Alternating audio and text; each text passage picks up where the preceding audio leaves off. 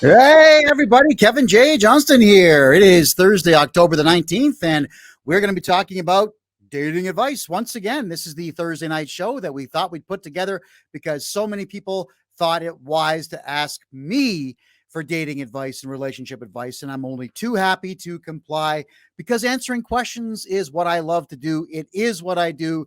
It's what I'll do forever. Don't forget, everybody, that you are absolutely welcome to send questions in. We're on Facebook, D Live, Rumble, and I don't know, Twitch, I think, some other stuff. We're all over the place. So anybody who wants to ask a question or be part of the show, shoot me a quick email, which is freedomreport.ca@gmail.com. In fact, that's the email address in the bottom right corner. You can send over your phone number if you want me to call, send over your email address, and I'll send you a link that you can come in, be on screen, and ask any and all questions that you have about dating advice and so on and so forth. Well, remember last week, everybody, how I asked all of you ladies out there if you wanted to get some advice on men to never go to women for that, go to men for that. Because ladies, whenever I want advice on how to handle a woman, especially one who's mad at me for I don't know what, we never know what, but I go to a woman to like ask how do I appease this? How do I stop this? If I go to guys and ask, you know what's going to happen.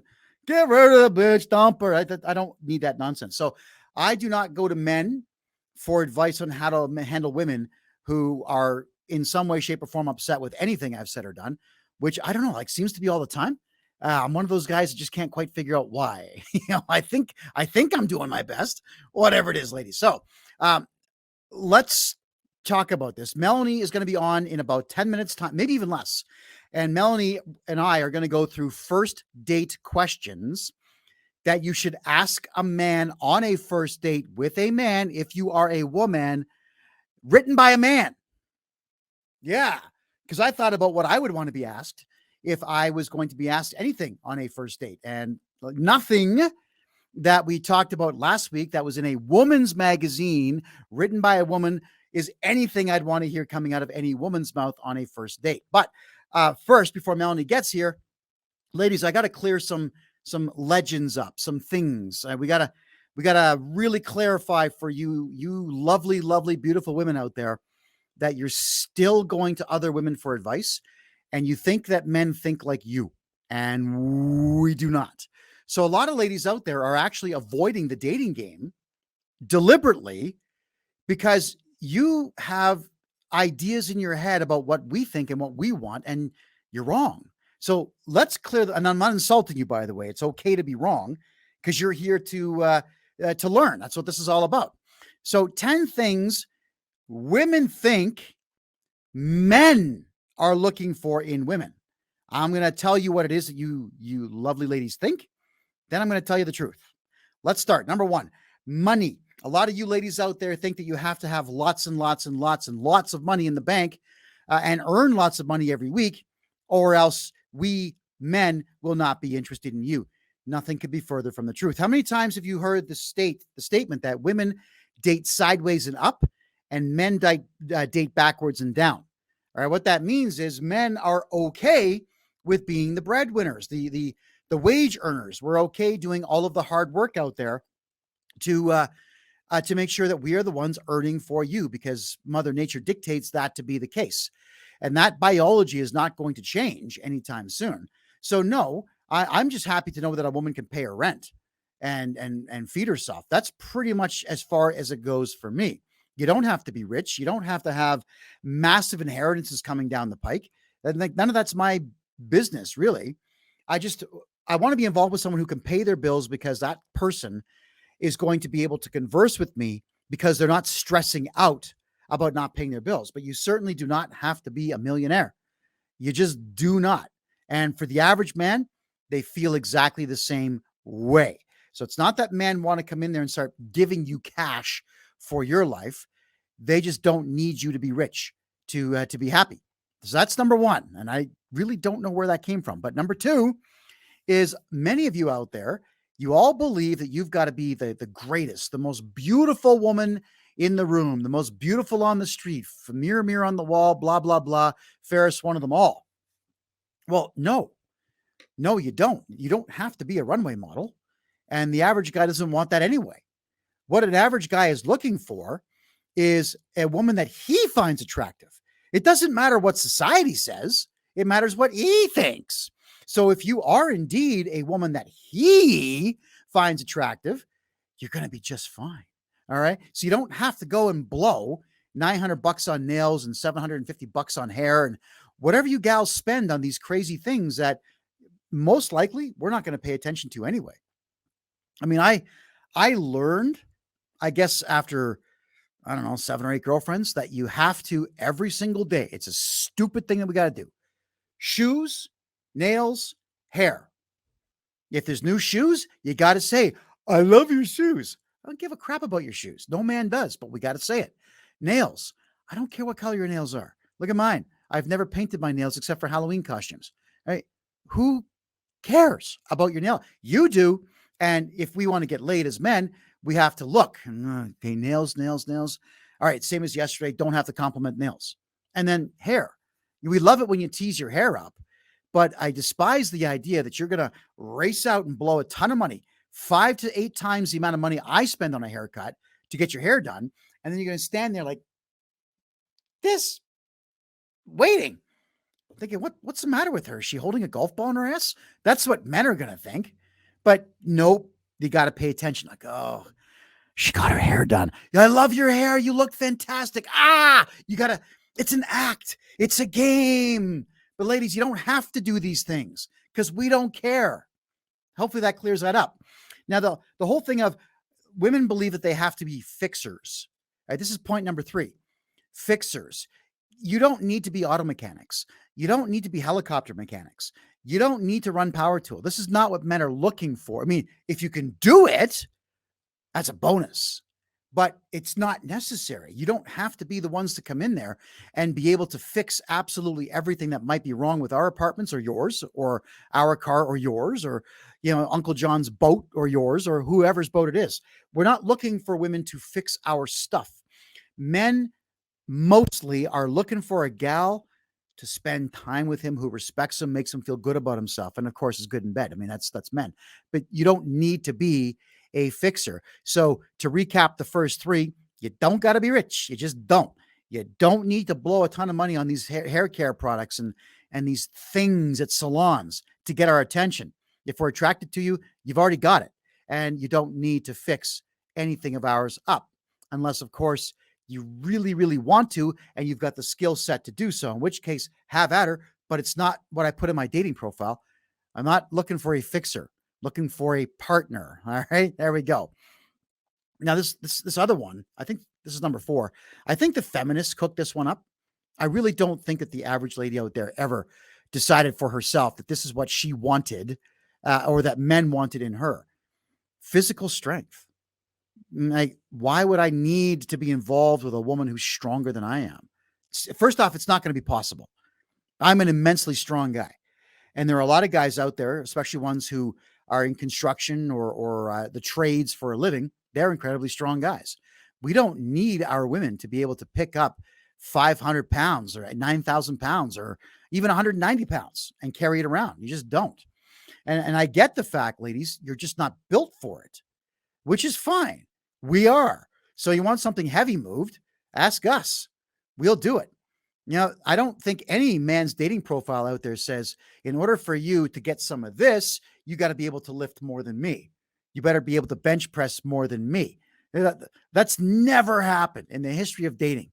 I can't imagine it ever having happened. God, absolutely not. All right. And Brian's telling me if I want to pick up more chicks that I got to get a muscle shirt.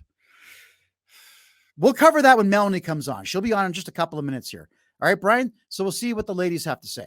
Because, if we're talking about what women are attracted to, I'm not going to ask you. I'm going to ask the ladies out there. Number 5, hobbies. A lot of women out there believe that they have to have a ton of hobbies, or your hobbies have to match up or line up exactly with his hobbies. And that's not true. As men, we're happy that you have something that you like to do. That's something to occupy your time, because there are times that men, we just don't want to see you. And it's better that you have a hobby that you enjoy doing, So you can do that during those periods where we just don't want to see you. All right. So, and it's not that we don't love you. It's a matter of you just need a friggin' break sometimes. So if you've got a hobby, great. It does not have to match up with your man's hobby. And a man is not going to stop dating you because your hobby is not exactly what his is. I mean, like, what if the guy's like a model train builder? I don't know any women that like that stuff, right? Period. So you wouldn't have to build model trains or even like them to date me. I like them, but I really don't want them because they take up way too much room. Nonetheless, if you were to come to me saying that you are a fan of that, I mean, we're going to have just a little bit more in common, but it's not necessary at all. If you don't like football or hockey and he does, no one's saying that you have to go to the games. You don't have to watch the games. He's not going to hate you for it. He's not going to break up with you because you don't like football. If you want to spend time with him, grab a couple of beers and sit with him. You don't have to sit for the whole game. Give him 5 minutes of your time watching the game and just say, ooh, like, was that a field goal? Was that a touchdown? Maybe take an interest in the rules, but you don't have to, is my point. So a lot of you ladies sabotage yourselves in this dating and relationship game out there, believing that you know what's in our minds. And this is to clarify that you don't, but you will shortly. All right, here we go. Height. This one, wow, this one comes up all of the time. It's amazing, ladies, how when you just meet a guy, that all of you have already prejudged what you think he's looking at. If you are 5 feet tall and you're awesome, so what? It doesn't matter. No, the average, even a 6 foot tall guy is not going to look at a 5 foot tall woman he's attracted to and that he likes and say, yeah, too short, get lost. It's the women who say to men that you're too short, but it's not the guys that are saying that. And look, I have dated chicks that are over 6 feet tall. And yeah, it looks a little ridiculous, but it doesn't matter. It's palatable. At the time when I was dating them, the relationship was actually okay. So it's immaterial that she has 6 inches of height on me, and absolutely immaterial that she might be 6 inches shorter than me. Why do you ladies think that you know what we want? You don't. But now we're going to get some commentary because Melanie heard what I just said. Welcome back. Looking great as always. Well, thanks. All right. So you heard point number 5 there, Melanie, and I want to get your take on that. Why is it that women think, point number 6. Why is it that you women think that you know what we want and you haven't even asked us what we want? It's in your heads. I don't get it. Where does this crap come from? You're up. Well, I think it comes from too much internet. If I'm being honest, stop reading trashy women's blogs. And I think it's wise to say, go to the source. Yeah, I can't even give you a better answer than that. Yes. I mean, standing 5'6" myself, I would prefer my women to be shorter than me, not by much, but just a bit. But if some drop dead, gorgeous knockout that's got everything I ever wanted is 6'1", so be it. You'd be like, sorry, tall guys, I got her, you don't. Piss off. So yeah, as men, we really don't look at that. It's not a deciding factor for us, but women think that it is, because I know that for women, it's a deciding factor. That's what I was going to say. I think that's why they think it's important, because for us, sometimes height is important. Yes, and I get asked that all the time. Women, when I talk to them on the phone, they love how well I speak on the phone. They love how entertaining I am on the phone. And then, oh, I forgot to ask. And they whisper it like this. How tall are you? I don't know why the volume has to change. And they're usually shocked at how quickly I answer. 5'6", done. I'm not going to and ah about it. 5'6", 5'6", 5'6", 5.5", 5'6". All right. All right. Number 7, ladies, a lot of you women out there who are wanting to get in the dating game or getting back into it or whatnot, you honestly think that we men care about your social standing. You think that we care. We're men. We don't care. So it doesn't matter if you're not famous. It doesn't matter if you're not a politician. It doesn't matter that you have absolutely no political influence or societal influence out there. We don't care. It doesn't matter what point in your career that you're in. It doesn't matter to us if everybody respects you at work or not. It certainly doesn't matter um, what education level that you have that might be superior to everybody else. That's irrelevant. Mhm. Again, this is men we're talking about, ladies. So we don't care. What if you don't necessarily have to be drop dead gorgeous, but what if you are absolutely attractive? You share one hobby in common with me, and you're just really cool to be around, and the conversations are awesome. Who gives a crap about your social standing? I don't care what people think about me, and I'm a public figure, So, Melanie, your thoughts? Well, that's good to know. I think a lot of people try really hard to sell themselves and almost embellish to the point where you can't maintain that. So yeah, it's nice to know that women can just be themselves and be accepted by guys for that. So I hope they're listening because I think that's good advice. Just So it chill looks out. like Melanie just learned something, everybody. Yes, there we go. And gals, the reason I am saying this to you is because I've heard a lot of you out there talking about how difficult the dating game is. And it's difficult only because you've put these obstacles in your own way. You've put these ideas in your head, or feminists did, or Hollywood definitely did. And that crappy women's magazine Today, was that what it was called last week? Obviously, you've seen what kind of trash is out there that they want to sell you for $5, which is full of lies. And if you're listening to it, it's impeding your capacity to meet that special someone. Period. Yeah, I that's very possible. I will admit though that yeah, the dating scene is more quantity than quality at the moment. So you do have to sift through a little oh bit.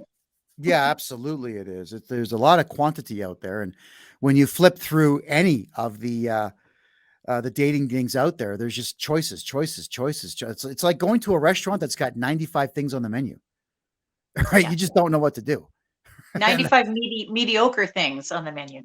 precisely, an excellent point. Okay, um, ladies, also out there, y'all think that men care about your past. That is a very big problem when you've got you thinking we care about your past. So we don't care that you stole cookies in grade 4. We don't care that you failed grade 6 accidentally. We don't care that perhaps you were an A student in grade 10. That stuff doesn't make a difference to us.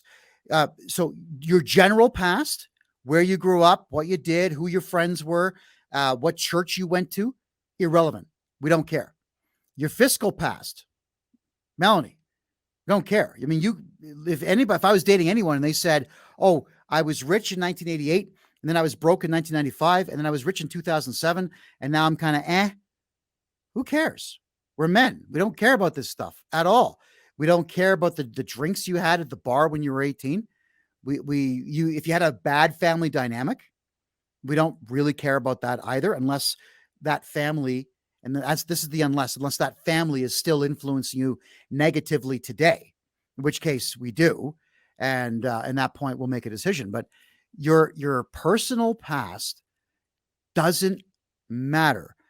Where it does for men, and then Mel, you get the floor on this one, is we just we're concerned about the ghosts of all the men that you've slept with.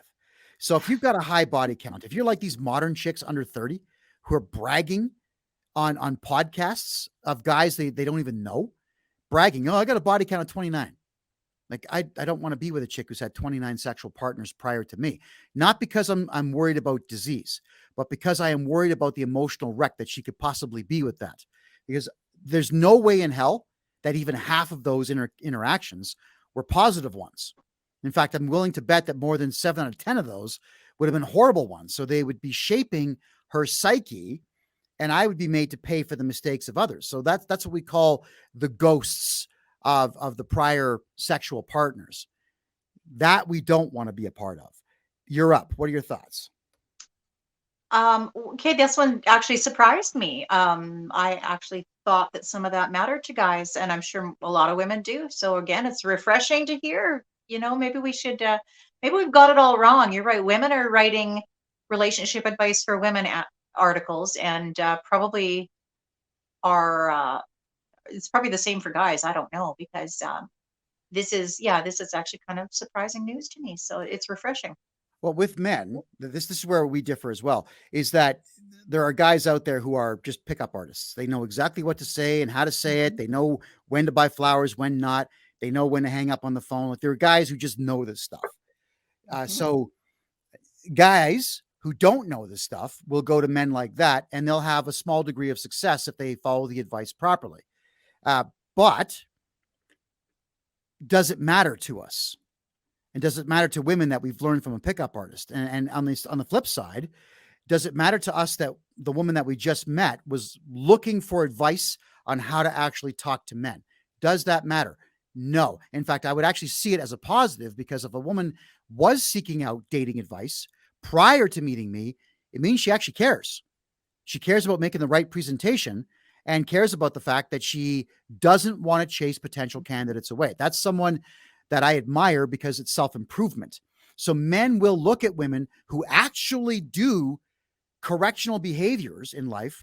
We will look with that with reverence and full respect.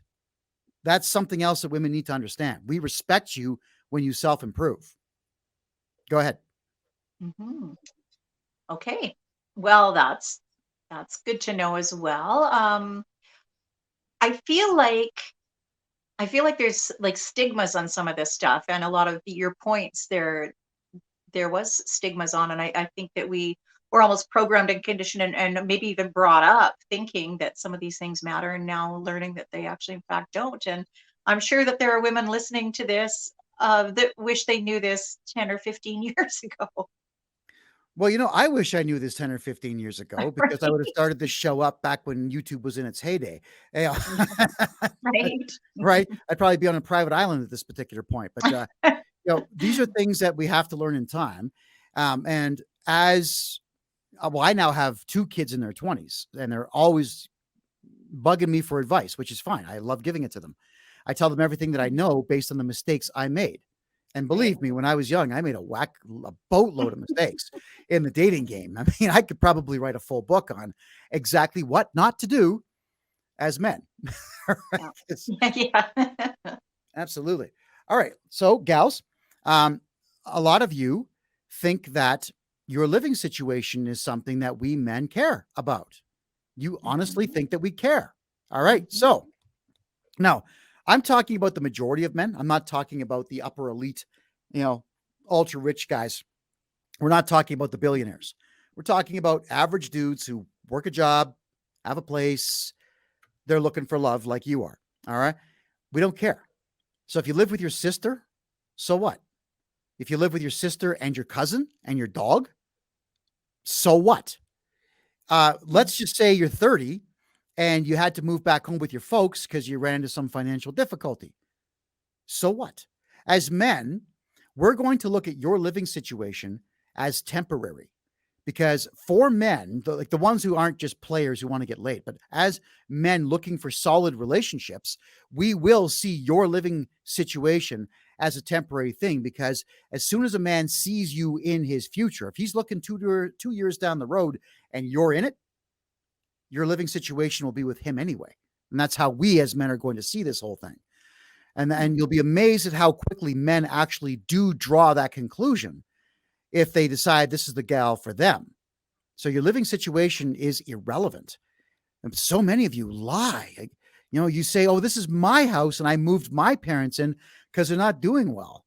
Now, if I'm a suspicious kind of guy, I can just pull the records at the properties branch in the province and find out who owns the house. And then I know you've lied to me. Not that I'm going to do that. I'm just saying that I could.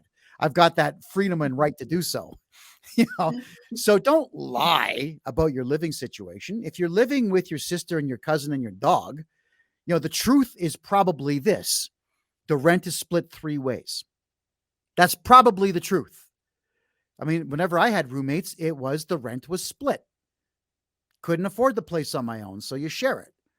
What's embarrassing about that, Mel? Like, any idea?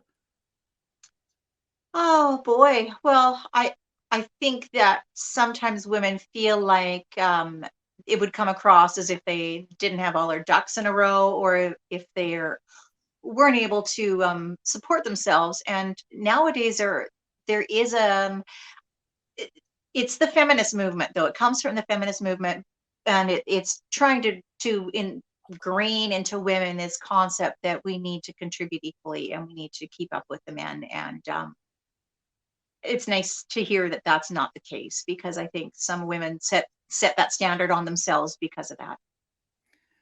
Well, they will set that standard, but Now, again, is you're it right. shallow? Is it shallow that that matters to women? Because I think genuinely that matters to women. We don't want to hear that some guy's living in his parents' basement, for example. Oh, I know the exact opposite is true. Women Okay. do care. I mean, you meet a Yeah. guy who's 34 and he's living with his parents. I'm pretty sure the average chick is going to take off, and that's it. It's over. He's not getting a second date. I'm Yeah. sure of it. So as men, regrettably, we have to compete with a lot. First off ourselves, then every other man for the same job, then every other man for the same woman.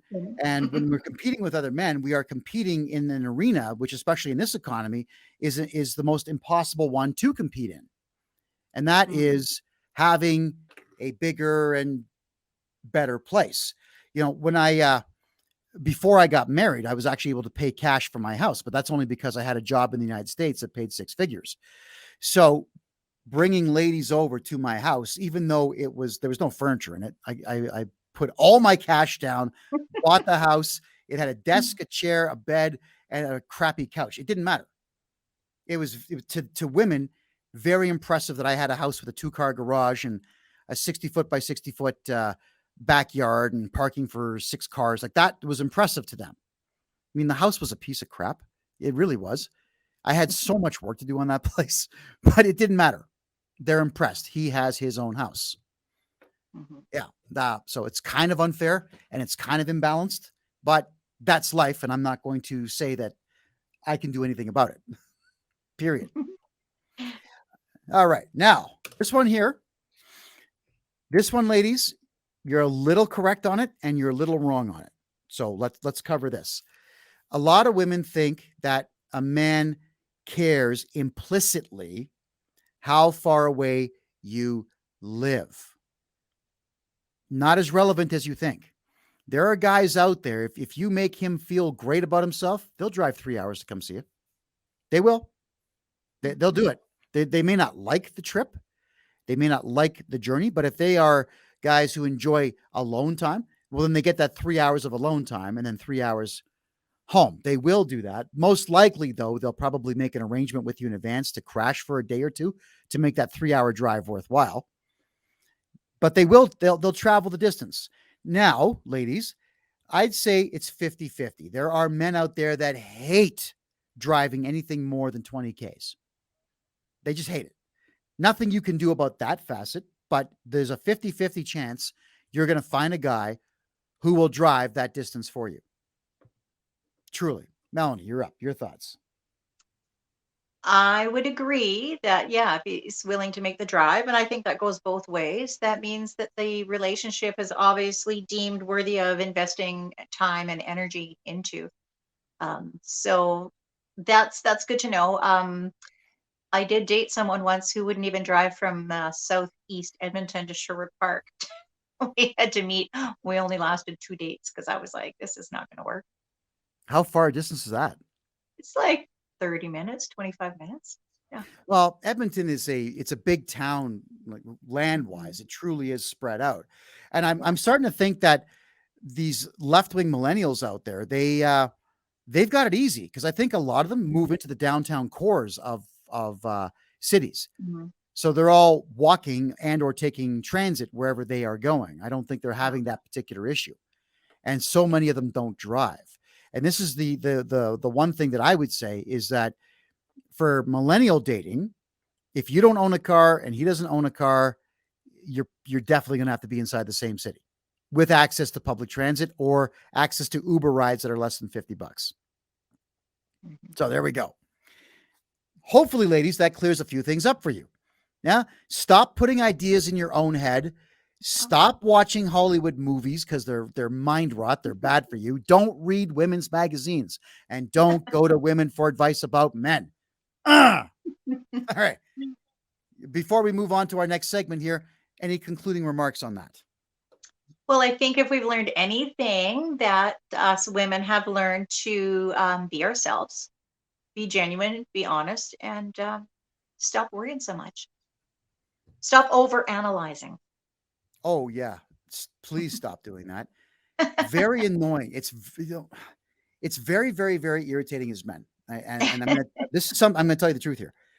You take a gal out, you have a great night, it was a wonderful time, and then 2 days later she regrets it, saying that the parking was a bit too much, and I don't think you should have spent $44 on that steak. I mean, where do these negative ideas come in 2 days later? Like as soon as the guy hits the sack, that's it. He's never going to think about that meal again until it comes out the next day. But he's not thinking about it in any particular way other than I got to get this done and get out of here.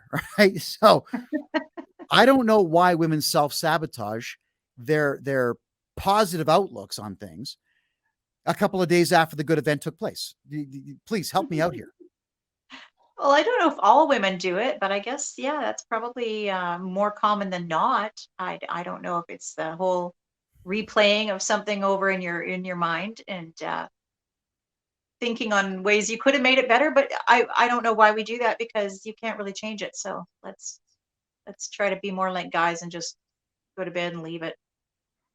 Yeah, there you go. Leave it be. If you had a good time, that's it. It's a good time. Believe me, he's not thinking about it afterwards. There is one thing that men do love, though, ladies. If he's showing you a good time, he's not doing it for thank yous. But if you turn around and say thank you, and he says, for what? Tell him for what? Detail it. Okay. Thank you. For what? That's how I'll look at it. What did I do that I'm getting thanked for? Thank you for dinner. Thank you for the ride. Thank you for the walk on the beach. I had a lovely night. All right. That's it. But be articulate. Don't say thank you and then leave the room. Is she talking to me or is she on the phone? Right? That's how we're going to see it. Articulate. Look them in the eye and articulate. Perfect. So if you all remember, everybody, last week we heard awful first date questions. They were horrible. God. And I mean it. If some woman had asked me those questions on a first date, I would have just been polite and said, look, this ain't working for me. I got to go. All right. And I would pay the bill and I would politely leave. I would say thank you. I wouldn't be rude about it. But that's not the type of crap that I want to talk about. I am a man. I am not a woman. You cannot talk to me as if I am a woman. You will fail miserably. If you are failing with your man or men in general, it's because you're talking to them like they are women, and they are not. And their brains are never going to change for it. They're never going to get it. They don't speak hint. We can't do it. All right. It's not, Mel, it's just not possible. Okay. All right. So here's first date questions that I wrote.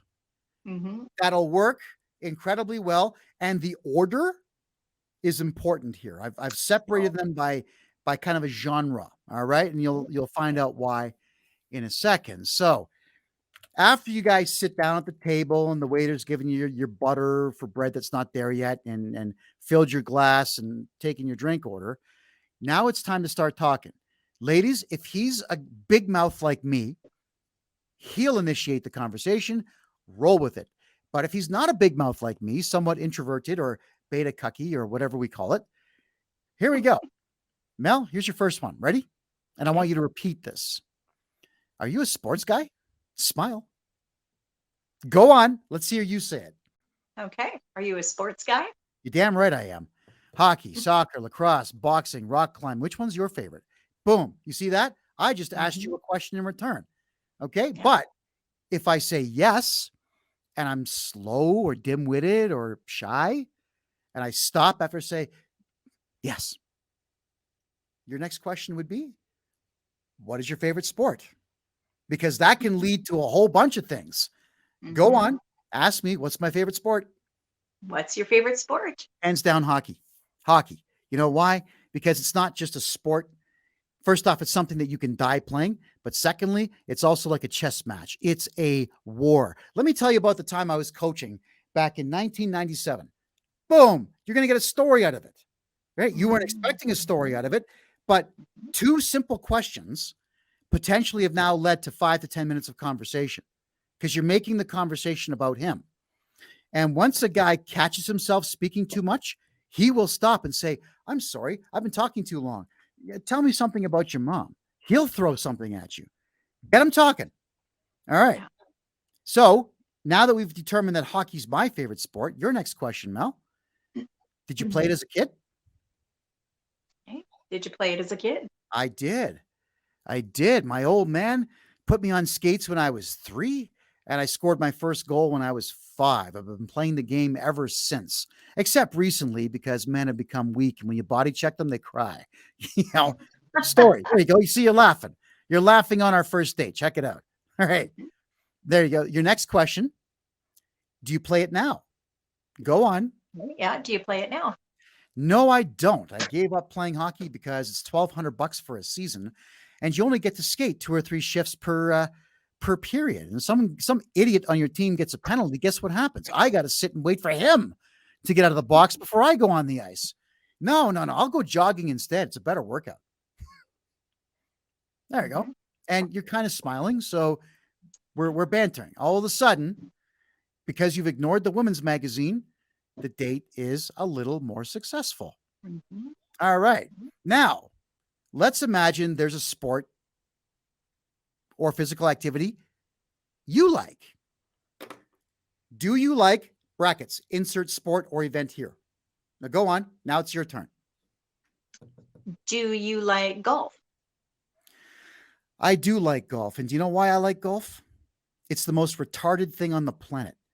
You're playing this game on a patch of land where you could put a neighborhood that would house 2.5 million people, perhaps more, and you load it up with chemicals so that some idiot can smash a ball that big with a stick, lose it, find it, and instead of going home, smash it again.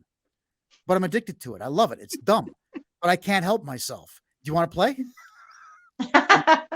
You're laughing all of a sudden. So now we've got some banter going here. All right.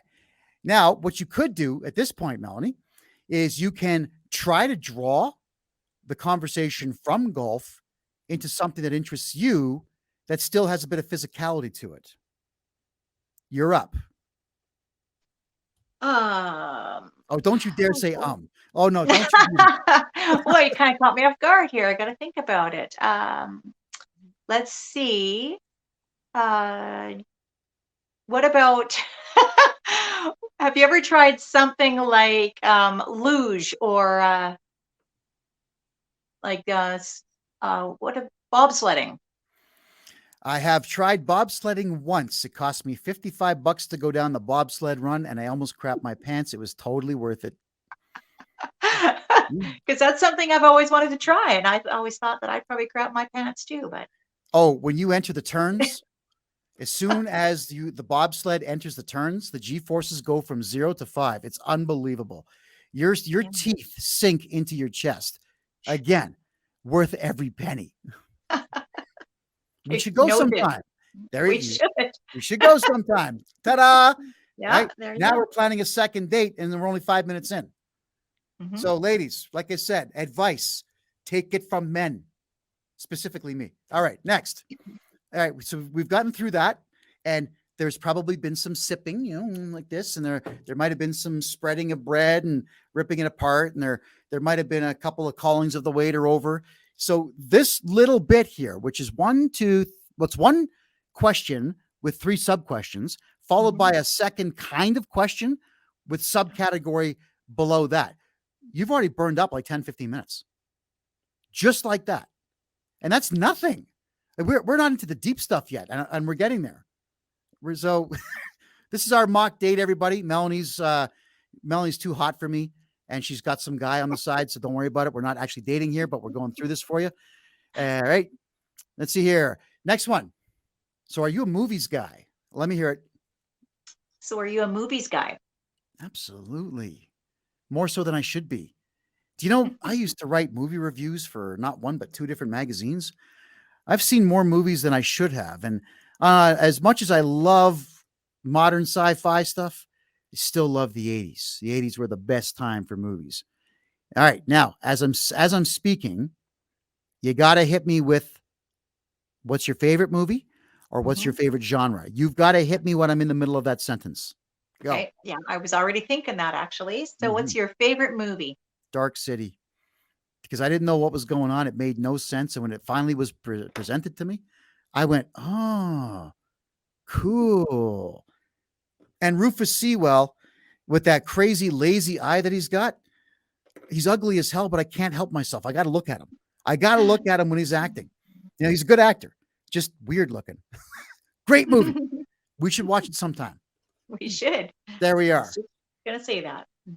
Excellent. So don't let him get away with favorite movie unless he has asked you what your favorite movie is. Or if he does not ask, volunteer it immediately. So let's pretend I did not ask you what yours is. Go ahead, volunteer. Well, this might sound cheesy, but my favorite movie is Gone with the Wind. Do you know, I have heard that title 500,000 times. I know the line, I don't give a damn, but I've never seen it. Not once. Boom. That's your invitation to invite me to watch it. Yeah. Right there. Right. Yeah, I was just thinking that. There we are. Boom. See, ladies, look how far we're getting. All right. It's amazing, isn't it? Stop reading magazines. We've already planned 2 more dates from all this. Look at that. Check it out. Well, is your new boyfriend going to mind? Okay. So you could also, because any subject matter can have a genre. Music can have a genre. Art can have a genre. Movies can have a genre. Books. There's a genre for everything, even cars. So if you didn't think that you got far enough with the what's your favorite movie, you could talk about what's your favorite genre. You could throw that in there. And if he says horror, ask him why. And then ask him what his favorite horror movie was. If he says sci-fi, ask him, well, yeah, why is that? Right? But smile. Never accuse. Never have a deadpan face. Oh, yeah, why is that? Eyebrows. Got to be up. And that can move on. Oh, and Liz, I see your questions there. And believe me, I'm getting to that. Okay. I am. So now we've done sports and movies, completely, totally irrelevant crap that no human being cares about, but we're laughing and we've booked 2 more dates already. Not bad. All right. Not bad. Okay. Kaboom. When that comes to an end, this is your cue. Do you have a beverage with you? Oh, you do. Well, take a sip. Yeah, there, take a sip. Go on. There you are. Take a sip. As you're putting it down, lean forward. What's your favorite band? Go on. Oh, it's my favorite band. No. You asked me that. Oh, I've got to ask. Okay, as you're putting the cup down. So, what's your favorite band? Ready? Your favorite band. Go on. In order. Sip. Okay. So what's your favorite band? You hear that? It's down. So what's your favorite band? Oh, God. Hands down, 9 Inch Nails. Oh, man. He puts on a show. You want to talk about a guy with emotional issues? I think the only one more screwed up than him is Eminem. But 9 Inch Nails threw the best concert that I had ever been to up to about age 21. Everything this guy says is coming out of his soul. There's something wrong with Trent Reznor's soul, but there's not a single song he's written that I don't like. Have you listened to his album? His first one, maybe his second one. Right? No. Are you familiar with his work? Slightly. Oh, okay. So then what I would do at that point, because everyone's got these stupid things, is I would almost instantaneously run over and grab that song Head Like a Hole, but I can't play it here because we'll get a copyright strike. Right. So I would play it for you and I would put it up like that and ask you familiar with it? All right. Guess what I'm going to say? If I'm a smart guy, we should listen to that album together. And I'm going to tell you everything I know about each song. What do you say? That sounds cool. We just booked a 3rd date. Yeah. Right. And again, these are asinine questions, irrelevant to life, but we're having so much fun. Isn't this great, guys and girls? All right. So after all that's done, if I don't ask what your favorite band is, volunteer it. What's Right. it? Go and let me. You're learning here. What do you got? Mhm. Well, my favorite band, e- even though you didn't ask, is the Eagles. I just love their harmonies. Don't you dare say, even though you didn't ask. Don't you ever say I that. know. Oh my God, don't say that. Or you could follow that up with something like, "What do you think of the Eagles?" They happen to be one of my favorites. Oh, classic rock, absolutely. Do you know, I was actually at the Eagles concert in New York City when they decided to get back together. Nice. Yeah, and Don Henley came out and said, for the record, we didn't break up. We just took a really long vacation. Yeah. And now, if I'm a smart guy, I'm going to say, well, what's your favorite Eagles song? Oh, that's a yeah, good question. Boy, I'm gonna say Hotel California. And at that point, what should you do? What should I You do? should ask What's me what your my favorite Eagles song is. I was just getting there. What's your favorite Eagle song? Get over it. I love that one. You know why? It's hard hitting, and I love that one line. I'm going to find your inner child and kick its little ass. What an amazing line. It's all about grow up and be an adult. What a hard hitting, awesome tune that is. Just the best. Truly. All Mhm. right. We've gotten through movies, we've gotten through sports. Now we're through music. And what does music best go in? It goes into a car. Are you a cars Mm. guy? Okay. Are you a Cars guy? Oh, hell yes, I am. Oh yeah, I am. I'll tell you this. I've got a hankering to own a 1974 Barracuda one day, and I would like to load the thing up with at least 1,200 watts of stereo power. We'll play the Eagles together in that car. You'll join me for a cruise in California, right? Mm. Yep, sure would. All right. So at that point, you would ask if he doesn't already volunteer. Mhm. You could say, "What is your dream car?" Or I mentioned a car here. You could then say, "Is that your dream car?" You could Okay. pick one. All right. Is that your dream car? Close. It almost is. It's a very close second to the Roadrunner. I really want a 71 Roadrunner. Have you ever seen those things? God, they're artwork on wheels is what they are. All right. Now we're like getting our emotions into this, right? Because you're talking to a guy about everything he wants to talk about.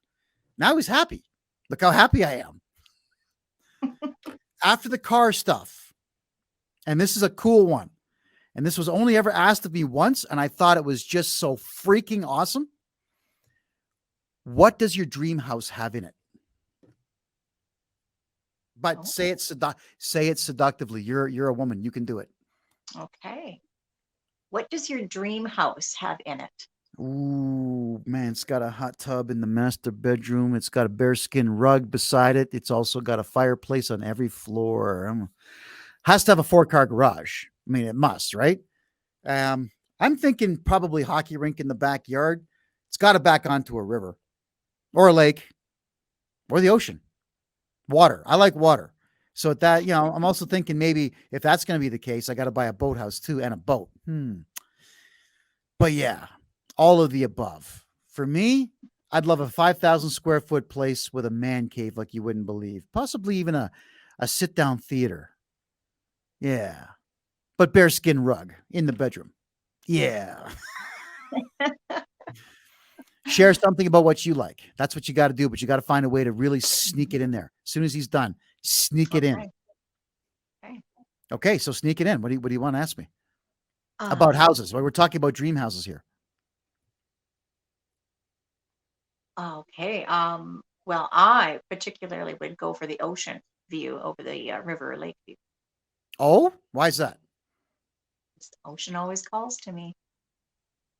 What does that mean? I've heard that slogan before.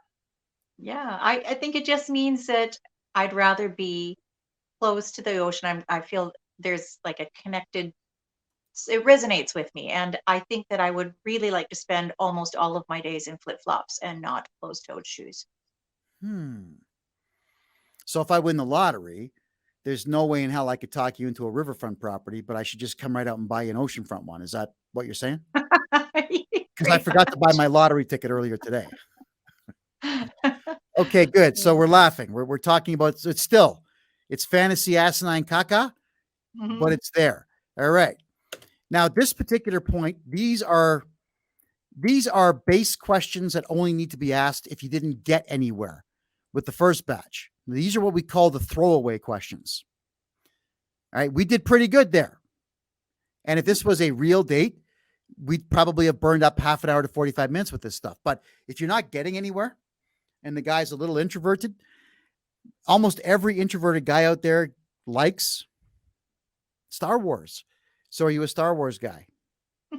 Hit him with that. Okay. Why not? Another one, ladies, you can hit him with. Did you collect comics as a kid? You know, why not? But if you're going to ask these things, ladies, you should know a bit about the subject matter. So I don't know. I mean, I know that men, as soon as Star Wars or Star Trek or any of the sequels come out to anything, we're there. Like, you know, first day. I don't know if women view that type of sci-fi genre in the same way that men do. So if you don't know who Luke Skywalker and Darth Vader is, then don't ask. But if you do, ask. And as for comic books, if you're going to ask about the geek stuff from when we were kids, that's no problem. You should know at least 5 titles and know the lore behind them. Everyone knows Spider-Man, so that one doesn't count. Right? Oh, wait. We got ladies here. Gwen loves Star Wars. Thank you, Gwen. That's good to know. So any guys out there looking for a date, Gwen likes Star Wars. Excellent. When the next batch of movies come out, that'll probably suck. You can take her there. All right. Okay, good. I just realized the Rumble room has lit up here. So we're just going to look for questions here very quickly. Okay. I'm just looking at the questions.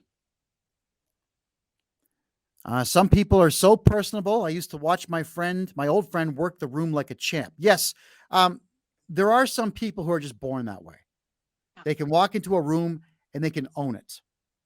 Now, and for some it's natural and for some it's learned. I had to learn it. Didn't come naturally at the beginning of things. So yes, a person like that has the advantage. But it doesn't change the fact that if you do want to change your stars and get out there, you can. If you have trouble speaking publicly or speaking to people, Toastmasters, they're good. It's a free group. You just get together and you practice public speaking with other people who also have trouble public speaking. There's all kinds of ways you can fix yourselves up. All right. Playing sports is good. Watching strangers play sports is stupid and a waste of time, a distraction to fill up your time so we can never see what's really going on in the world. Well, I do not disagree with that. But if you get lucky, guys, and she loves hockey as much as you do, I'm pretty sure a hockey game is a good date. Follow-up date, not first date. Follow-up date. All right. So, other things. You could be specific. Did you collect Transformers or, insert whatever, G.I. Joe? Pick one. Pick a toy collection. These are the throwaways that you ask if you've gotten nowhere. Period. So then, if the conversation has not turned away from this fluff to something real, you can still add more fluff to keep it going until something real presents itself and the conversation takes on a life of its own. Flirty stuff. Sue, do you prefer skydiving or would you rather rent a Ferrari and go driving around a track at high speed? Okay. Go on. Wow. I'm going to say. No, you asked me that. Oh, you want me to ask This is you? for Okay. women to ask us. No, you're not Oh, getting okay. up tonight. Gotcha. Okay. I Right. keep forgetting. All right. What if you had to choose? What would you choose? Skydiving or a racetrack with a Ferrari? Since I've raced cars before, not very well, but I have done it, I'm going to have to go with skydiving, because roller coasters just aren't the thrill they used to be. I know they're taller, but they're not thrillier. I'm in the mood for a thrill. I'll take skydiving for 100 points. All right. Okay. Beautiful. Next one. Again, flirty. And you don't even have to say, would you rather? You just say, so cottage on the mountain or a beach house with a rooftop bar? Ah, So, cottage on the mountain or beach house with a rooftop bar? love the mountains, but you said you love the ocean. And if we're going to be watching movies together and listening to some tunes together, maybe I should just settle for the rooftop bar, the beach house. Excellent. I'm going to go with beach house. Good choice. Good All choice. right. There you go. It's called flirting. You're being flirty. He's flirting back. Picnic table on a blanket in a park or on the roof of a 1970s station wagon. So now we're getting silly, but it's funny. I'm almost afraid to ask that one. Okay, picnic table on the ground in the park or on the rooftop of a station wagon? You should probably clarify. We should have both clarified that it's food. We're talking about eating food. Okay. I didn't say sex. I said food. Maybe we'll. Yeah. Would you yeah. rather have a picnic on a blanket in Okay. the park or on the roof of a 70 station wagon? Yes.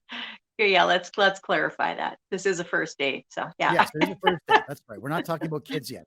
All right. Right. Well, I'm going to go with 70 station wagon because all those cars back then, not only could you sit on them and not dent them, but you and your friends, the neighborhood dog, and the elephant that escaped from the zoo could all sit on the same car and everything was copacetic. I mean, we still got spanked for it as kids, but I'm going to do it for the nostalgia purposes. I'll take the station wagon. Like it. All right. Now, do you have a story about a station wagon that you can share? I Now's do your time. not. I don't. You No. don't. I have very little station wagon experience in any way. So That's a shame, isn't it? I know, right? All right. Then you've got to have minivan experience. I don't know, a trip that didn't go right. A guy that you kicked in the nuts because he was being a jerk. I mean, there's got to be something that you can add to that. You can't just ask and then stop. You got to roll with it. So there has to be some anecdotal tale that you can add to after picnic on a roof. Right. Okay. Yeah, this is where I'm asking the ladies now to be a little more creative and a little more themselves. There's nothing wrong with being yourself and having fun because we're already laughing on this date. That's true. Well, even though I didn't ever really have the station wagon experience, we used to go on a regular basis and have little picnics in the very back. As kids, we'd sit in the back of my dad's Suburban, and he'd open the window. We'd just sit in the back and put a blanket down there and eat. So we thought that was great fun. And let me guess, no seatbelts, right? No seatbelts. Nope. And we all lived. We survived it all. I used to sleep in my uncle's station wagon. He'd roll the big window down and never once considered the fact that we could get rear-ended. We just did that stuff as kids. Yeah. Yeah. And we lived to tell about it. I remember sleeping on the back dashboard of my mother's Chevy Impala, sleeping all the way to Sudbury, 3-hour drive. I love it. Yeah. Okay. Now this is where you're getting a little risque, but not terribly. Like this is not a sex thing at all.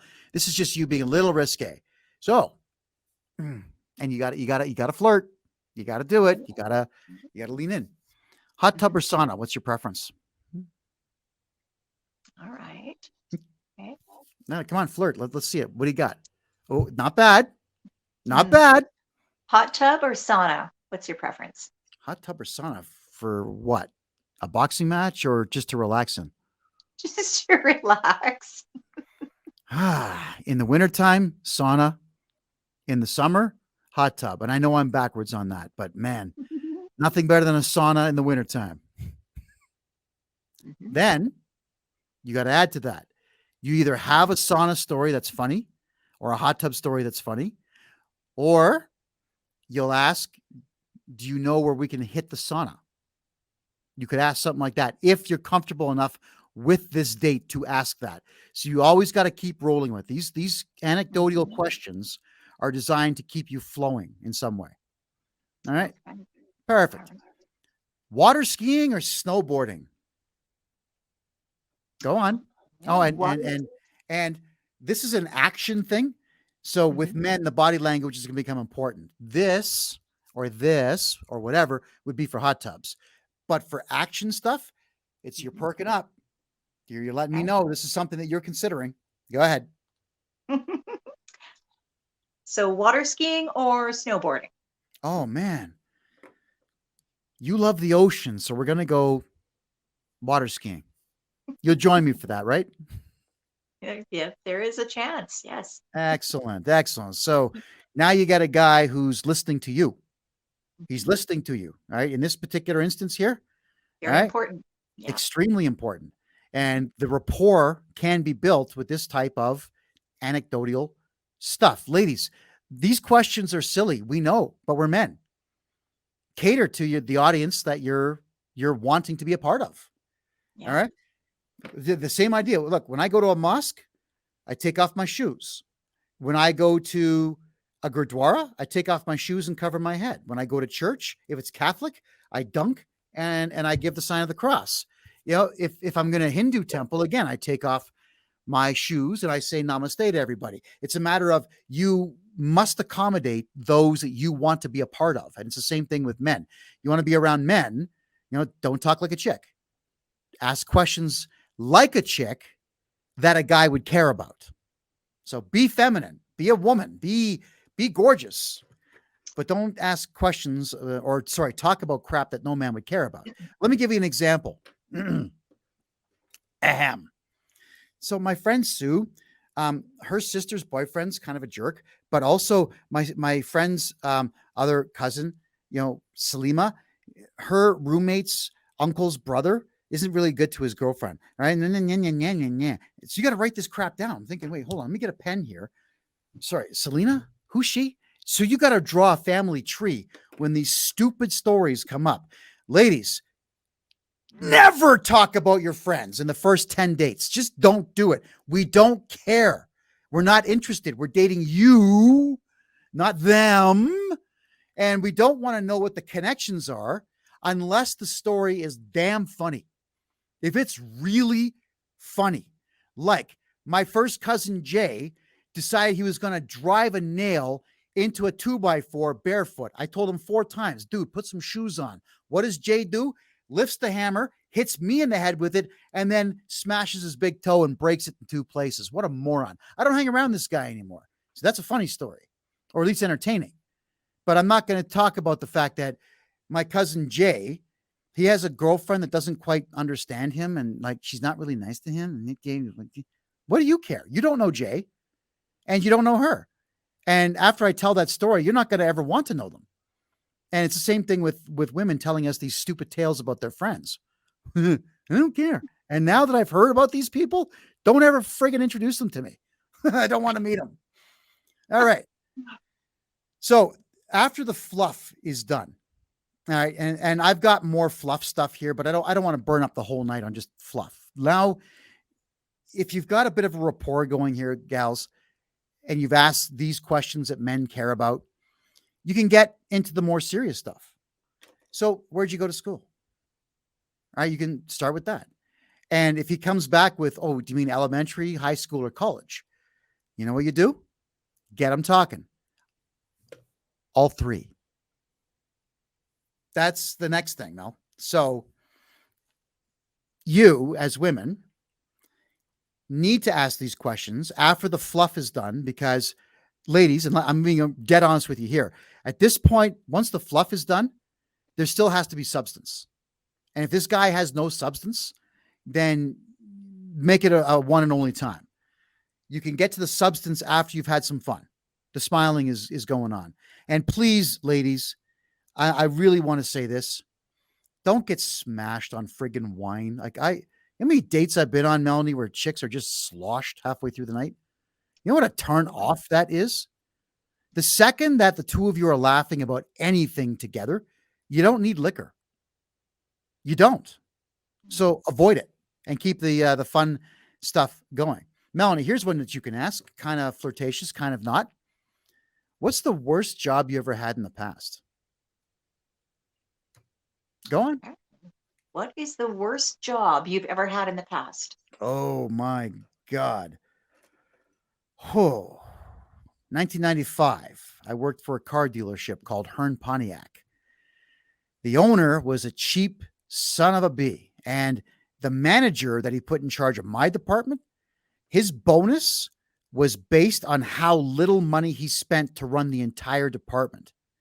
So there was 32 of us on payroll under his care, and he wouldn't do anything. He wouldn't fill the vending machine.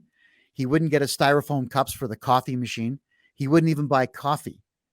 This guy was so cheap that half the team quit on the same day. The job sucked.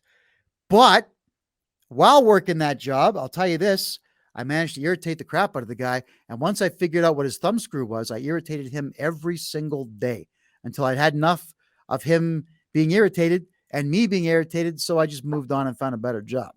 But that place was called Hearn Pontiac. If you ever wanted to buy a car and you somehow find a way to travel back to 1996, 95, 96, whatever it is, just avoid the place at all costs. I beg you. Right. Now, here's your lead in. You can ask more questions about the job, or you can immediately tell me what your worst job was. All right. Okay. And yes, Liz, we're asking a negative question here because the next question is obviously, what was the best job you ever had? All right. There you go. All right. We're going to bring it down a bit to be a bit more real. We got to be real because not everything's going to be flowers and spice. There's going to be crap. You're dealing with other human beings. Relationships suck at times. So let's get some of the negative out of the way, but we're going to go right back to positive. So Mel, let's go back to it. You heard me tell a story about my worst job. You got to tell me about your worst job while we're still in that vein. Go ahead. All right. Let me tell you about my worst job. Oh yeah, I was go ahead. 17 years old and worked for, and I lasted for over a year at this job, worked at a poultry farm, and I was the gizzard girl. So I spent pretty much 8 hours a day. What is a gizzard girl? Pulling the gizzards out of the insides of the chickens. Oh, those as they things. came by on the assembly line. That was my job. So literally the gizzard girl, not some Yep. slang term. Nope. Good. We're both laughing and now we're talking. Yeah. And I'm sure that story could go on for a while. Well, Okay. Not too long. No, not too long because it is a bit of a negative subject, but it does the lead in to immediately have you say, what was your best job? Mm-hmm. And there we What are. was your best job? Oh man, my best job ever, hands down, Hewlett Packard. I got the job in 1996. It lasted 4 years. This company flew me everywhere. The job paid 6 figures, for God's sakes. It was probably, they should have paid me about 80, but they paid me almost 110. I love that job. And then I would probably go on myself for 4 or 5 minutes talking about how amazing this job is. I'm not going to do it now because, it's a job, but we're talking back and forth. Now, while this is happening, while the guy at the table is telling you about his best job, you got to sneak a question or two in there. You got to find something interesting. Now, I would suggest you're basing your question on something that he said, immediately interrupt, say, oh, really? Ask your question. Oh, really? Hand up. Ask your question because you want him talking. You want him talking. Now, if he's a smart guy, he asks you. So tell me about your best job. If he's not a smart guy, or maybe just shy, like we said, you volunteer. Volunteer. Ladies, be this much aggressive. Don't be feminist. Don't be that much aggressive, but just be that much aggressive. And don't let him.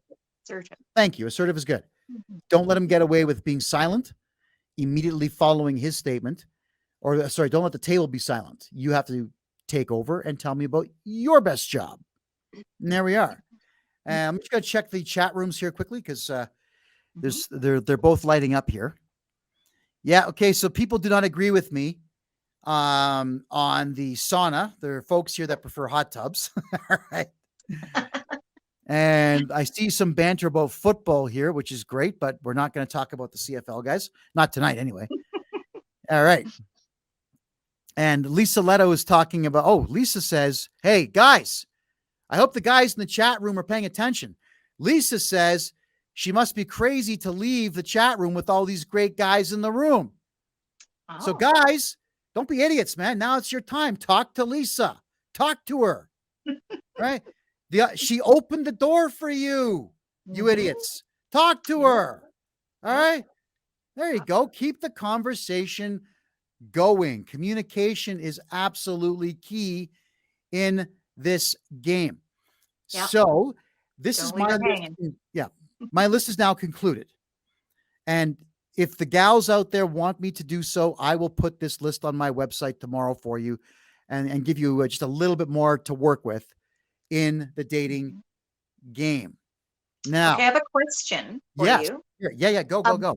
Pertaining to your questions. Now, would it come across as insincere for a girl to ask about something like cars if she has very little knowledge or interest in them herself? Well, not if it's being done in a fashion that lights up the table with conversation. No. Okay. You don't have to be a Transformers guy to ask if he likes Transformers. It could just be that you want to hear what a man's perspective might be on this crazy franchise that had 40 different comic book series and like 20 cartoons and what, 9 movies now. And so you don't have to know it all. Know a little bit about these things, just a bit. Okay. I don't know a single woman out there, not one, who's ever said, I'm not going to date this guy because he has a car. I know that women like a guy that's got a car or a truck or something. So you would have an interest in cars from the standpoint of, do I have one? All right. So no, it's not insincere at all.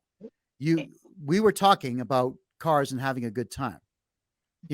You probably also don't care about socks. He might come to you one day and tell you a great story about this amazing pair of socks that absorbs sweat and his feet don't smell. I mean, it's gross. And you probably have nothing to add to that. But if you're looking at him and saying, oh, where'd you get him? That's it. That's what, like, one question. Now you're interested in him. Where'd you get him? Oh, great. How much? No. Okay. Wonderful. Oh, I'm happy for you. Good. And then you can joke if you wish. That means I don't have to go to the dollar store and get baby powder. There's nothing wrong with adding just that little bit more to it. But if with men, we don't care about your knowledge on the subject. We just care that you're actually interested in Good. us. Period. Good. And I got a question here. Yes, Lisa, I am a Libra, and I have none of the Libra characteristics, or so I am told. Hmm. Not sure what that means, ladies, but I've been told that many, many times. Interesting. Interesting. Yeah, so I'm not going to ask that cheesy line, what's your sign? Right. Yeah, that was very 70s, and it didn't last very long, did it? Perfect. So, gals, with men, and this is something I now have a lot of experience with because I've been experimenting with this for quite some time, and that is these dating websites. Like, you ladies have got to have something to say. You gotta. There's a bunch of my friends. They'll come over here. They bring their laptops. I got a nice couch right over here. And I got a couple tables right over here, and they'll crack open the laptops and they'll read crap to me. Like, hey guys, listen to this. Chick number 1 says, hey. Chick number 2 says, hi. Chick number 3 says, what's up? No. That's not how you get dates on dating apps. Ask a question. Introduce yourself. Hi, I'm Susan. Ask him a question. Now it's on him to reply. You don't have to be vulgar. No, you don't have to send nude pictures. Just ask a question, for God's sakes. Never mind this hi and hey shit. Pardon my French. It's junk. It's bad. It's borderline classless because anyone can say it. Yeah, it's like a comedian that goes on stage and does nothing but pick his nose for 5 minutes. Anyone can do that. It's not special. It's not interesting.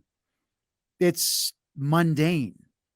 So I'm going to ask all the gals watching, please avoid mundanity at all costs. That the greatest sin one human being can commit is being boring. So, Melanie, I want to get your take on what I just said. You're up. You just said a lot. I especially like the last line though. The greatest sin is to be boring. It's pretty Christopher Hitchens amusing, said that, actually. right? My That's favorite pretty author. amusing. I think these were great questions, and yeah, I would agree the dating apps because I was on them, and I can tell you almost 90% of the conversations started with hi or hello. And yeah, that's a pretty weak start. So It's awful. yeah.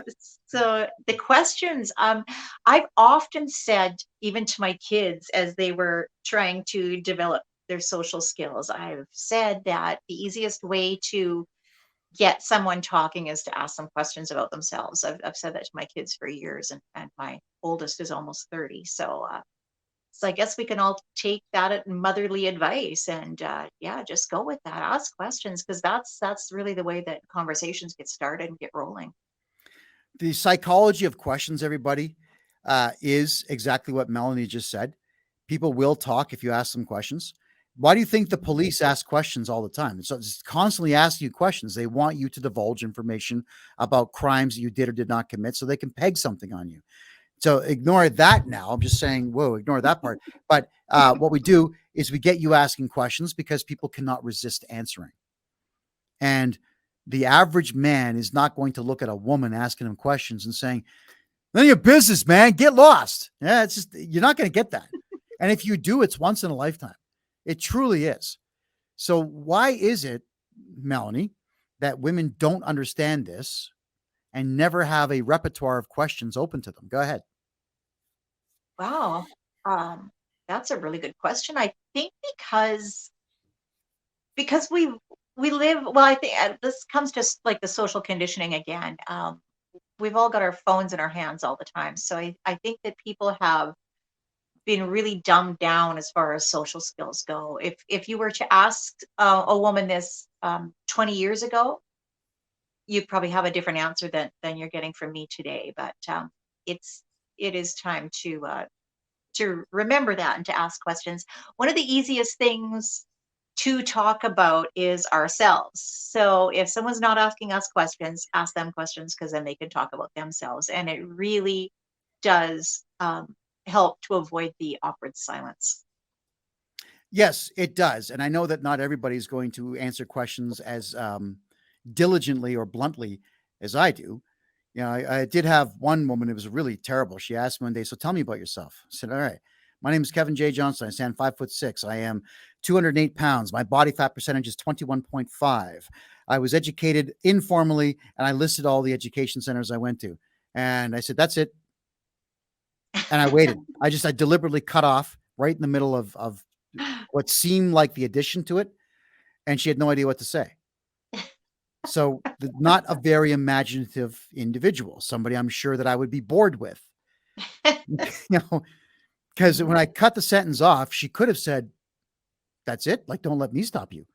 You know, a confident woman would say, no, keep going. You're on a roll. Right. That Mhm. that's flirting. And that's like flirting personified. So keep going. Well, how would you recommend to women now that I've said my piece, and sometimes we know there's women out there that just won't listen to men. How do we get them to maybe listen to you and have you explain to them or re-explain what I have? Because men and women will explain things differently. And today, the reason I bring this up, Melanie, Mhm. today I did a TikTok live and I was answering questions, like very serious political questions. And I had this slew of accusations about number one, Kevin, you're full of yourself. And number two, you're very rude. I'm thinking, no, I'm not rude. I'm direct, and you're not used to that in society. I'm confident. You're not used to that in society. I'm passionate. You're not used to that in society. So that's the reason I bring that up. Is that some women might perceive me explaining this as rude or mansplaining, whatever the hell that means, or otherwise. So please, by all means, pick it up from here, and you know what? You tell them if I'm right or wrong. Go. Let's hear it.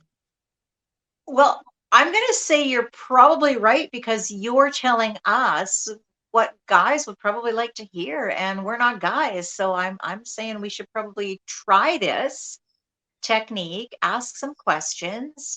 Um, I think one mistake we as women make is sometimes divulging too much personal information up front, and you've been very clear that guys actually really don't care. So let's just leave that. Let's not talk about friends and drama and family drama and all of that kind of thing. Let's talk about some topics that are easy to digest, that you could probably laugh about, and some things that may lead to other dates, like you were talking about activities and movies and music and that sort of thing. Those have huge potential to um, segue into an invitation to a second or third date. So let's try this. I think this is good advice, and I think we should experiment with it. Excellent. Well, thank you for saying so. And ladies, I know that I come across as sometimes borderline obnoxious. It's part of my charm. But I wouldn't come out here and say any of this if I did not for an instant think that any of it was not true. It is absolutely true. And I have lots of conversations. I mean, at this age, Melanie, you and I are single at age 52. We're both 52. Well, no, you're not. You're kind of dating, Yeah, kind of, sort of. 51. Well, yeah, I would say I'm dating. Yeah. Yeah, you're 51. You had to correct me on that, huh? You couldn't just say 52. All right. But, so we're both in our early 50s. And we have friends who are also in their 40s, 50s, and 60s who are single, and these conversations come up all the time. And that is, why are people so boring? Why is dating so difficult? It's such a pain in the ass. What's wrong with men? They suck. I hate women. What's wrong with women?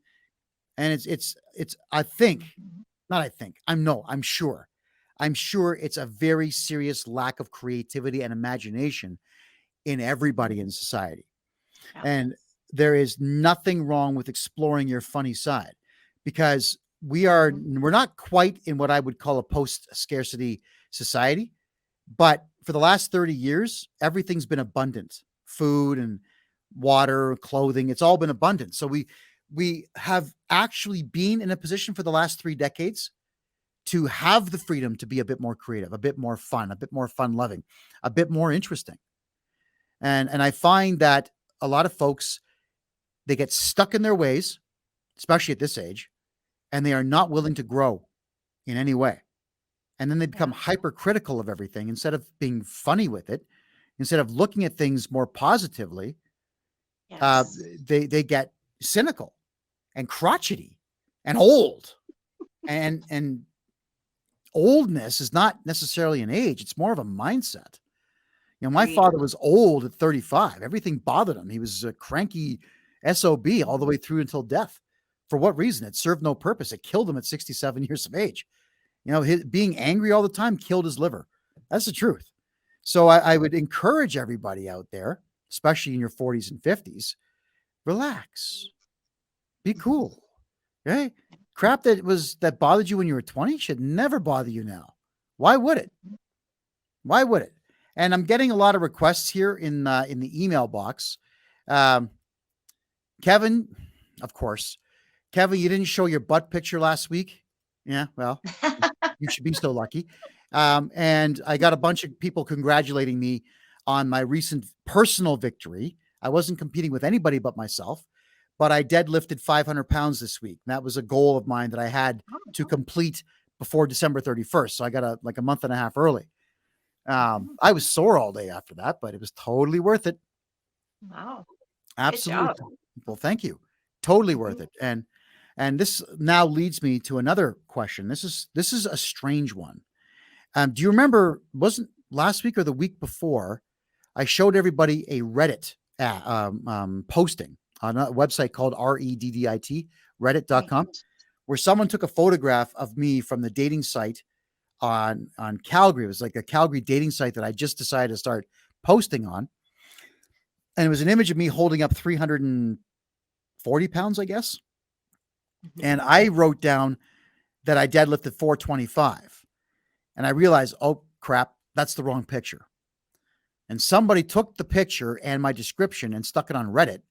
And a whole whack of people, male and female, were just angry as hell about the fact that a guy who's 52 is first off single. Like, a lot of insults about that, but then hundreds of insults about the fact that a guy my age should not be lifting weights, male and female combined on that one. Now, what I'm wondering here, and could we get everybody in the chat rooms here to maybe light up on this one? would anybody watching the show currently ever be angry with another human being for improving themselves? Like, I got to hear this. And Melanie, can you think of any reason why women would speak ill of a man working out? Let me hear this. There's got to be a reason. I think if you're bitter, jaded, and have low self-esteem, then potentially you could lash out at people just because. But other than those three reasons, I can't think of a logical reason why anyone should. Well, actually, I was going to say that's probably 100% correct. There's a lot of angry people out there. And I think the internet has just made them angrier. You know, Yeah. Twitter is still just an absolute ball of rage. It's 24 hours a day, 7,000 days a year of just rage.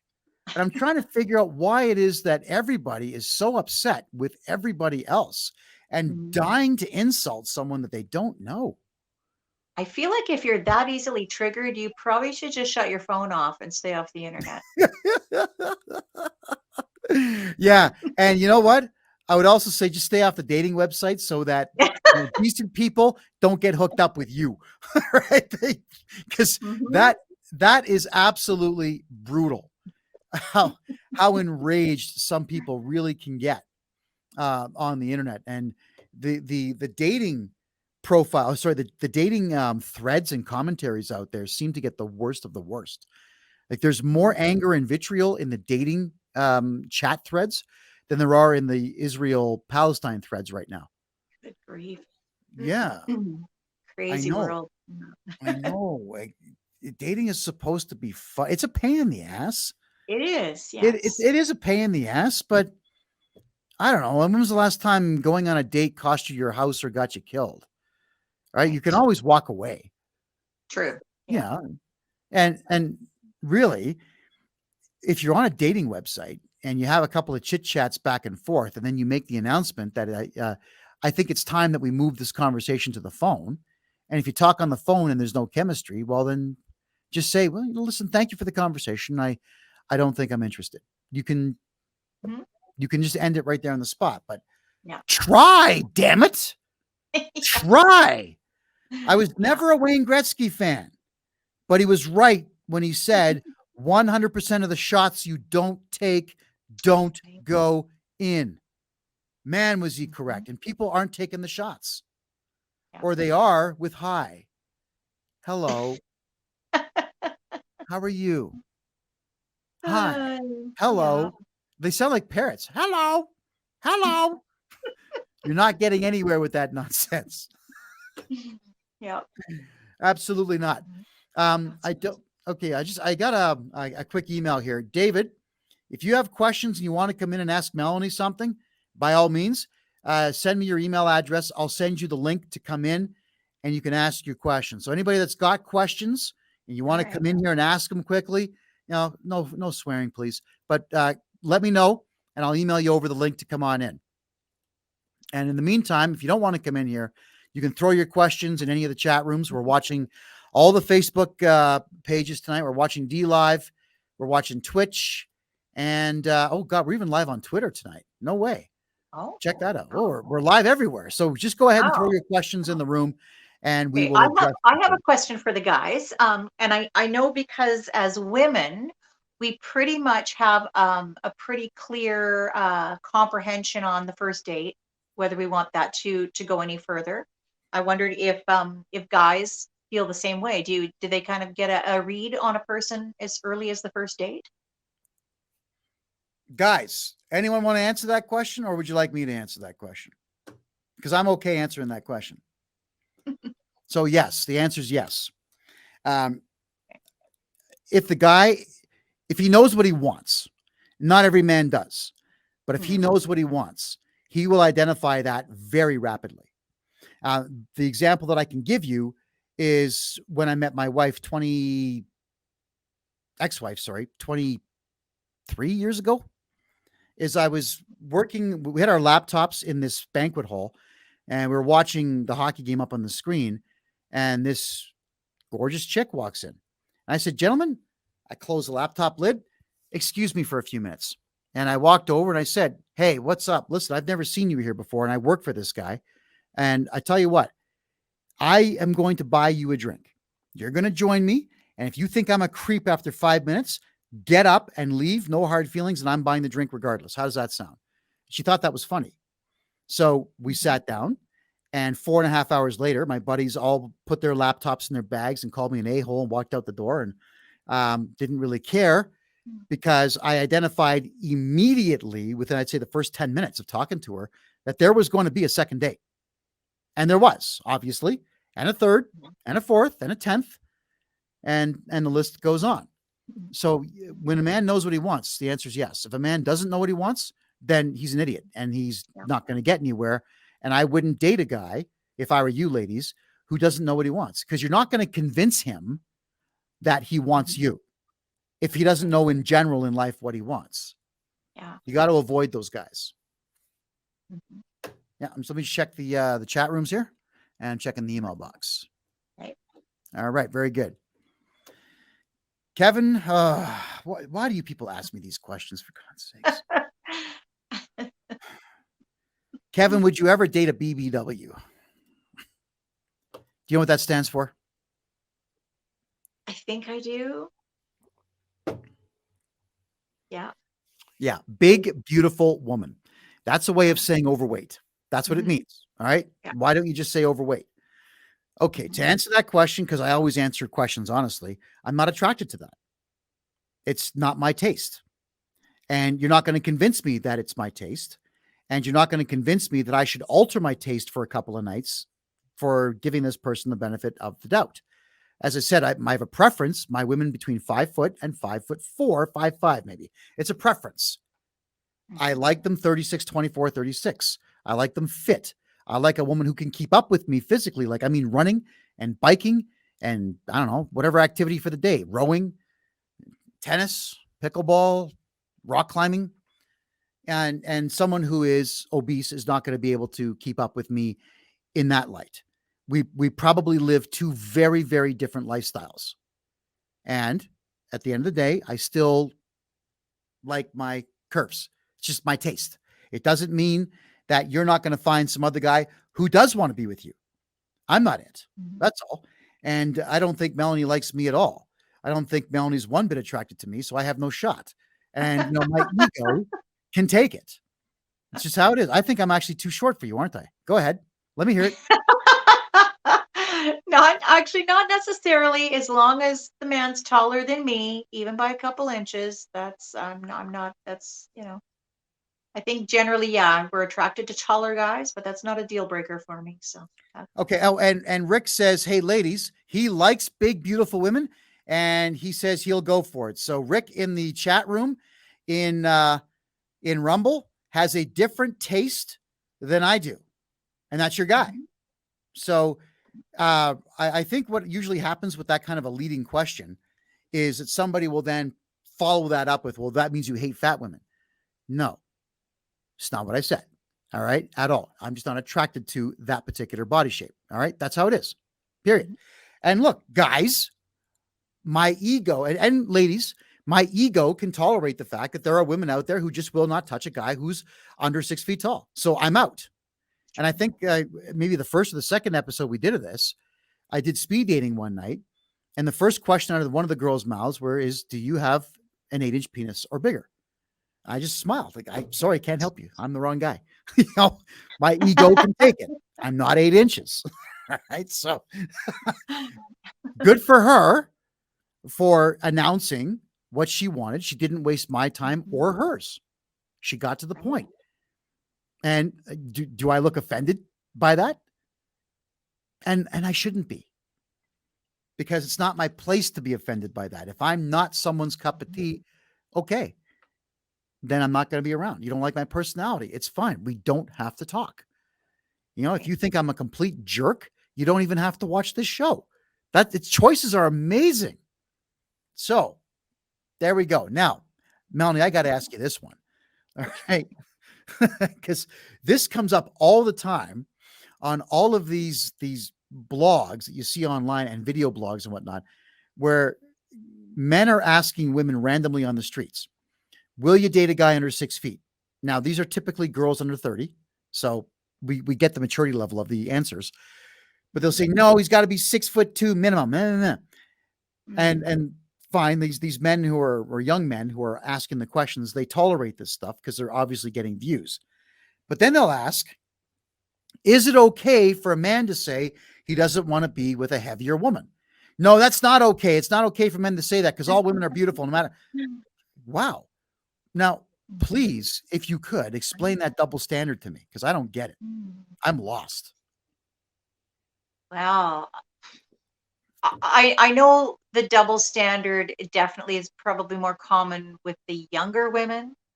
Um, I just find there's a whole different mindset. Honestly, I feel like 30 and under is a hopeless generation. I just I'm so glad that I don't fall into that category now because of all of the social media and just I guess all the crap they're just fed visually through that just leaves some really unrealistic expectations. And I just don't know how anyone in real life can match up to what most people are expecting and think that they're entitled to.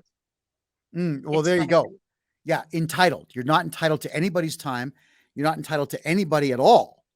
And there is a contingent of men out there. They're called incels, or society is calling them that, which is involuntary celibate, where they are just so socially inept that they can't talk to women. Ergo, they can't get to bed with them. And so they walk around through life angry as hell, and they actually commit acts of violence based on their frustrations. But these guys don't seem to comprehend that no woman owes you their body or their time. If you have nothing to offer, then you better find a way to have something to offer, as opposed to whining on Twitter. Do something about it. Period. Yeah. So yeah, we have a lot of issues with all of this. And I wanted to say that nobody should ever feel entitled. And the older I get, I don't know if this is something that everybody shares in their viewpoint, but I'm always thankful for the time that I have with someone. Even if it doesn't go to, let's say, a second date, fine. I'm thankful that I at least had an opportunity to try. And I carry on. And I remember only the good things about the night. The only negative part that I would remember is that there will not be a second date. But that does not mean she's a bad person. It just means there was no compatibility or no flame, no fire. Yeah. And it is okay for there not to be any fire. What I would encourage everyone to do is please stop taking offense to things like this. Yeah. If you're not going to gel with everybody. It's just how it is. Yeah. How many years have I played hockey and just not liked 2 or 3 members of the team as individuals? I don't like them as people. They're on my team though. So you suck it up, you play the game, and you go home. I don't have to hang out with them after the game. Right. Yeah. I just I don't. kind of look at it this way. You have a date that didn't go so well. There's always something you can take from that, whether it was some way that you can improve on a conversation technique or anything like that. And really, every life experience is part of our collective experience that makes us who we are or who we're becoming. So so just take something good out of it all and carry on. Well, that's the right way to look at it. Mhm. Our society we've been coddling everybody within it. And we have been telling everyone, your feelings matter. Do you know why? Because we say so. And obviously we know what we're talking about. So please put on a big emotional display every time you don't get your way. Pout, hold your breath, squawk, complain. Do Go a on TikTok. go on TikTok. That's right. And tell everybody how bad your date was, because that's really important and the whole world needs to know this stuff. Because it's such a turn on to see a chick who's 27 whining about a bad date. Man, I can't wait to line up and date you. Can you give me your phone number, please? Because I want you to complain about me next online. Yeah, I don't think that these this is more of a female thing than men complaining Mhm. about dates. I don't think they realize what irreparable damage they are doing to themselves. because the next potential guy in line that sees that, he may not be sticking around. He doesn't want to be victimized by that. And that is victimization. It's a very callous act to do so. The date didn't work. Shut up. So what? Any clue as to why young women are doing this? Any idea? Not really. I wish I understood that generation. There is really a difference, like an obvious, vast difference in the mindset of the different generations. Like Gen X is so different, and I don't know. It's really, and the further along we go in this game of a life, the more obvious that difference is becoming to me. Well, yeah, and I'm starting to comprehend now the difference between my grandmother and my mother when I was younger. The two of them saw eye to eye on two things: bingo night and cooking. Aside from that, they got along on nothing. And I get it. My grandmother was born before World War One. My mother was born well after World War Two. There was a gap. There was two world wars in between. I see that. I don't But think it was as obvious then, but man, now it sure is. mm, Crazy. well, yeah, it is, because I think everyone's made the mistake. I don't think. I know everyone's made the mistake of believing that they have to pledge allegiance to one particular idea or another. And no one has ever caught on to the fact that you can just say, you know what, I'm going to remain neutral. You can't be completely neutral on everything. And you certainly cannot be a chaotic neutral, because that doesn't make any sense. You would still be doing crazy things, but you certainly can um, try a little bit of everything, but not declare yourself a member of any particular cult or clique. But everybody wants to be part of a cult or a clique these days, which means no one's getting along if we find out the person we're on a date with is of the other clique. And that is a huge issue. So if you're under 30, forget these cliques. Forget it. You like left wing, right wing, LGBTQ, straight, hyper straight, whatever. Don't bother joining any of these groups. Be you. Improve you. Fill your head with knowledge. Go to the gym. Get your ass looking good. You know, whatever it takes. Forget the cliques. Forget the groups. They're going to drag you down. The reason that most people culminate into these cliques and groups is because they're very weak people who don't fit in to society. So they all want to get together and bitch and moan and complain to each other as often as possible. But the problem is all of you are doing it publicly.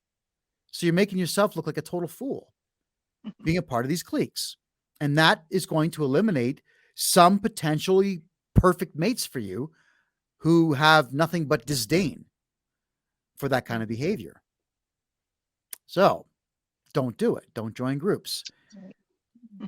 Yeah, and thank you, Liz. It's absolutely true. The young folks do this, and I don't think that they know that they don't have to, and I that's a real problem when we don't know as a society that we actually have the option to not get involved. We have the right to remain silent. We have the right to speak. We have the right to do any of these things, but let's not join groups that will take our focus away from self-improvement. Period. So, is there anything else you wanted to add on this so far? Oh, well, no, but I feel like we can do better as single people, all of us. Yeah, I feel like we can do better. I'm not saying settle.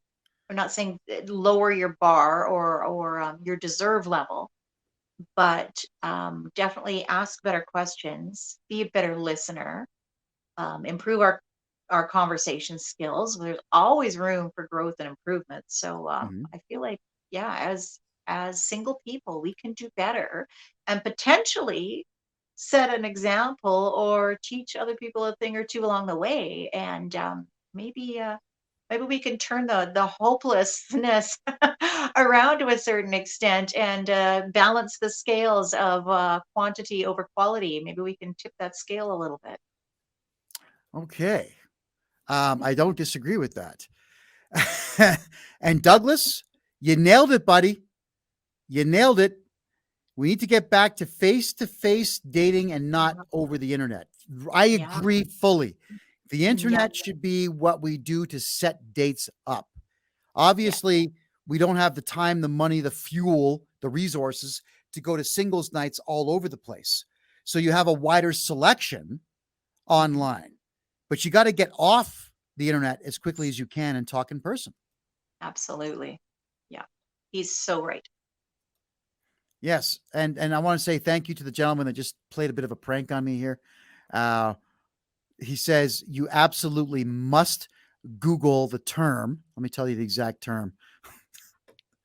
What space movie came out in 1992? So after the show, everybody Google that. I just did. It's really, really, really funny. It's really funny, but I'm not going to show you. It's, yeah. I get pranked like this sometimes when we're doing the show, because sometimes my fans will send me real stuff. And sometimes they hit me with some of these funny things. So I am smiling quite a bit because it is funny. And a sense of humor is necessary these days because everybody's offended by absolutely everything. Yes. Right. There is another thing I did want to add, though, to my initial list of 10 things that you do not have to be to be with men or to get dates with men. Ladies, you don't have to be the funny ones. I know as men, if we can't make a woman laugh, we are out of the breeding game. All right. But you don't have to be funny to be in the breeding game. So if you are funny, great. If you've got a good personality and the things you say are just naturally funny, that's awesome. But you don't have to be stand-up comedians. So the whole thing of be yourself. Some people are just naturally funny. Some people naturally have a demeanor that is either funny on its own or leads to funny incidents taking place, or maybe just unlucky things happening that are funny.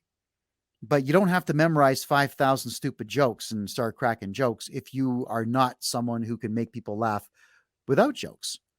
Sometimes you can just make something like Melanie's made me laugh twice tonight that I can remember. So it's entirely possible just to be funny by being honest and sincere and forthright.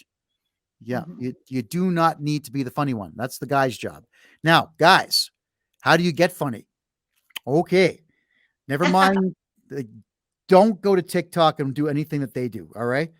You know, there are people that make money eating weird things and then taking photos of what comes out in the toilet the next day. And they make money doing this. It's not funny at all. It's repugnant in every way. The only thing that's mildly amusing is the fact that society has chosen to consume this. That's mildly amusing, but also extremely sad. Extremely sad. So let's forget toilet humor. That's for guys. You know, to expand your capacity to crack jokes, you absolutely, men, I'm talking to you now, you have to expand your vocabulary. It's got to get bigger. If you can get your hands on a dictionary, especially Webster's, they seem to be the best. The big ones that are printed before 1996, they're the best ones to go with because they have no left-wing ideology within it. None. It's just words and definitions. Build that up.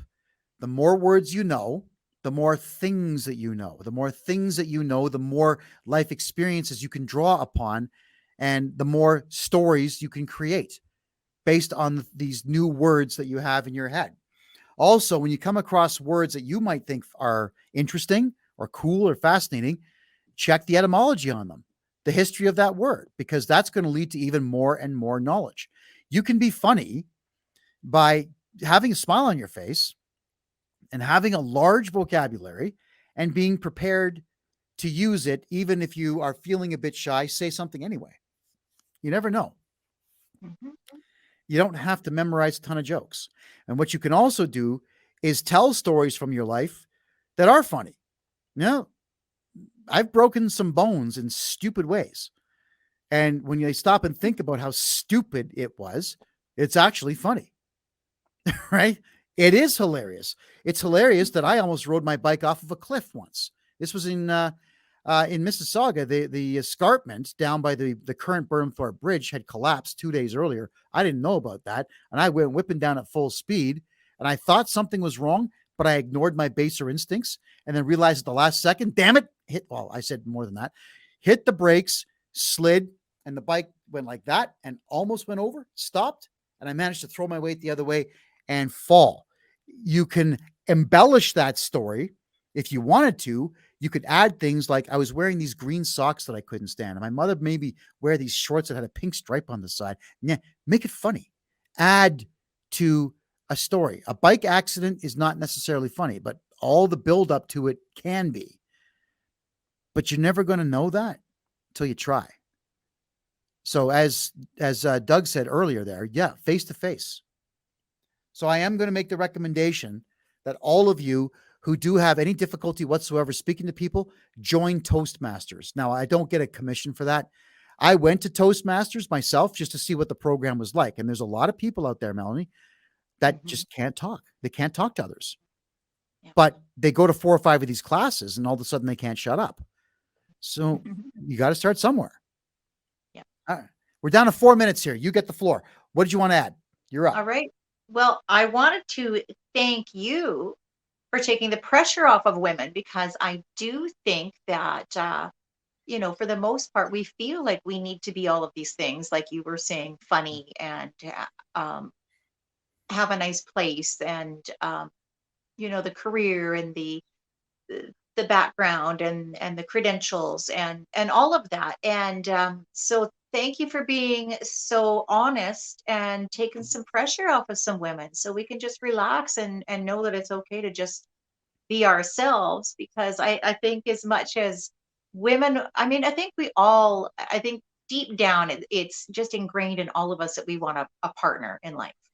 And that's probably what we're subconsciously all searching for. So knowing that the opposite gender is also looking for the same thing, and that they see future potential, and so a lot of the current situation stuff with women doesn't matter, I think takes a tremendous amount of pressure off. So thank you for that. I'd like there to be as much pressure off of people as is possible, because there's a lot of pressure on everybody with how crazy the world is these days. So the last thing that any of us should have is a crazy personal life. Crazy life outside the house, whatever. That's what we get paid to do during the week, and we all have obligations. But in our personal lives, I want as many people as possible to find peace and happiness. Yeah. And for you ladies out there, and this is not me saying you ladies derogatorily, but it's you ladies out there, do put these blocks in your head. Like, you are in your own way. And I'm begging you to understand that you don't have to be. It's good to just be you. And if that guy doesn't like you, so friggin' what? There's more out there. Not meant to be. Not meant to be. You're just one step closer to finding the right one. So, yeah. Yeah, there absolutely are.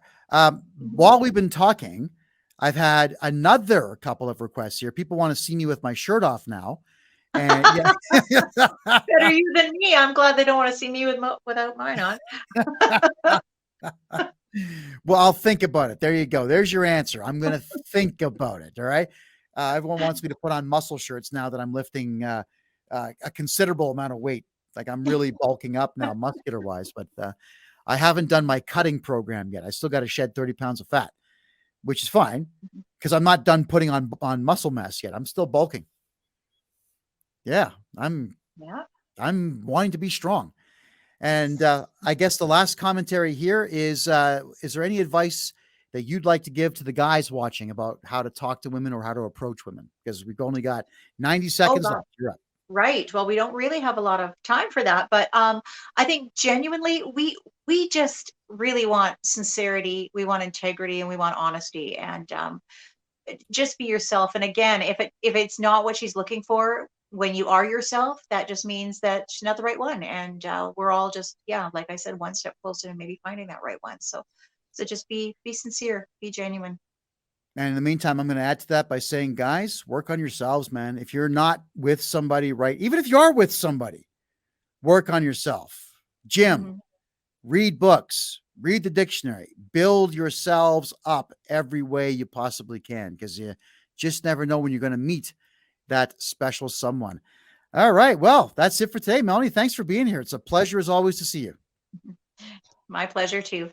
Next time you go on a date, record it. So, and ask those questions, and let's see how it turns out. Okay. You'll have to get the guy to sign and I guess what do you call it, an NDA afterwards, or Right. a Yes. release Yeah. statement. But yeah, there we go. Thanks for being here. We'll see you in a week. See you. Melanie Schweitzer, everybody, the phenomenal, the gorgeous, the amazing, the amazing lady and singer. You got to listen to what she has to say and what she has to sing. It's a pleasure to know someone who is so multi-talented, and it's just so much fun to talk to. And that is something, ladies, that I'd love more of you to be. Just kick back, chill out, relax, have some fun. Life is really friggin' short.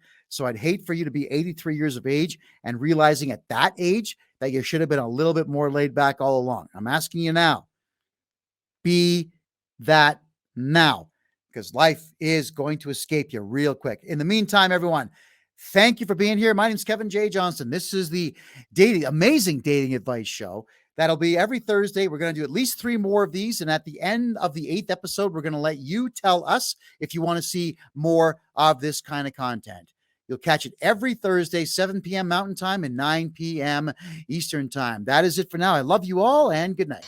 Hello, everybody. Kevin J Johnston here. We have yet another episode of Amazing Dating Advice with, Kevin J Johnston and my co-host, the lovely Melanie Schweitzer. Now, she'll be joining us in between 20 and 30 minutes from now. And Melanie went out of her way to talk to a lot of her friends that were over the age of 35 to find out a bit about what they want out of men. We talked about how to talk to men last week, but now we're going to find out what the ladies out there, at least Alberta ladies, are looking for in potential mates. And this is going to be, I've seen 2 of her top 10 lists, and then she snatched the list away and said, no, it's got to be a surprise. So I'm looking so forward to the entire surprise. So why don't we just dive right into this? TikTok, as you know, has become, for some reason, the dating advice website to go to out of them all. Yes, there are dating websites out there, and there are, what do you call them? Less than laudable activity sites out there. So if you're into weird things, fetish websites, there you go. If you're into weird things, you can find any of that online. But for whatever the reason, none of these websites where you can get dates or partners for things have any particular type of advice that's going to help you score better. And when I say score, I don't necessarily mean you know what. I'm certainly meaning something along the lines of you just get more dates out of the deal, or you get a bit more success out of the dates that you have, such as a second date. That tends to be one of the biggest issues in dating. But what as I'm going through it all, and for some reason, all these things just end up in my feed, which is odd because I'm honestly not looking for that. My feed, I'm expecting politics, but I get dating tips and relationship tips. And now everyone's a psychiatrist and a psychologist on TikTok. Have you noticed that? But I did find some really good videos, and I'm going to play them today. Most of them are less than a minute long, and I'm going to make my own commentary on it, and we'll get all of you to make commentary on it as well. We're watching all the chat rooms tonight. We're watching Rumble, DLive, Twitch, and the Facebook room. So if you have anything that you'd like to comment on or any particular questions you have, we certainly would love to hear them. So let me just bring this in. This she looks obnoxious, but this lady is a little more clever than I thought she was going to be. I judged a book by its cover. Here we go. You know what really tickles my ick pickle? First off, I don't know what an ick pickle is, but here we go. When my female friends say, so you're choosing your man over your friends, sis, I'm choosing my man over everybody and everything every single time, with the exception of my children. But even that has its limits. And before you guys call me a pick me, just hear me out, right? Dating is for marriage, and marriage is death does us part. What do I look like committing the rest of my life to somebody I'm not making my top priority? Your friends will leave you for life or their own love. Your children will grow up and move on. Your siblings get their own life. Your parents eventually die. A job will replace you, and you can't take nothing with you. So what? If not love, should the top priority be? And before you say, but you're not married yet, correct. And I'm never going to get there if I don't make my partner my priority, or you shouldn't be doing wife things without wife benefits. This isn't a job. Albeit work, you don't get to show up to your marriage interview with a resume compiled of all your previously failed attempts, okay? Love is only proven by consistently showing your commitment to it. And if you prioritize everybody or everything over your man, it ain't gonna happen for you, sis. And please, spare me the, you tried it before, look how your last ex did you. I don't care. I am going to give it my all every single time until I get it right, because my love is my priority and nobody gets to tell me otherwise. Like, what are y'all really out here doing? For real. Okay. This is the first time that a very loud and abrasive woman got it right that I have seen. Yeah, you do want to give it your all, ladies. So if you're getting into a relationship with someone and you think that it might go somewhere, well, what's wrong with putting in all that extra effort? And she made another good point about the fact that it's not a marriage is not a job. Relationships in general are not a job you do part-time when you feel like doing it. It is a lot of work, which is kind of where most of these arguments tend to go on social media in reference to this subject. And that is young girls under 30 all decide that they want to be married, have all the benefits of marriage, have the stability that marriage supposedly brings, but also be allowed to go out to the bars and hang out with their friends all the time and be party animals and neglect the man at home who is providing for them, hopefully, and who has honestly taken the position of patriarch of the family. So why would you not want to be the woman in his life that does everything to make sure that he is happy, stable, secure with you? Not financially, just with you, so that he can go and be the financial guarantor of the household. So yeah, you know what? Forget your friends. And ladies, this goes both ways, by the way. And I will tell you that when I eventually had kids of my own, every single weekend I was at home with my kids. I told my friends, sorry guys, you're welcome to come over here and hang, but I'm staying home with my kids. I have no interest in strip joints. I'm not going bowling with you. I am not going to your house and watch you drink. I'm not doing these things. I have kids that I'm not babysitting. They're my children. I am just spending time with them. I'm there for them, which is my job. So these commitments of marriage and children, they are very big commitments. And if you're not prepared to make that kind of commitment, well, you're telling all your friends, get lost for a little while, if you don't mind. My life has changed. I'm not a single person anymore. If you're not prepared to do that, then you shouldn't be in a relationship at all. You shouldn't be looking for anything other than hookups. And that's what Tinder's for. So I agree with this girl in its entirety. I said, congratulations to her for getting it right. Let's move on to fact number 2 here. Oh, hold on. Hold on. Oh, wait. I got to add this to the screen. Here we go. What does she have to say? I hear a lot of men talking about hopeflation and how modern men have to put in 20 times more effort to bag a woman that has like a fraction of the value compared to like what his grandfather had to do in like the 1950s. Fair. Or earlier. But I don't hear anyone talking about the counter to this, where women today are literally settling for men who have testosterone levels the equivalent of what like a 60-year-old would have had in the 1950s. Fair. I don't hear anyone talking about how like the muscle mass of men has diminished so much that it's literally fair, like shocking when you look back to footage of like 1950s, 60s, how shredded our country was and how jacked the guys were and like ripped, like how safe that must have felt for a woman being the presence of these men. Like no one's talking about any of that. How many literal soy boys and like highly estrogenic men you have to sift through in the dating market. Men in like their princess era, men who like going 50-50 and don't find pride in taking care of a woman and like protecting and providing for her and his family. How that trait has literally been bred out of men in this.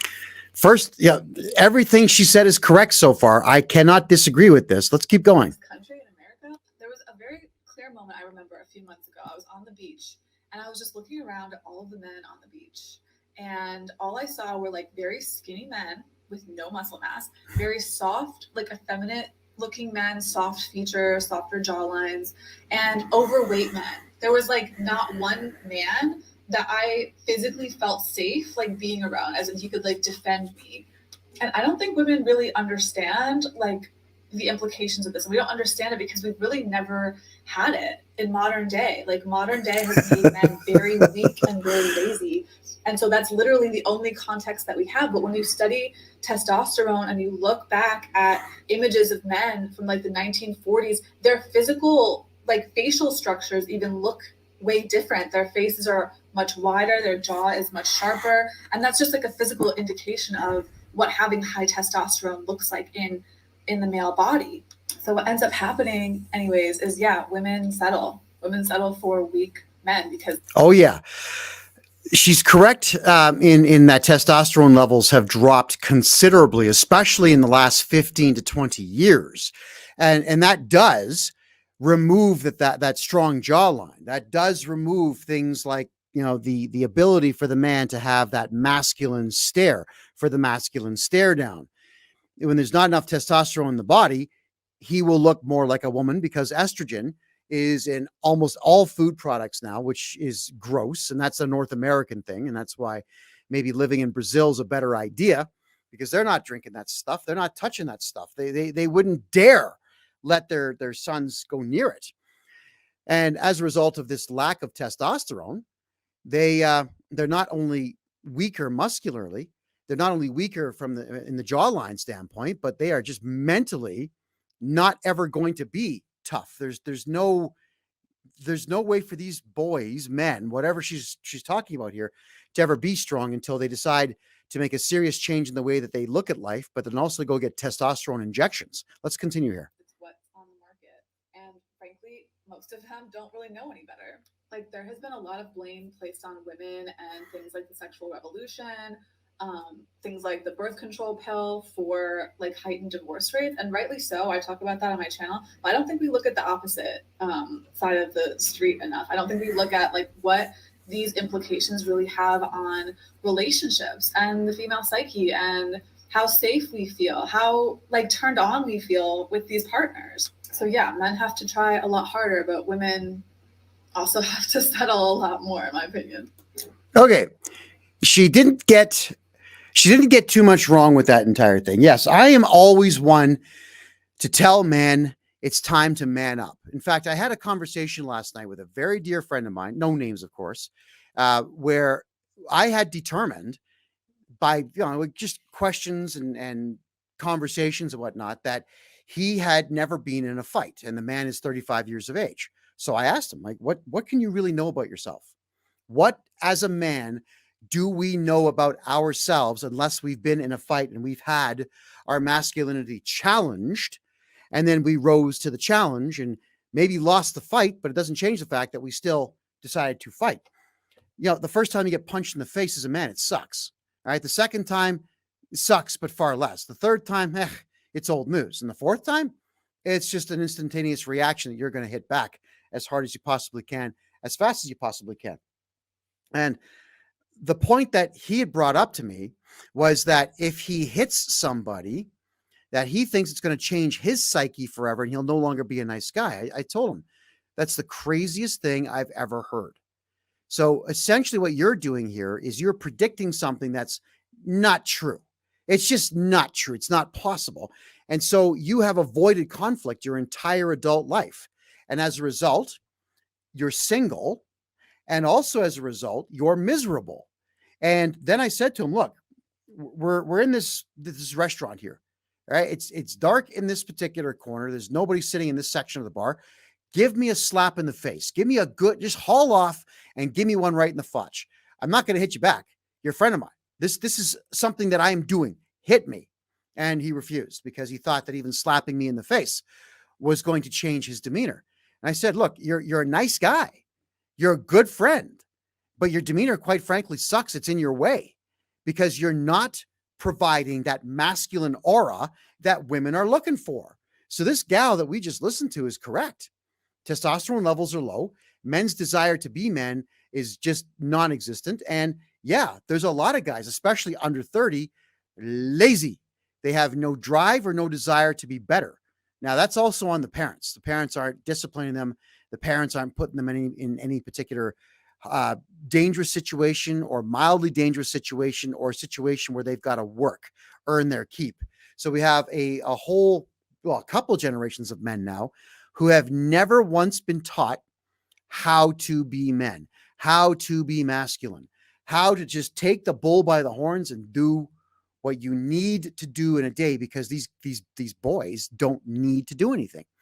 Mommy and daddy will give them a basement to play in and supply electricity for their video games and feed them at whatever mealtime comes up and let them shower, should they be the type of guy to shower, and so on. So yeah, I agree fully. Every single man out there's got to step up and man up and set personal goals for themselves. I set personal goals for myself. I said I wanted to be deadlifting 500 pounds by the end of this year. I've done it. Now I've set a new goal. I want to be deadlifting 600 pounds by the end of January. It's something I'm working on already. All right. That doesn't have to be your goal. It doesn't have to be physical strength, but it's certainly guys out there, needs to be something that takes you down the pathway of masculinity. I'm not talking about getting a high score in some damn video game somewhere. I'm certainly not talking about, reading some comic book from start to finish without being interrupted. Those are not feats of any particular type. That's leisure activity. Those are distractions. I'm talking about maybe you're going to read the dictionary, learn some words. Maybe you're going to go and talk to 50 women and ask them all out on some kind of date and get rejected by all 50, but then learn from it. These are things that you can do to improve yourself. And this woman here, young lady, is asking you to do that. If you guys are wondering why you're single, women these days are a pain in the ass, but you guys are also equally as much because you're weak and you're not doing anything to fix it. And I strongly recommend you listen to that gal and start fixing your shit, as they say. All right, I'm just going to check the rooms here for a couple questions. Yeah, we're on Rumble, Twitch, DLive, Facebook, and a couple of others tonight, everybody. So feel free to ask your questions. We will address them tonight. Melanie's going to be here in about 5 minutes. Let's go to our next video, everybody. This one is called. Actually, this one I thought was real interesting. There's no name for it. It's just cool. Act like women, and they just want more. Bring back the patriarchy. I want to stay at home. I want to take care of my kids. What do you mean buy you flowers? What do you mean pay for dinner? What do you mean 50-50? What is that? I don't believe in that. What do you want? What do you believe? I want a man to take care of me. So you want to be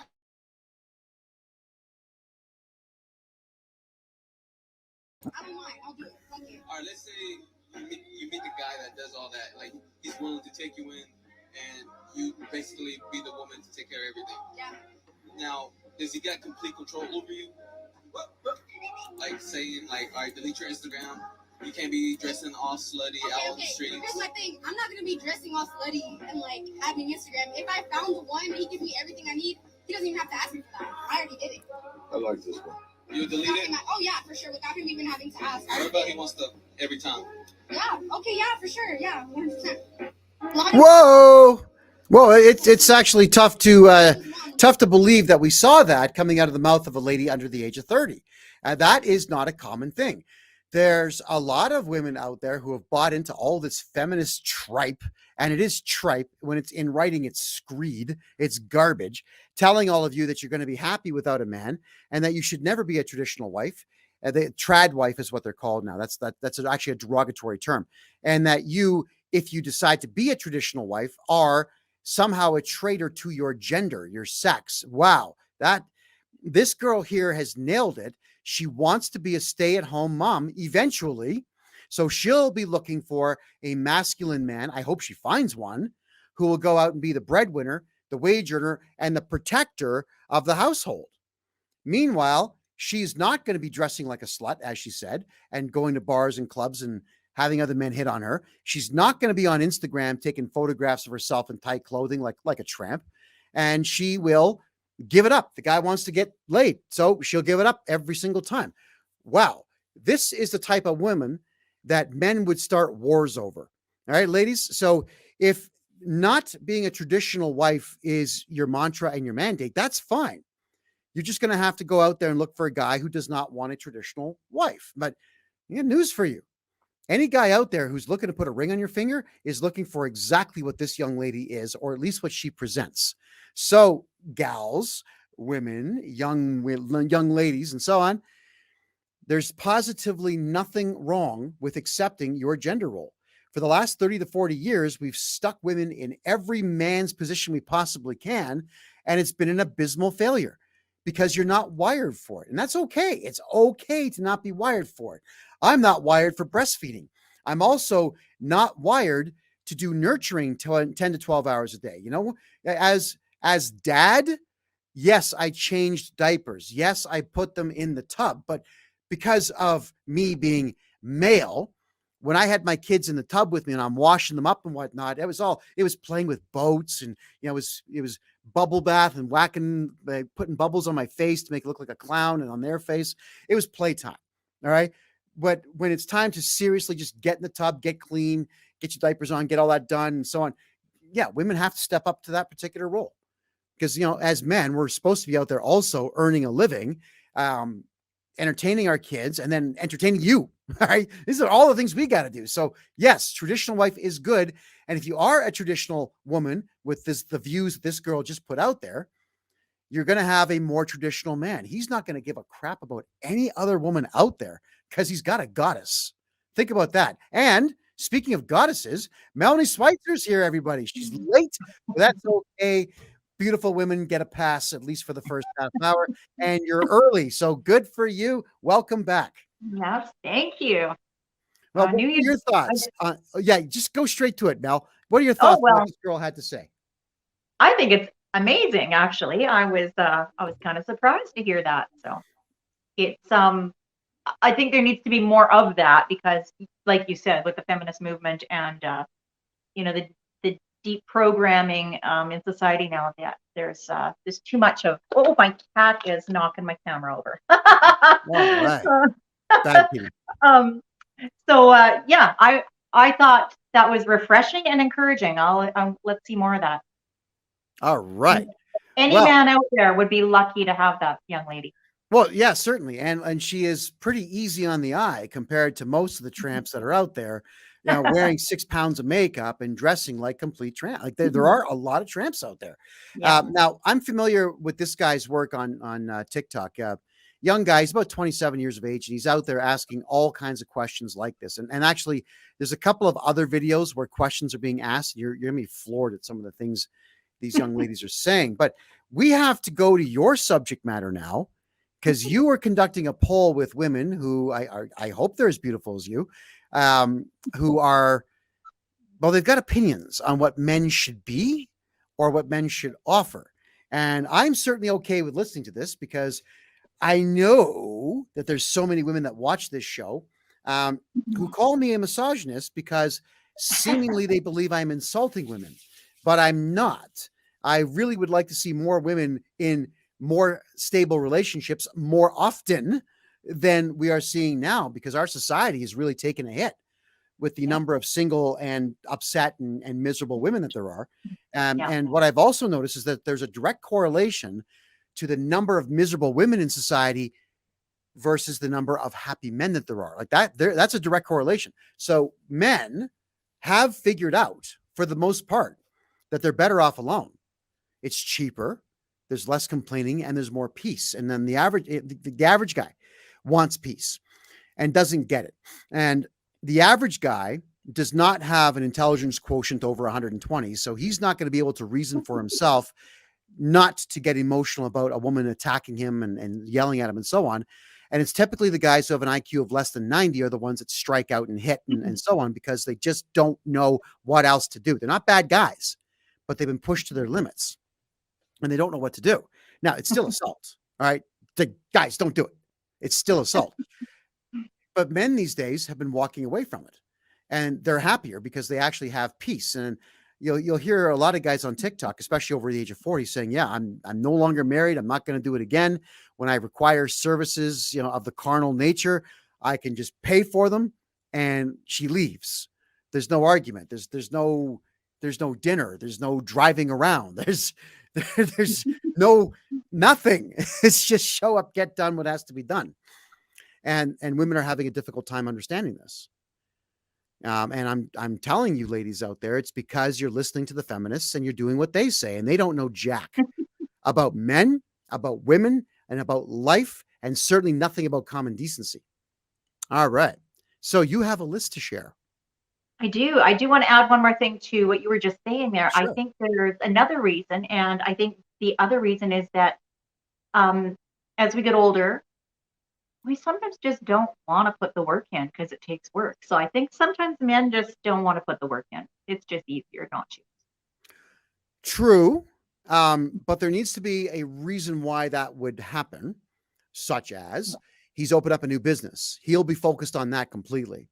Right. He's recently a grandfather. Believe me, he'll be focused on that. Granddads enjoy time with their grandkids more than women think that we do. It's something that we absolutely adore, and we cherish that time. And the reason as men that we cherish that time a whole lot more than women think that we do is because not only do we get to hang out with our grandkids, but we're also there spending time with our adult kids. We get the best of both worlds. You know, we get to be the patriarch of our children and their children's and their children. And it is an absolutely remarkable time of life. I know so many men, even in their early 60s, who are grandparents, and they love it. So why would a guy who's focused on his family be out there hunting chicks and putting the work into them when it's just so much more rewarding and fun to put the work into their grandchildren?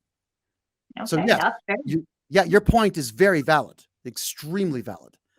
But list, okay, you wouldn't let me read the whole thing, so let's get going here. I'm curious. I want to know what you and your lovely friends cooked up in reference to what you like. Well, I do have to say, because you've had your list that you've mentioned on the show before, and that's the younger girls. So I do want to be clear that the women that I've been talking to lately, most are singles, some are not, some have been married for a long time.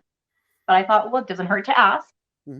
Hypothetically, if you found yourself in a single situation, what would you look for? So these women are all 40 and over.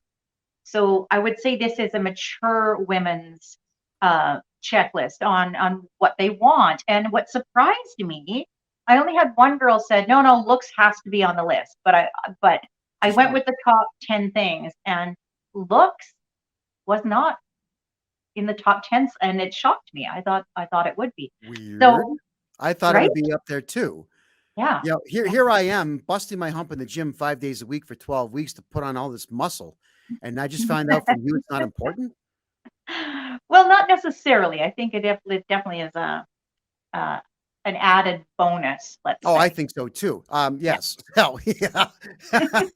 I've got a candid photograph here that the ladies out there wanted me to show in the last couple of shows. Yeah. All right. And it proves my point that women do appreciate a guy who puts a lot of work into his muscle tone, his fitness level, and his health. So, ladies and gentlemen, I decided I'm going to say the hell with it. And here's the photograph, but here's the story that goes with it. All right. Okay. Dear friend of mine, I forgot that I gave her a key to my place. I've known her for, I'd say, the better part of 11 years. She moved to Calgary about 4 months before I did. But I didn't even know that until I had moved here and started blathering on like I do publicly. So she pops by, and as I'm just doing a kettlebell lift, which is a big steel ball, that big, 40 pounds. I'm just kind of, and it's a Romanian style where you hinge at the hips to light up your hamstring muscles. So she walks in and does this. Boom, takes a photograph of me working out. All right. All right. There you go. But look at those hamstrings. All right. This is size. Come on, put your glasses on. Look at the size of those hamstring muscles. All right. Yeah. Not bad. That bad, huh? Not bad. That's what legs look like that can lift 500 pounds. So I absolutely demanded, now that she was being, funny with this whole thing. And listen, I don't care. We're men. We don't give a crap about this stuff. It's not like it's an invasion of privacy. I said, you get your mother on the phone right now and you text that to her right now. That was the rule, right? Which she did. And of course, I had to talk to her mother for a little while. And her mom's 71, and I got lots of compliments from her. And I will take compliments from ladies who are 71 and 96 and 245, because I love it when ladies take that 30 seconds out of the day to pay a compliment. Yeah, there we are. It's a nice thing. It's all right. Can Mel? I just say those are some really short shorts though? That's not that's my underwear. She caught me in my Oh, underwear. okay. I thought that was your workout shorts. I'm No, like, no, I wow. wear boxer briefs. And when I'm at home, I don't wear pants. I hate pants. That's fair. Yeah. We used to actually have no pants Fridays in an office I had back in the year 2002 to 2005. I tell the guys, clients don't come here on Fridays. So you wear whatever you want. If you don't feel like wearing pants, fine. Just make sure there's no stains on the back of them. All right. There you are. Oh, that's funny. Oh, some people are going to miss COVID because I think they got to stay home and only dress from the waist up and work from home. Yeah, it's a true story. Usually I had things hanging out when I was, never mind. So you have a list. We do. Okay, let's get to the list. So I talked to you about, I think it was 6 or 7 gals. They're all like incredible people. And this is kind of the top 10. And then some of them weren't sure. So I said, well, here's what some of the other gals had said. And then they would just endorse another answer. So I kind of went with that too, if they were having trouble coming up with a bunch of their own. So one of the top ones seems to be intellectual compatibility. So, okay. Yeah. I think I know what you're saying, but I want to hear your take on intellectual compatibility. Go ahead. Well, and it's similar to the take of the other ladies as well. So I think it's sort of being equally yoked in a number of areas, so you can actually have a dialogue and somewhat intelligent debate on or dialogue on certain topics. So you really won't run out of things to talk about if you're compatible and aligned in that area. Well, yeah, I'm glad you put the word compatibility into that one. I have gone on dates with like really intelligent women. We're talking IQs over 130, so in some cases 140 and so on. I remember actually there was a physicist that I had gone out with, and as interesting as it was to hear the experiments that she was working on and getting her take on things like quantum mechanics and quantum computing and quantum teleportation and all these really cool things, and even quantum selection, like just and duplication. Holy smoke. It just, wow. She blew my mind with it. But after she was finished this, I guess, lecture, this university lecture, there was nothing more to talk about because that's what she knew. And I guess after about 4 hours of me learning a whole bunch of new things, I began talking about the intellectual subjects that I liked, and she had zero interest in them. Like, and I mean, none. She wasn't interested in human psychology. She wasn't interested in marketing psychology. She had no interest whatsoever in my experiences in war zones or my experiences as a serving court papers as a process server. She didn't want to hear about the street smart side of life. So I drew the conclusion here. She had book smarts. She had university smarts. She had work experience smarts, zero life smarts. And I mean zero life smarts. So something tells me that in a relationship with this particular lady, it would have been a fight for dominance at all times. She would never have listened to a word I've had to say because I don't think she viewed me as intelligent because of the subjects I chose to bring up. Right. So I would consider that to be not intellectually compatible. No, intellectual, not compatible. Yeah. So I think maybe intellectual wasn't quite the right word, but for sure your conversation should flow and there should be. No, intellectual is the right word. Yeah, because I would have nothing to say to somebody who has an IQ of 65. Well, we could talk about, I don't know, like Super Mario Brothers and that time I picked my nose and I guess the time the dog peed on the carpet, that's about as much as I could talk about with that low of an IQ, male or female. True. Oh, well, number 1 and number 2 kind of go together. So I'll move on to number 2 here, and it's engaging conversation. So I think the two really kind of tie together. So, well, I can Up with the word engaging. I know what my idea of engaging conversation is, and that's where both parties teach each other something, and Mhm. both parties remain interested in the conversation the whole way through, and Yeah. both parties want to get together and do it again. But Yeah. I got to hear what's the female take on that?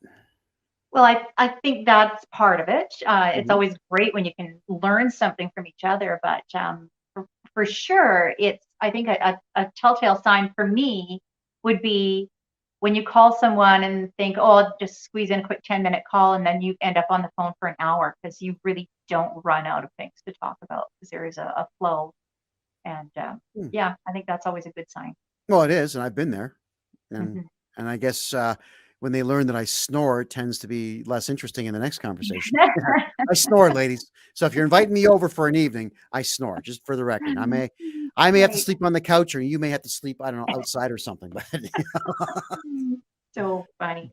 That reminds me of a meme. One of these very same friends shared this meme with me, and it says, "I want a man, and I want you to be my man, but from a distance. Like be my man, but from your house." okay, I'm like, what? selfish, but sure. Why? Oh, we just send each other these funny things.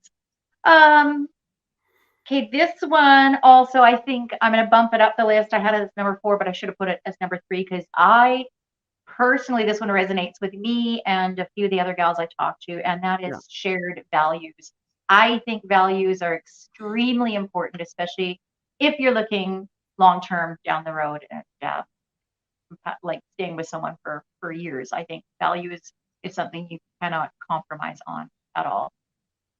No. And don't Um, we can't confuse them. Some people confuse values with wants and needs, but values are different. no, values are, I agree. Values are complete. They're not desires. They're Mhm. personal beliefs. They are personal life philosophies, and you can't Yeah. ask someone to go back on them because you're in a bad mood, or because you're feeling a little greedy or Mhm. alone, or your mother's coming to town, or whatever it might be. Yeah, I totally get that. And if Mhm. someone's like, I know that sometimes people have values that actually interfere with their own lives. I Yeah. get it, Yeah. but it's still their values. They have the right to have a lot of self interference. Um, so if you're a hardcore Christian, you might want to be involved with a hardcore Christian. You know, you're a fundamentalist Muslim, you definitely want to have the same thing in your life. If you are an atheist, you're better off with an agnostic or an atheist. You know, those are just base values. Yeah. But then we start moving into personal beliefs. You Yeah. know, I'm not putting cocaine up my nose. I'm not putting heroin in my veins. I will not do narcotics, not in any way. I will not do drugs. It's a value. I don't want to be with anyone who does. So if you're going to be my girlfriend, and then I find out that you are someone who puts a line of blow up your nose 4 or 5 times a week, I'm going to have to walk because I want nothing Mhm. to do with it. Yeah, period. Yeah. I'm Yeah. not a drinker. I don't want an alcoholic around. I mean, if what if she hides her alcoholism? You know, like, people hide stuff. They do. Yeah, Yeah. They do. I Can get it. only hide it for so long, but That's also true. yeah. And Dusty Rose says, just don't date. Well, Dusty, I'm going to disagree with you on that because, albeit every time we go on a date, or we enter a new group or new club, or we have new friends in our lives, we always risk being hurt or stolen from. I mean, that's just how it is. But Mhm. if we don't, um, if we don't try, we don't grow. Yeah. Even bad relationships are going to teach you something. We got to grow. You'll never, your life will never get better, and your life will never take a new course when it needs to. So I Right. would never say don't date. I would say date. Damn it. Now, try it. You don't have to keep doing it. I mean, maybe you don't like it, but give it a shot. Go ahead, Mel. You're up. Okay. I can understand the don't date for a while. Like if you're freshly out of something, sometimes you need time to process and recover and heal. So it's okay to not date for a season, but to not date ever again, well, that sounds pretty boring to me. I don't know. No, I couldn't do it. I'm a heterosexual man, and I adore gorgeous women. All right. Yeah. Yeah. I want to date beautiful women. And yeah, many are going Yeah. to be a pain in the ass as they come and go, but it is what it is. Right. You and I are both in our 50s, and I think we're old enough to understand that everything in life is temporary. Let's just enjoy it while it's here. Perfect. Yeah. Go ahead. What's next? What's next on that list? Well, I thought this one was a little boring myself, but it came up a few times, so it made the list. It's mutual respect. I mean, it's important, but I was looking for something a little juicier, and I got that. But Okay. But I agree with that. And but that's yeah, actually a very good point to make. yeah, Because I don't think women know this part about men, but he'd rather be respected than loved. That's the truth. You don't right. respect a man, then his self-worth drops and his desire to be anywhere near you will drop and eventually become null and void. Okay. Mutual respect means that you're going to respect each other's values and you'll respect each other's boundaries. Now, that also means you're not going to set ridiculous boundaries and you're not going to force your partner into ridiculous deals that they don't want to be a part of. Yeah. You know, like I'm not going to ask you to stick steel bars in your ears and run around town dressed like a clown. That would be foolish of me. If you said, no, you don't want to do it because you're not comfortable with it. And for me to insist is me not respecting you. Mhm. That's it. But, you know, stupid people and narcissists would view it, you disagreeing with me and refusing to do it, to be disrespectful. Who cares what they think? Narcissists and psychopaths and sociopaths, their opinions mean nothing. And ladies, they should be nothing to you too. That's right. Yeah. I think respect also is, respecting each other's is not just the boundaries, but each other's time, each other's hobbies and interests outside of the relationship that we did before. Because all too often we kind of leave those to the wayside when we get involved hot and heavy with somebody. So we need to respect that we all had a past, and we should still honor some of that and those connections and those Yes, activities. there is it's not a theory. It's a life lesson that I was taught. And that life lesson came from my days of refereeing hockey. One of the things that you have to do as a referee is you have to treat disrespect with respect. Mm. Okay. Everybody wants to win the game. Some coaches are crazy. Some players are nuts, and they will be rude and crass and vile and vulgar and loud and so on. And they'll shout and they'll do whatever it takes. Now, as referees, we just can't explode. We say, yep, we get it. Coach, I don't appreciate that tone. However, we are going to have the face-off here and not over there, if you don't mind. I'd like to get back to the game. Respect. So for me, I was disrespected greatly by some of my in-laws. And I mean, they had no respect for me whatsoever. Now, what do? Do I slap them in the face? Do I scream at my then wife saying, don't you bring that guy down? You choose me or you choose him. Like I'm not doing that. They were disrespectful. I treated them with respect. And of course, what ended up happening is they were bad-mouthing me behind my back, but it looked bad on them because I was showing respect to them in the entire room. People eventually stopped talking to them and not to me. So that is something else to consider, especially when you got a psychotic mother-in-law like I used to have. I always showed her respect and I let her behave like an ass. So respect. Try it, folks. It works in your favor.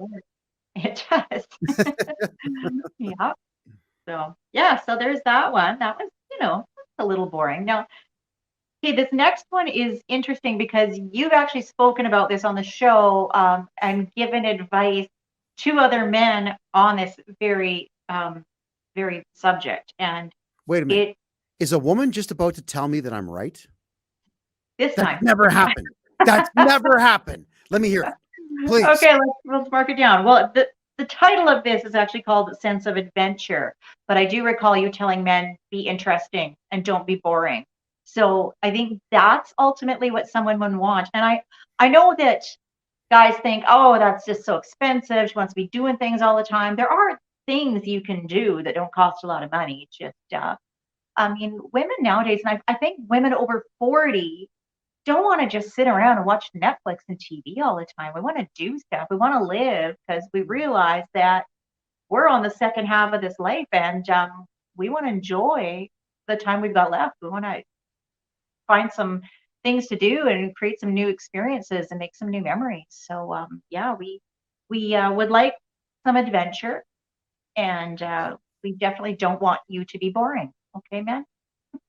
Well, okay. So guys, now you have it. If you're, and look, I know this one to be true. I do. Is there have been times in life where I've bogged myself down with a ton of work, and I get home and I flake on the couch, and he says, "Ugh."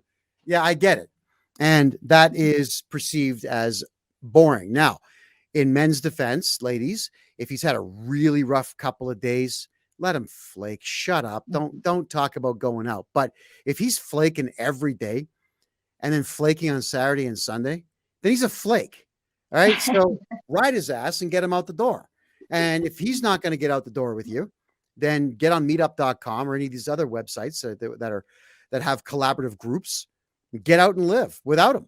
You know, eventually, like, men are like rubber bands. They'll snap back and saying, "Whoa, she's having all this fun. I should probably take her somewhere." It does work. Yeah, don't be boring.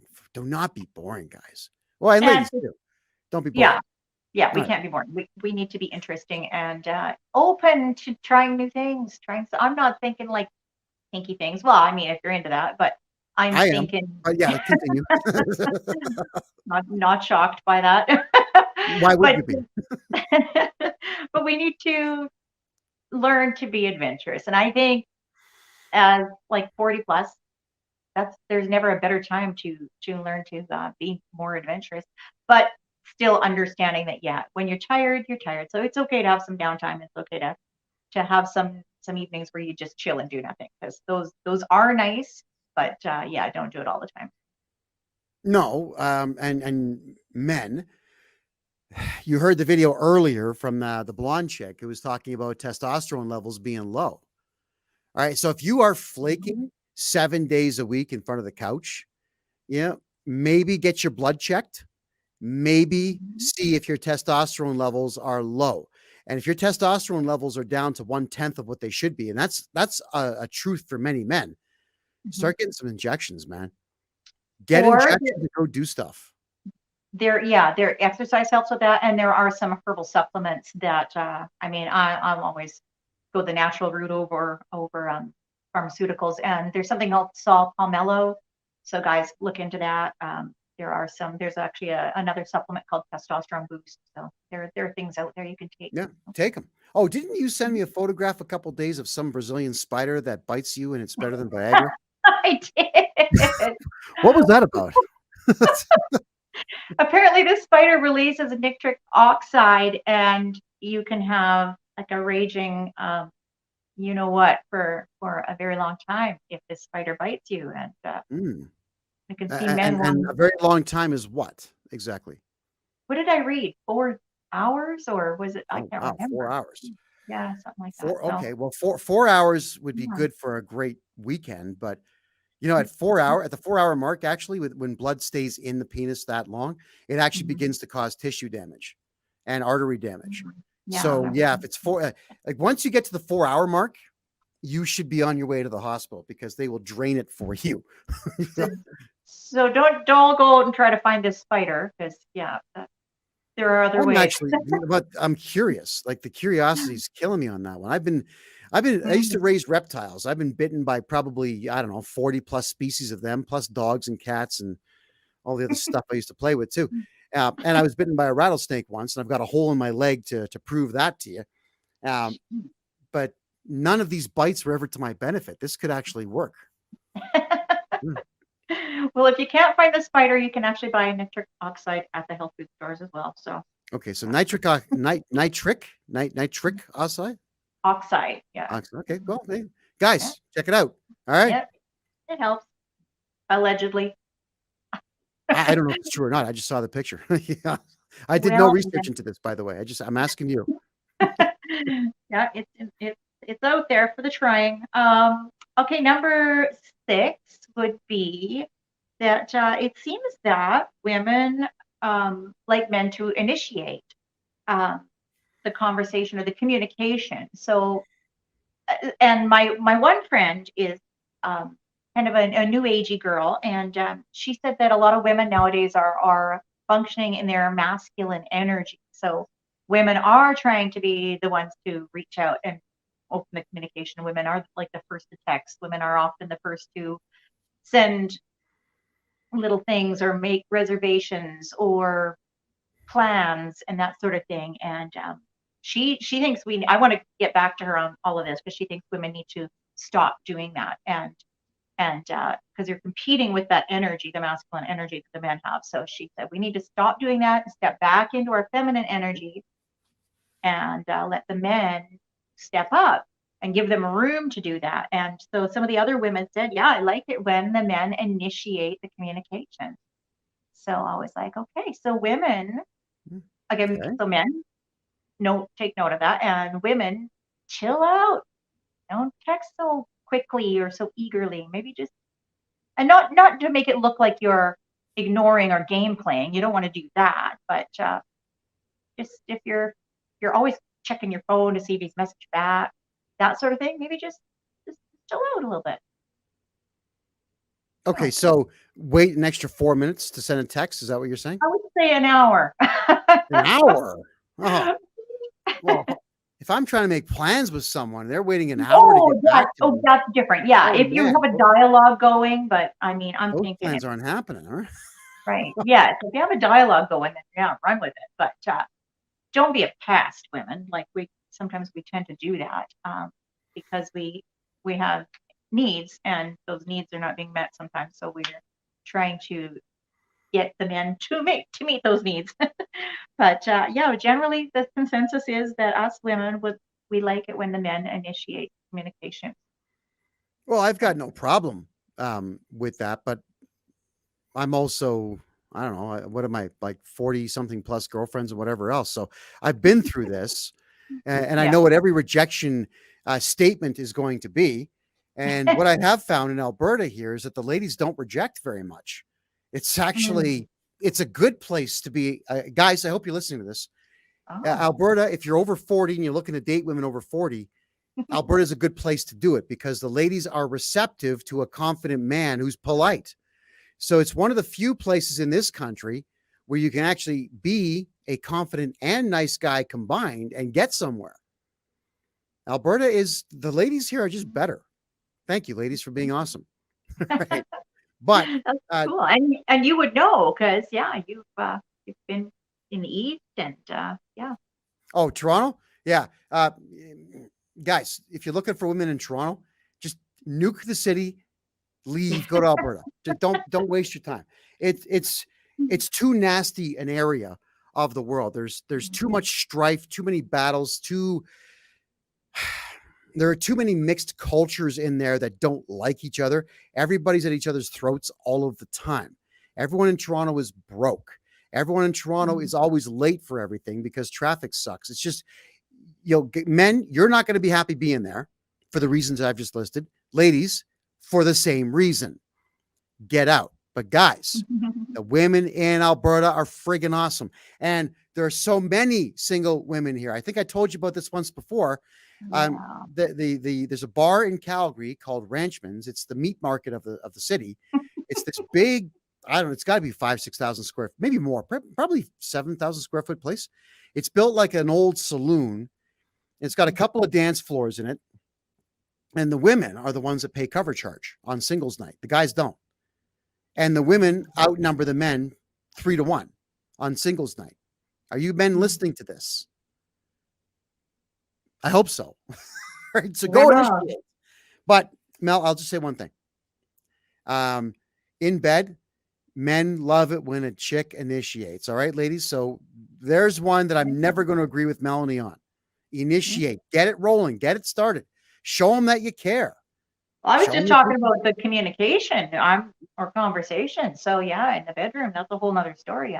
Okay. Oh, you mean you're talking about that next? Is that what you're saying? No, but I think we just kind of add that in. So yeah. Well, we should add that in. And what men want. Oh yeah, I got to actually say one more thing on that because I've had this come up hundreds of times with dozens of women. All right, ladies, when your man is sleeping, that's the worst time to initiate. Just find something else to do. All right. Because once men get into that blissful slumber, we don't want to be bothered, especially if we got to get up in the morning for something. So if you feel that he's asleep all the time, you know who that's on? That's on you. Start earlier in the day. Just put everything aside. Don't worry about it and start earlier. If you know he's out cold by 10:30, you should be on him at 9:30. All right, there you go. Then you'll get what you want. If he's asleep at 10:30 and you're trying at 11:45, you're done. And you ladies cannot take offense to it. All right. If he's already asleep and you're trying and he just goes, he doesn't know what he's saying. He's sleeping. Don't take offense to it. Just tomorrow, try earlier. There we are. What's next? That's fair. Okay. Okay, men, don't get offended by this one. I decided to call this one Financially Together because we had some dialogue, my girls and I, over the last week on what that means. Because it doesn't necessarily mean we need somebody who's making six figures or who owns a big mansion and drives sports cars. And that, I mean, that's all great if that comes with the package, but it's not necessary. What women want is a guy who's basically got his shit together. We want someone who's responsible and maybe has enough money to throw some around doing some fun things once in a while. And that's it. It doesn't have to be extravagant and extraordinary. We just want someone who's got their ducks in a row. Okay. So his car is clean and maintained. His rent is up to date. His bills are paid. And he's got some spare cash for a couple of good weekends here and there. Yeah. Okay. Yeah. Well, that's what any adult man should be able to do. Right. That's but fair. nowadays, Right. I agree. Yeah. But I've had friends who have dated guys that were not honest about their situation. And it doesn't end well because all of a sudden they can't afford to do things and go out and they kind of mooch off their women, and that's so crazy to me. But I've seen it happen, and yeah, so that's kind of where this came from. Was the women that have had that as an experience? They're like, no more. I want someone who's got his ducks in a row. Okay, well that's fair, and you're allowed to have a wish list. You're absolutely allowed to have a wish list. So ladies, go ahead, have your wish list. Just make it realistic. If you're saying you want to make $400,000 a year, that's not a lot of guys in Canada. The economy does not allow for that here. You'd be better off in Texas or Santiago or San Jose, places like that. There's a lot of rich dudes in those areas. So I have to wonder if this list would be different if we had a 20-year-old go out and basically ask other 20 to 30-year-olds what they want in a man, because I bet you the list is quite different. This is women 40 plus, so we've had some life experience, and we're living our lives now based more on values and experiences as opposed to our wants and our. I think the list would be very different. I think so. I think the list, you'll find really immature statements in there, like he's got to be 6 feet tall, he has to make six figures, he has to have a Porsche. He has to have his own place. They'll want the materialistic stuff. That'll probably be 5 or 6 of the top 10. It's just on what he owns and can provide. And when you'll ask them two things, why and what do you bring to the table, you're going to get, they're not going to have an answer for you. Right? They'll get mad and walk away from the microphone. So yeah, this list absolutely sounds like 40 and up to me. Yeah. And I bet it would be very different if we were interviewing or asking questions to a different demographic for sure. Yes. And I really don't want to ask those questions of 20 somethings because even in my 20s, I was always dating 30 and up. I like women, not girls. I really couldn't care less what 20 somethings have to say on this subject matter because I really don't think they know. I know a lot of women in their 40s who don't know what they want also. And that's a question actually we should probably address after your list is why don't women know what they want? Go ahead. Let's continue with your list, please. Okay, that is a great question though. Okay, this one is fairly important and we're going to call it good hygiene. And Okay. most guys are on top of that. I mean, sure, there's going to be days where you're like, meh, you know, not doing much. I'm not shaving, whatever. I mean, we're women have days like that too. But for the most part, if you're around your significant other or someone you're trying to woo, yeah, be clean, step it up a little, maybe do a little manscaping, but don't make it weird. Don't make it weird. I dated a guy several years ago who would shave this little heart on his private, and I just always thought it was a little weird. It's So creative. it's creative, and I don't know how he did it. I was kind of impressed that he was able to get such a precise heart. I asked him if he did that himself or went somewhere to get it done, and no, he did it himself. So I'm Maybe he had like, a well, cardboard template or something he was able to use. That's yeah, he probably should have been a barber on the side, maybe. I don't know, but maybe he could do it but for other men. I maybe. I wouldn't, but maybe he could. Personally, I thought that was a little weird. So manscaping is great, but don't make it weird, guys. Just Okay. So trim, like what? Like like half an inch clean. long or yeah. Well, you know, whatever you like. Some guys want a little there, some guys want nothing. You like whatever, but show that you've made an effort. That's all we're asking. Okay. Well, Smell good. manscaping. And you don't have to. Okay, let's go back to the smell good part. You don't have to douse yourself in cologne. But women honestly like, if there's really good chemistry, we honestly like your natural smell, but be clean for sure. But yeah, you don't have to overspray yourself. There's a ton of bad side effects to a lot of that stuff anyway. So I mean, yeah, wear it once in a while, but it's Okay. not So overall. no dousing like the Genos used to do back in the late 80s. Half a Yeah. can of hairspray and 2 bottles of cologne.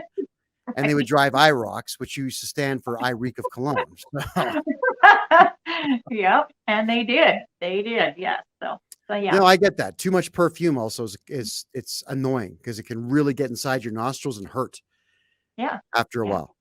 yeah. It's Well, I yeah, mean, look, I think the average guy wants the same thing. I can't imagine that any woman out there would want to be with a dirty guy. I yeah, just can't ever imagine it. yeah. And I Period. think that's definitely mutual. I would say that would be on the checklist for either side for sure. Well, sure, some womanscaping, but there are dudes that like it shaved down there. I don't. Some guys like the landing strip. Some guys like the odd shape, whatever it is. That's a communication thing between you and your new partner. Do you like it shaved? Do you not like it shaved? And Right. be honest with each other. The more Yeah. honest you are, the happier you're going to be. Okay, next. Right. All right. Next is sense of humor. That came up a lot. So yeah, Okay, well, I got that that one covered.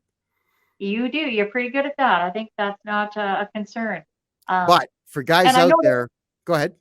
it doesn't come naturally to everyone. I know that. Yeah, it Yeah. doesn't. If you want to be funny, guys, it's all about timing. That's a big one. Timing is huge when it comes to jokes, but you Mhm. can say clever things that are not necessarily jokes, but they will be taken humorly or with humor if the timing is right. Now, the only way to be able to do that is to fill your head with knowledge, history, math, some science, words. Read Mhm. word. Go to 7-syllable words and memorize the definitions of those. Then look into the etymology of them and find out more about the words that led to those big words. Believe me, you'll start to increase your thought capacity and your Right. speaking capacity. And guys, look, I know this one to be true. If you can't make a woman laugh or smile, you're not getting any. You're out of the dating game. Women want to laugh and they want to smile. So if you are not a funny guy and you can't make women laugh at all, get a skill, a really good one. Guitar, piano, singing, you know, Mhm. these are things that you got to find a substitute if you're not funny. Good advice. Yeah. Yeah. Okay. Very good advice. What do we have next? Okay, this is number 10. This is my last one, and it's a little spicy. Oh, Um, oh, women want 40 plus women. Let me rephrase that. 40 plus women want decent sex? I'm fine. So yeah, there you have it, guys. If Well, so you since might it's you might dating need to advice, visit. okay, Mel. So like, I want to get the female perspective on what decent sex is. Go ahead, because men I and women think tend to see that differently. right, yeah, no, I bet we do. I think for women, decent sex is first of all having an emotional connection with someone, because that for us makes sex better often, unless you're just an nymphomaniac and just like sex without any other attachment. But for most of You us, know we any of want. those? I do know a few of those. Give me my phone Only number. two, Anyway, probably yeah, only, yeah. but I the can women, hook you up. right? And then I think that the rest of that is, like you said, communication, listening to each other, enjoying each other's bodies, taking your time. I mean, sometimes you can have a quickie, but for the most part, take your time and enjoy that, and find a way to kind of draw that out, and be creative.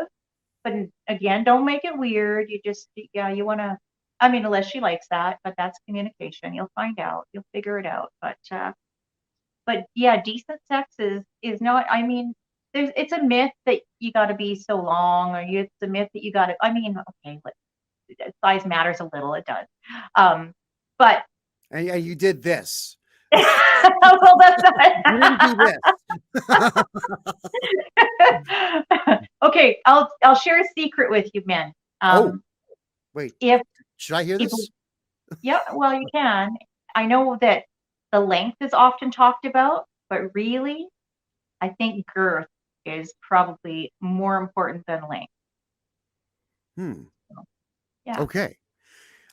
There was a show in Ontario. It was called Sex with Sue. Anybody who's in Ontario would remember it. It was on Cable 10, which was a only people that had cable television would get it. And Cable 10 in Ontario, whenever you hit channel 10 on cable, it was always community stuff. So, and it was to that specific town or city. Right. So in Mississauga, my hometown, she would come on, not the most attractive woman in the world. She was older, but she had amazing sex advice and sex education knowledge. This woman knew everything about everything. And so with yeah.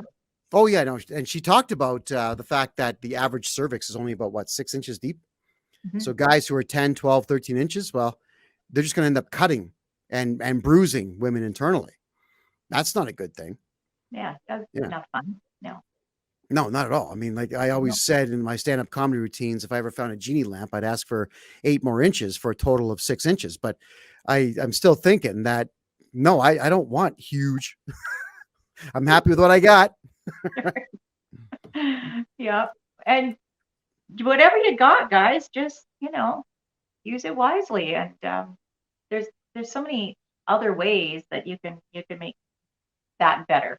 So Listen to what Ron Jeremy had to say before he got busted.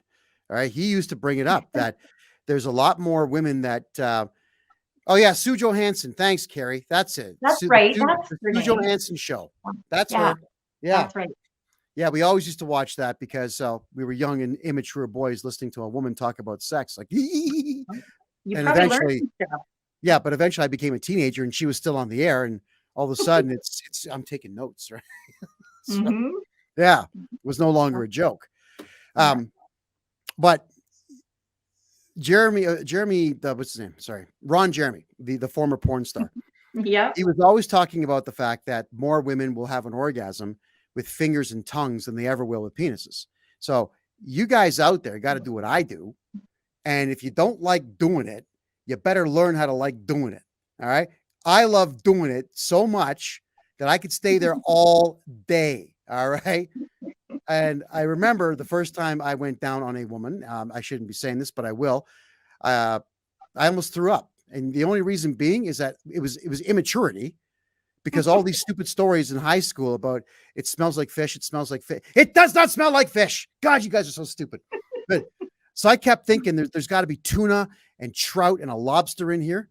and I just put these ideas in my own head that were false, ridiculously false. And I was gagging like a loser. And I eventually realized that my friends who gave me all the advice, they were losers, and I was a loser for listening.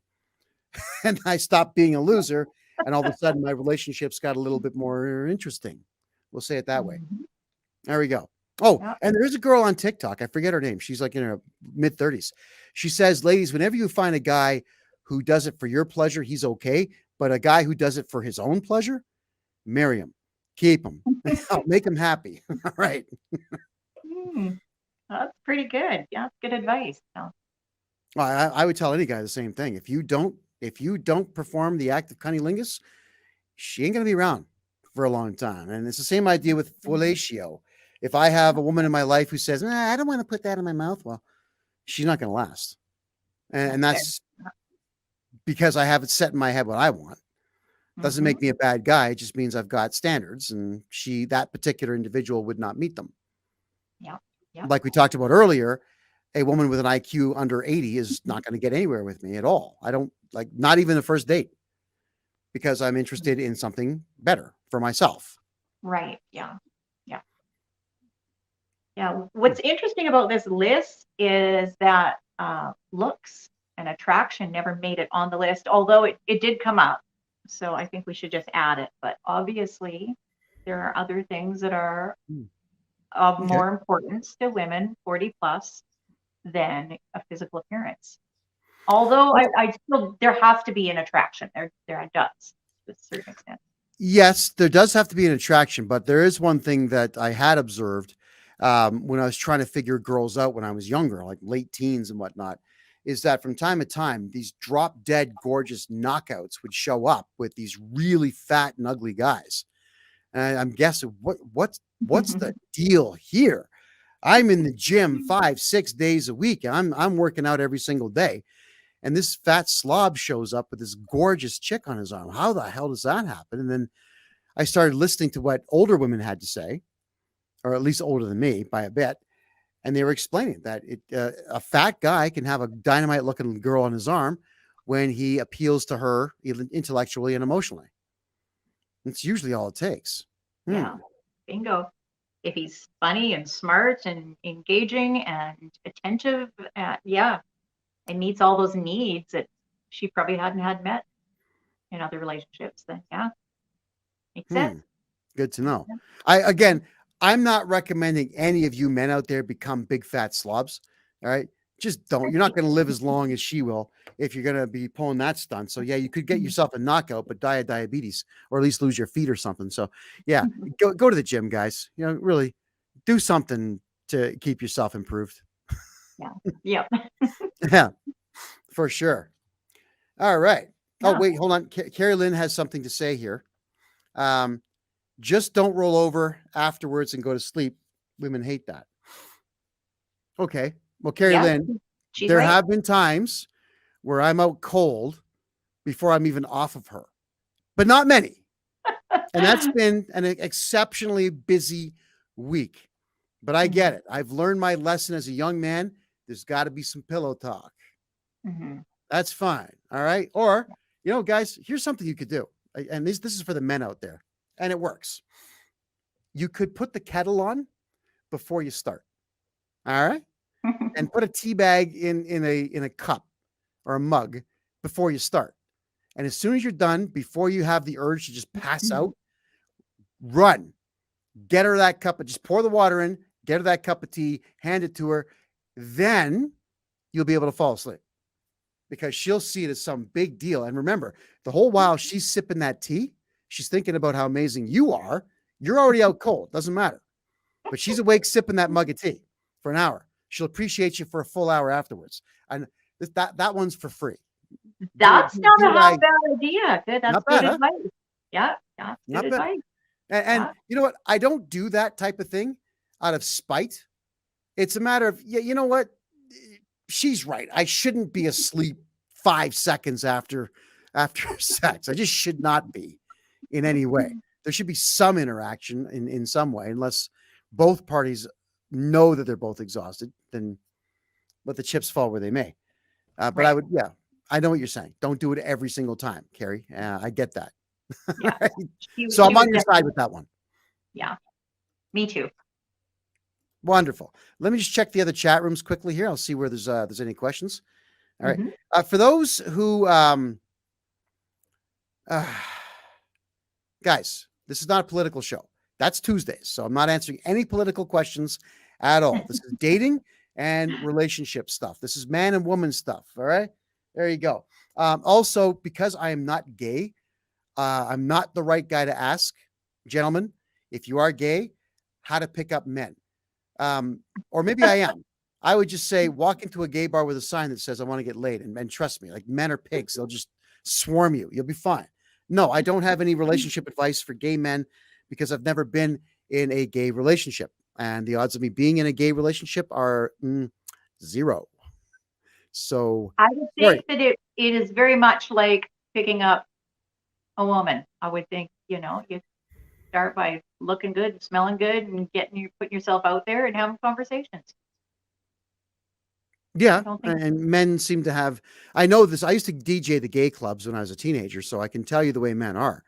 I mean, one guy just needs to look at another guy and say, "Okay, he's hot," and go hit on him, especially if they're aggressive. Like the amount of oral sex that would take place on the dance floor in the gay clubs back in the late '80s was insane. You wouldn't have believed it if you saw it. Like Wow. if women walked in there, they would have been shocked at what they were seeing.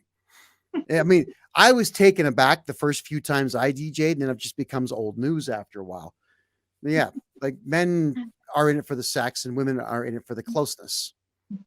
There we are. Hmm. All right. Well, we've got some more videos here. And now that Melanie's here, we can get both of our commentary on it. This is going to be our 4th video of the afternoon. Here we go. These are 3 feelings that men typically have, but they won't tell women. Number 1, when he says it's okay or no worries when you don't reply to his texts. This actually really hurts his feelings, even if your reasons for not texting him back are genuine. If you have enough time to look at your phone and see a text, you have enough time to send a quick reply. Because he wants to feel like he matters enough to be a priority in your life, outside of when he's doing something for you or giving you something. 2, he does not like it when you call yourself ugly or hate on yourself in any way, even though he tries to make you feel positive, because he just thinks it's nonsense when he truly sees your beauty for what it is. But for Absolutely true. I can't stand that garbage. It's irritating. It's not flirtatious in any way. Nothing good can come out of that. It sucks the life out of the room, and it sucks the life out of the relationship for a very short period, well, maybe even a longer period of time. There's nothing worse than hearing that coming out of a woman's mouth, especially one that you're attracted to.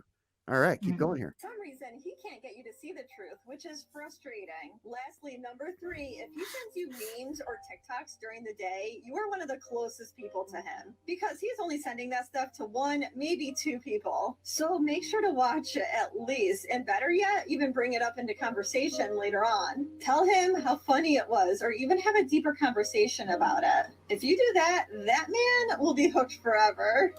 She's right. I don't send memes to anyone.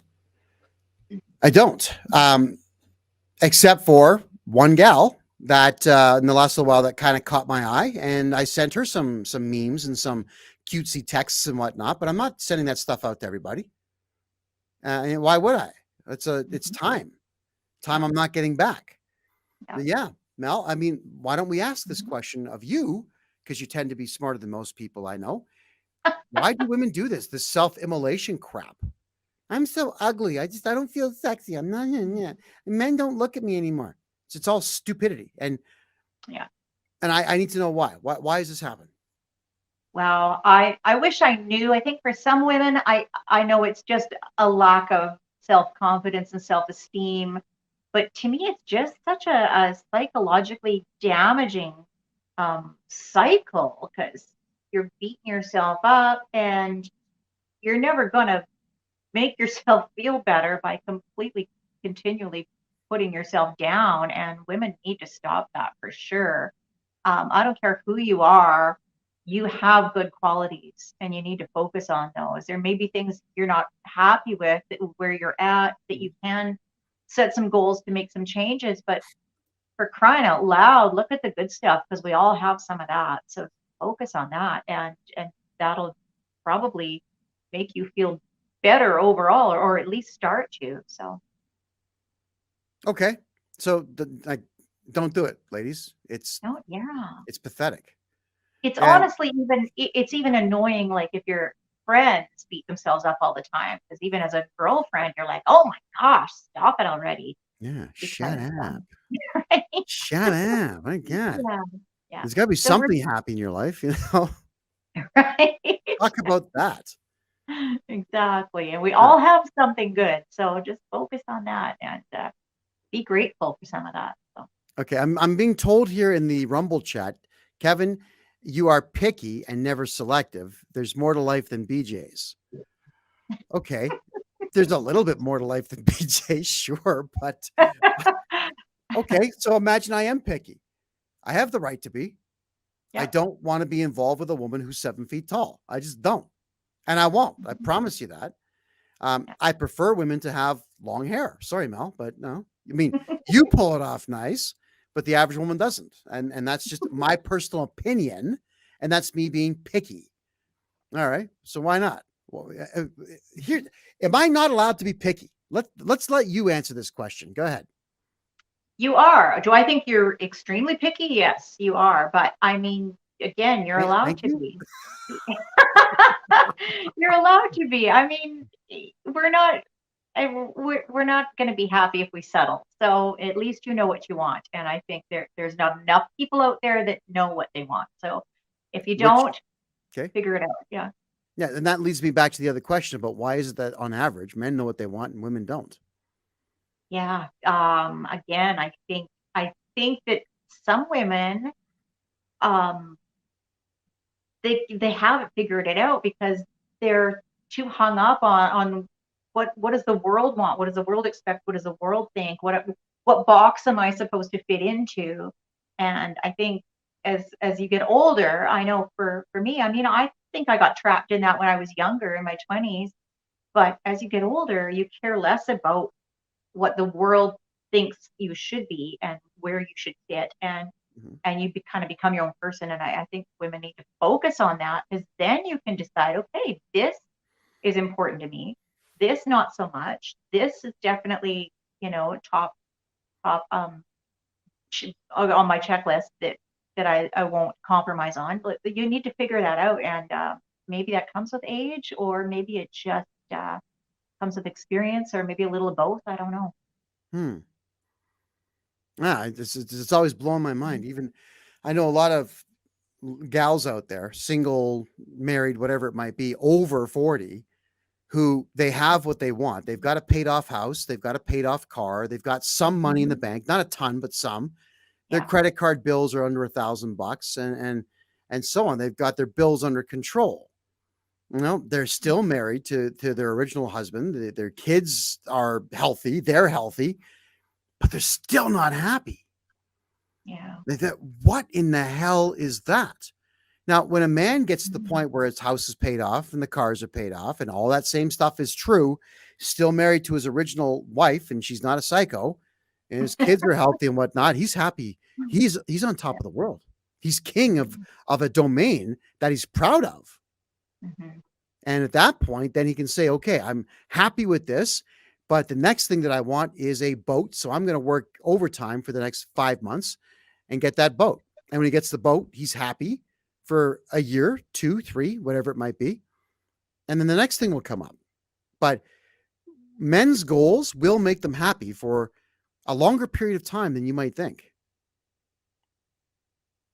Can we get Well, ladies there somehow?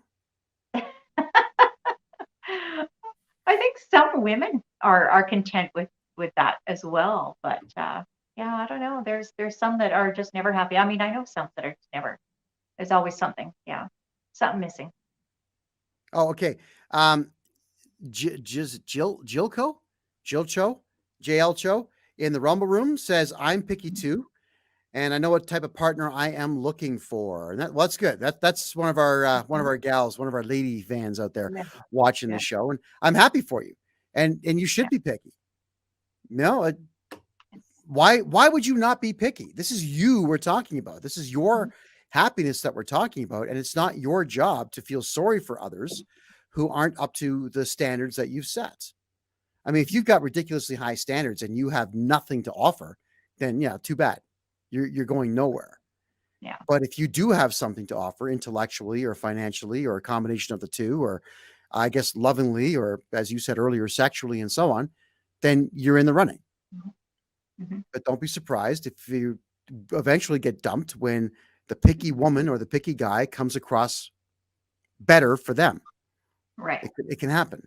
Well, and let's be honest, most of us, that are like, even say 30 plus have had some failed relationships and had some shitty ones. And so we've kind of learned from that what we don't want and what cycles we maybe don't want to repeat. And so, yeah, I think our list as we get older gets more specific, and that's okay. Okay. Well, yeah. Okay. I know that the volume on the videos are a little bit low, folks. It's annoying. I don't know why that is. I'm going to see if I can turn it up just a little bit for you. All right. Let's see if this works. All right. Our next video. This is our 5th one for the night. This one's also pretty good. Oh, hold on. Wait. Let's put this up first. I keep doing it in the wrong order. Here we go. When a woman wounds a good man, she has to understand that he's no longer going to show up the same. Once he puts his time, energy, and trust into someone and they break it, he may still love them, but the pain will have changed him into a person who no longer trusts or cares as much as he used to. When a woman Absolutely true. Absolutely true. This is something that women should know about men, is that if he not necessarily issues a command, but if he is saying a set thing must be done, he's thought it through. There is a reason or several reasons why that specific command is being issued to you. Could be something simple, like a ceiling fan. Whatever ceiling fan that we get must not extend below 8 inches from the ceiling. And then you go out and deliberately buy ones that extend 2 feet down. And everything you do from there on in, the fan hits something, right? He's going to be pissed off, aggravated. And every time that fan gets in the way, he's going to be reminded of your lack of respect for him and your lack of trust in the fact that he knew that the 8-inch fan or the 8-inch height was going to be the better move. So that's a silly example, but you do 40 things like that. And believe me, it culminates, it adds up, and you've lost them.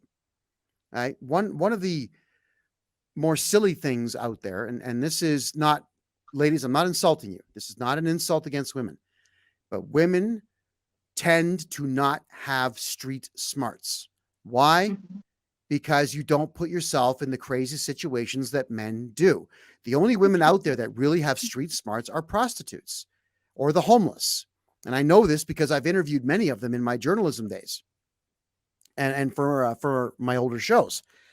They're street smart, but it's a forced street smart. It wasn't that they wanted to be street smart. It's just that the streets beat them up enough that they knew how to protect themselves on the streets after being jaded for years. But guys, we don't get jaded. You know, we get into a wrestling match and so on. You win, you lose. It doesn't make a difference. Later that day, we're going to have a slice of pizza and be happy about it. But we learned something. One thing that did happen here, I'm not going to mention names, but there was this jerk kid, 19 years of age, black kid who was about 6 feet tall, was looking for a fight. And I wasn't going to give it to him. However, the woman I was with decides at this exact moment, now it's time for her to shine. She's going to fix this problem. And the problem was that he wanted to fight, and I was only going to fight if he struck first. I was trying to avoid being struck at all. What's the solution? Get in the car. Let's leave. This kid's an idiot. Well, this lady decides to justify herself and myself to him. Obviously, in some way, we upset this guy. Don't really care why. I really don't. And I kept saying, get in the car. Get in the car. And I'm saying it right in front of this guy. He doesn't care. He does not want to hear your explanations. You are talking to a young man. You're not talking to a fellow woman in your 30s. Get in the goddamn fucking car. Yeah. And she wouldn't do it. She had to say her piece to this guy who wanted a fight. And eventually I had to physically grab the jacket and get her in the car, get in the car myself and drive off. And I told her, you know, you have destroyed our relationship today. I can't trust you to do the right thing. He was looking for a fight. I don't know if he had a gun, a knife, a steel pipe, fish hooks. I don't know what he had, but I wanted nothing to do with the fight. And you elongated the situation and put both of us in danger. What's the matter with you? And then here's the response I got. You just think I'm stupid. Well, yeah, I do. And I think that you have no respect for me. And I think that you're arrogant. And I think what you did tonight was the dumbest thing I've seen in years. Yes, you are stupid. That's how I reacted to that, because I'm not going to mince words when someone has made a belligerent mistake as such. So what I'm getting at here is that I viewed that as the height of disrespect, and I no longer trusted this woman with anything. So the relationship did not last, because you need to have my back. I don't think she paid attention to anything that I had to say about my life up to that particular point. I used to box 150 plus fights, street fights, dozens of street fights that I've been in. Like just stupid skirmishes in bars and whatnot. When I was a younger man, I wasn't the calm guy that I am today. I know how to handle myself. And I also know what the signs are of another man who's looking for trouble. And when you go looking for trouble, you will find it. You're not going to talk a man out of fighting who wants to fight. So don't fucking do it. Pardon my French, but you know, ladies, you have to trust your man. You cannot get involved in that when he's already begged you to get in the car, because my goal was to leave, not stand there and converse. And this is the difference between intelligence and street smarts. And I would much rather be street smart than hyper intelligent, because you'll live longer. You really will. So you being the lovely lady that you are and the smart gal that you are, could I maybe get a thought from you on why the woman that I was with at that particular time felt she could change the situation by continuing to talk to this guy and justify whatever she felt she had to? Go ahead. Well, I think that comes down to the whole men need to be respected. So that was definitely wrong on her part. Why she did it, I don't know, unless she felt that she could make a difference, and obviously it really didn't. And No, it didn't. it could have escalated it to making it worse. In fact, Actually, it was escalating it. This guy was getting angrier and angrier. He wanted the fight. yeah. And she was putting it into a position where I had to fight at that particular time. It was really coming close. Yeah. Yeah. And I know that a lot of you gals out there, you'd rather see peace, and you hold up the peace sign and you think just because you ask for peace, you're going to get it. But that's not how an angry man works. Yeah. So trust your man. Trust me in that. However, I knew what the solution was. right. However, I do think your reaction to her was a little harsh as well, coming from a woman's perspective. Yeah. Um, And I would see that. I would. And Yeah. you're not wrong to say that. It's just that my trust was completely gone at that point. Yeah. I'm supposed to count on my woman to respect my knowledge, what I bring to the table, which is a ton of street smarts and the ability to defend myself and her. And I did not want to be in a fist fight over words that may or may not have been said earlier in the day. It's not worth fighting for. So yes, once my trust has been taken from me, as she said in the video there, it's not coming back. And that was clearly a pivotal moment in that relationship, because It was. Everything went downhill from there, because I did And- not feel respected. Yeah. I knew she didn't trust me. And as a result of that, I didn't trust her, but not tit for tat. It was a matter of, oh my God, she's going to get us killed. This is a stupid person who really does not understand life Yeah. and doesn't understand that I do. and that my goal was to keep her safe. Get in the goddamn car. Yeah. So that kind of reminds me of that story I told a few weeks back about the why do women ask leading questions, and how I was saying, guys, be careful, because sometimes when we ask those, we already have an answer prepared in our mind that we're going to hear. And if you're going to be a dick, that could be a pivotal moment in that relationship. So I think this is one of those moments where, yeah, she violated that respect, and that was definitely a pivotal moment. So I feel like we all need to, if we're in a relationship that we really value, we need to pay attention to all of those little things, all of those opportunities where we could be screwing up, and catch ourselves before we do that. Yes. This goes back to the whole thing about gender roles. My job as a man was to protect her, which is what I was trying to do. She actually would not let me protect her because she just had to be heard. She had to open her mouth and talk to someone that did not want to be spoken to. And honestly, like the more I think about this particular instance, I remember how the whole thing played out. This guy was ready to pounce, and if he got a lucky shot on me and I went down, she was next. She didn't seem to understand that. My job as the man is to take the hit. I go down to the ground. Yeah. But she's safe. Yeah. And you have to let your man be the valiant of the two of you. Mm-hmm. Yeah. So what she did, maybe she thought she was being valiant. It wasn't. It was really reckless, childish, and stupid. Right? But, I feel like I'm not carrying animosity. I'm saying this as an example. Because learning, we can learn from these scenarios for sure. I really need to get back in touch with my Frenchy granola friend about the whole masculine feminine energy thing, because I feel like this maybe was one of those moments where she was operating in a more of a masculine energy, and that was a conflict there. So that's possible. Well, as I told you before, I am picky as per what I was told there in the Rumble chat room. And I am always wanting to be with women who are smarter, who have higher intelligence quotients. That's just how it is. Regrettably, sometimes people mistake their book intelligence for life intelligence. And a book intelligence is not life experience. And drawing on life experience is something that I do. I remember every lesson I've learned. And I've learned some very, very harsh lessons. I've had bones broken because I was in the wrong place at the wrong time and didn't recognize the problem. I do now.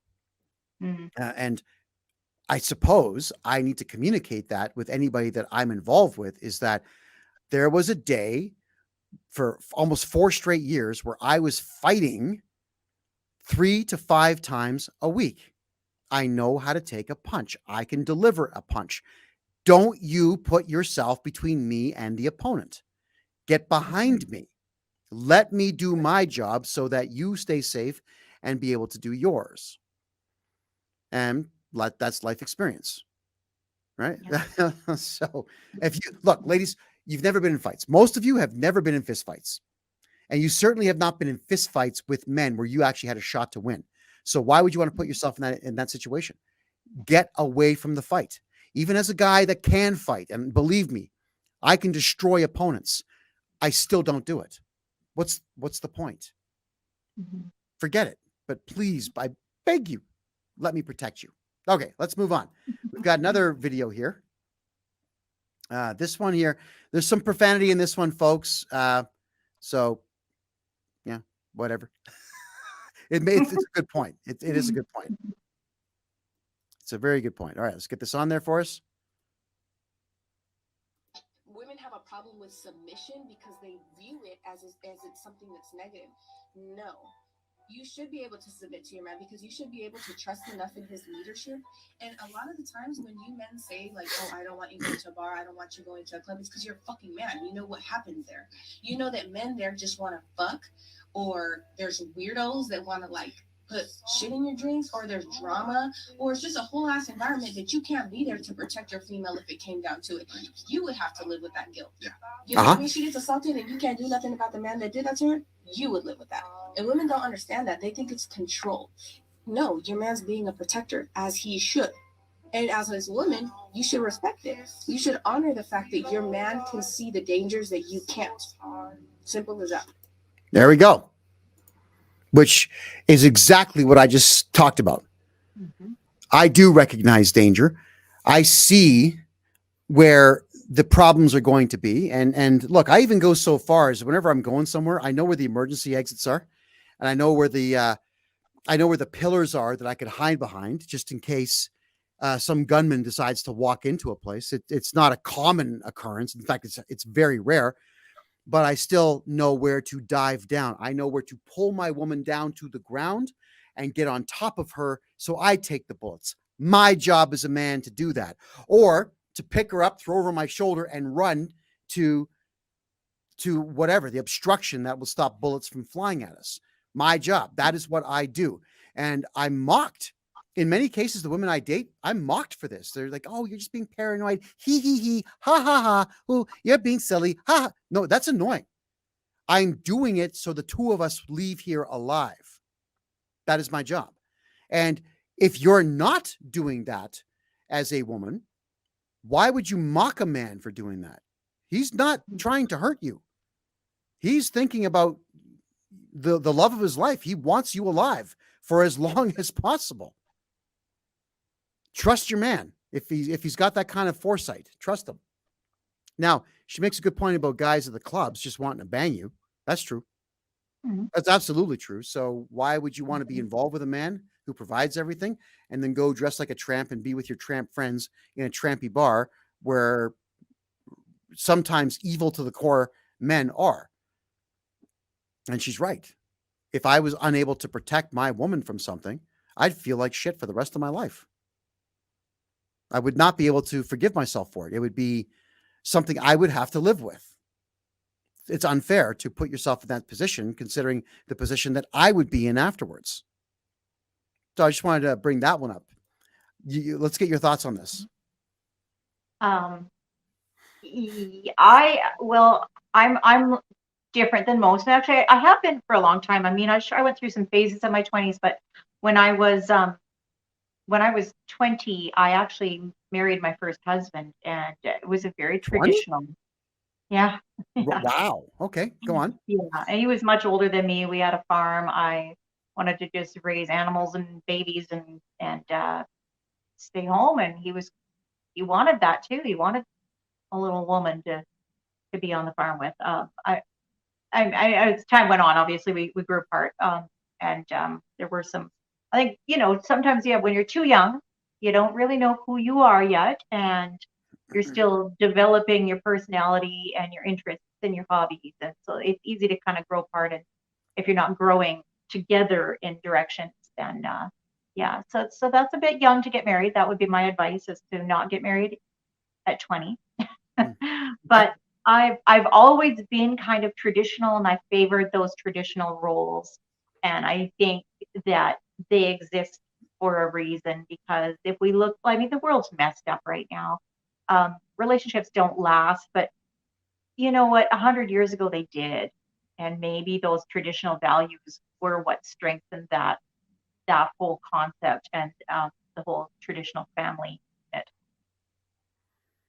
So Well, I I agree agree with with you. I mean, if we had more traditional families out there, we'd certainly have a lot less hell on earth in our cities now and our countries.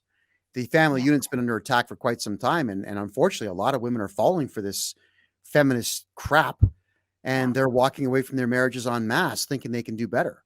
Yeah. And as I've covered in a couple of previous shows, if you've got a guy who loves you and doesn't hit you and provides, no, you can't do better. And the only time that you can do better, ladies, it would probably be financial, but only if you're a smoking hot 36, 24, 36, gorgeous face, thick hair, and you're hot to trot. Then sure, you'll get a richer guy, but not necessarily one who loves you or will do anything for you beyond show you a good time with his cash and then take you to bed. We have to really be a little more cognizant of these things and be a bit more traditional. But I agree, 20 is way too young. These days, we're living to be 100. Like, Yeah. why would you want to be married for 80 years? That's a big commitment. Yeah. All right. This next one, this is a weird phenomenon, and this video is kind of choppy because it's been re-edited a couple times. But there's a new phenomenon out there that you probably did not know exists. Let's put this up and let's get the video going. Anyone who's not convinced yet that the big divorce is coming, I totally agree that the big divorce is coming and it's going to be a rude awakening for men. Well, I hope it's the rude awakening that men have needed for thousands of years. I have 4 big things to say about this, but first of all, I'm not quite sure where this belief came from that if more women divorce their husbands, that these men are just going to believe that it was all their fault and they're going to grow and get better. No, there's never just fault on one side, and men know that. Second of all, most men that go through divorce end up losing a lot in the form of lost time with their children and financially through spousal support and child support. So many men just feel victimized by the court system. Thirdly, a lot of these men that get put through the ringer, they eventually build themselves back and they realize that they're a lot happier being single. It's actually a lot more peaceful for them. And fourthly and lastly, a lot of men never want to get married again or in the first place because they hear women like this talking about divorce as if it's some sort of punishment for her not being happy, as if his needs and the family's needs have nothing to do with it. And men are smarter than that. They don't want any part of it. She's correct. The big divorce. It's a movement, if you will, where you've got hundreds of thousands of women stating that men need to be taught a lesson and that we're going to divorce you en masse and all men will be better as a result because men are going to look introspectively into the collectively. All men are going to do what? Share the same brain and think introspectively. Hey, you know what? If I wanted less sex, she'd still be with me. Hey, you know, if I watched 1 fewer football games a year, she'd still be with. No, that is not going to happen. The guy is going to get through the divorce and lose as little money and time and heartache as he possibly can. And if there's kids and he loves his kids, he'll fight tooth and nail for custody. That's going to take a couple of years. So this big divorce thing, ladies, is just a way to screw society up. It's not going to happen. You're friggin' delusional if you think that millions of you divorcing men at the same time is going to change male psyche. It's not. It's going to make men more independent. It's going to make them stronger is what it's going to do. And like the Passport Brothers do, it's going to send more men out of North America to find potential wives there. So North American women, I think one of the videos I'm going to show here shortly explains this. Like half of women in the next 5 to 10 years are never going to have kids because men are done. This type of feminist tripe, this stupidity, it's poisonous. And for some reason, women are very easily subjected to it. Like this power of suggestion that feminists have is terrifying. Please, let's hear this. You're up. I got thought you were going right to the video. This stupid big divorce thing. Your thoughts, please. Well, actually, I do agree with you on almost all of that, and divorce is just so damaging. All it's empowering is our messed up court system. Really, families lose out, kids lose out. So if you're divorcing because you think it's trendy or whatever the reason, or you think you're going to teach men a lesson. Gosh, yeah, it's no wonder our society is plummeting into despair because we have such a disposable mindset, and it's really a shame because at some point I think there has to be a turnaround, a turning point where men and women realize that there is something to be said for like strong commitments and unwavering dedication to the end game, and but right now we're a long ways from that. Okay. And as for the folks in the Rumble room, I know there's someone there named Ash Waganda or something like that. Feel free to ignore him. That's fine. With the trolls show up once in a while, and he's probably going to start talking about my junk, and just ignore him.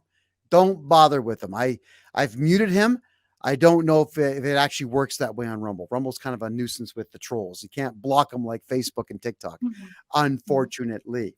All right. Here's a guy talking. This one's pretty funny. Without a woman in a man's life. Oopsie. Hold on. There we go. Without a woman in a man's life, he would find no need to fully furnish his house. Because a man lives more simple.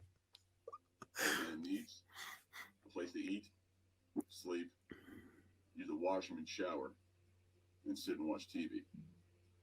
He's not worried about ottomans and accent walls or throw pillows and backsplash. Yeah. He's worried about, is there beer in the fridge? Is there food in the freezer? And is there gas in the vehicle? Go to any single guy's house and tell me I'm wrong. He's right. He's right. You'll find as men get older, especially, we have no desire to have stuff, and I'm thinking about the furniture that I have access to. It's a bed, and I bought a super narrow bed. I think it was $300 for the mattress and the frame in total, a love seat, a desk, and freezer and fridge. I'm happy. Bathroom with a working shower. I'm ecstatic. I don't care about these things. And I don't have like 9 sheets on my bed and then some kind of duvet thing and then a comforter and then a cover over top of that with 9 pillows. When I see that in a woman's room, oh, how much time are you wasting on this display? How many men are you bringing into this room that you think this is necessary? Who is this for? Like, really? Unless you're selling your house, who is that for? And he's right also about, stupid furniture that you don't need. Extra ottomans and fancy tables and a lot of crap on the walls and bookshelves, and you just don't need it. We don't care. We're men. We don't care about this stuff. The only time extra things become part of a man's desire would be the gun rack. Honestly, the gun safe. I live in the States. I can tell you there's a lot of guys that had a chair, a TV, and 5 gun racks. They did have that. The guns were important. The ottomans weren't. That's funny. Oh, that's funny. Thoughts? My thoughts? I think that I guess we should listen. I think that sounds accurate. And honestly, I feel even myself, I used to like that. I used to like the decor and the throw pillows and all of that. But the older I get, the less attached I am to stuff. And I would rather spend my time, energy, and money on experiences over stuff. And I've been saying that for about 5 years now. So. Yeah. Okay. Yeah. Stuff sucks. It's in the way. And I mean, look, the older I get, the more I just come out and I admit what my personality quirks are. And my big thing here is when I'm walking anywhere in the house, when things touch my feet, I lose my friggin' mind. Why is it stored on the floor? That the front door gets opened up and it's across the road. I have no interest in pussyfooting around my own place. I should be able to walk anywhere that I want in the dark without turning lights on. I should just be able to do so. There should be nothing on the floor. Yeah, but when you live with women, there tends to be that extra couple things on the floor. Maybe the grocery bag she forgot, the box of groceries she hasn't put away yet, whatever it might be, or just some big bag of stuff. No one knows where it came from. She forgot that she had it and you're tripping on it. Oh yeah. Yeah. I'm very, very simple that way. Now, this one, ladies, I want you to really pay attention to. All right. This is actually a very cool video. My husband cracked the damn code on me. He got home from overtime yesterday and he was like, I'm starving. I'm going to order Mexican food. What do you want? And I was like, I just ate with the baby. I'm not hungry. I don't need anything. And he looked at me and he went like, what do you want? And I was like, oh, I'm good, babe. I promise I'm good. I'm fine. I said, I'm fine. 20 minutes later, DoorDash shows up, and his food, of course, smells delicious, and the regret sits in my soul, and I don't say a thing because I made my bed. I need to lie in it, all right? I don't want to hear that I told you so. This is how I know I have a soulmate, because the first thing he pulls out of that bag was a burrito, not for him, for me. I said, here, because I was holding the baby. He's all, here's mom's burrito, because I know what I'm fine means. It means I'm going to be hungry when my food gets here, and no, I'm okay means just a bean and cheese burrito. It always means a bean and cheese burrito, and he's not wrong, okay? It does always mean I want a bean and cheese burrito. Okay. Congratulations to this guy for cracking the code, and congratulations to this woman for finding a guy good enough to sift through the crap and figure out what she wants. But damn it, Why can't you just say, yeah, I'm going to be hungry in 20 minutes. I want a cheese and bean burrito. Just answer the goddamn question. Yes. What is it with this Oh, coded speech? Mel, I don't you're a woman, as far as I can tell. Please tell me, what is this deal? I feel like at certain points in women's lives, we just are stubborn and we just have walls up, so that makes us communicate poorly and say stupid things like that. And we should really stop. Just ask for the damn burrito.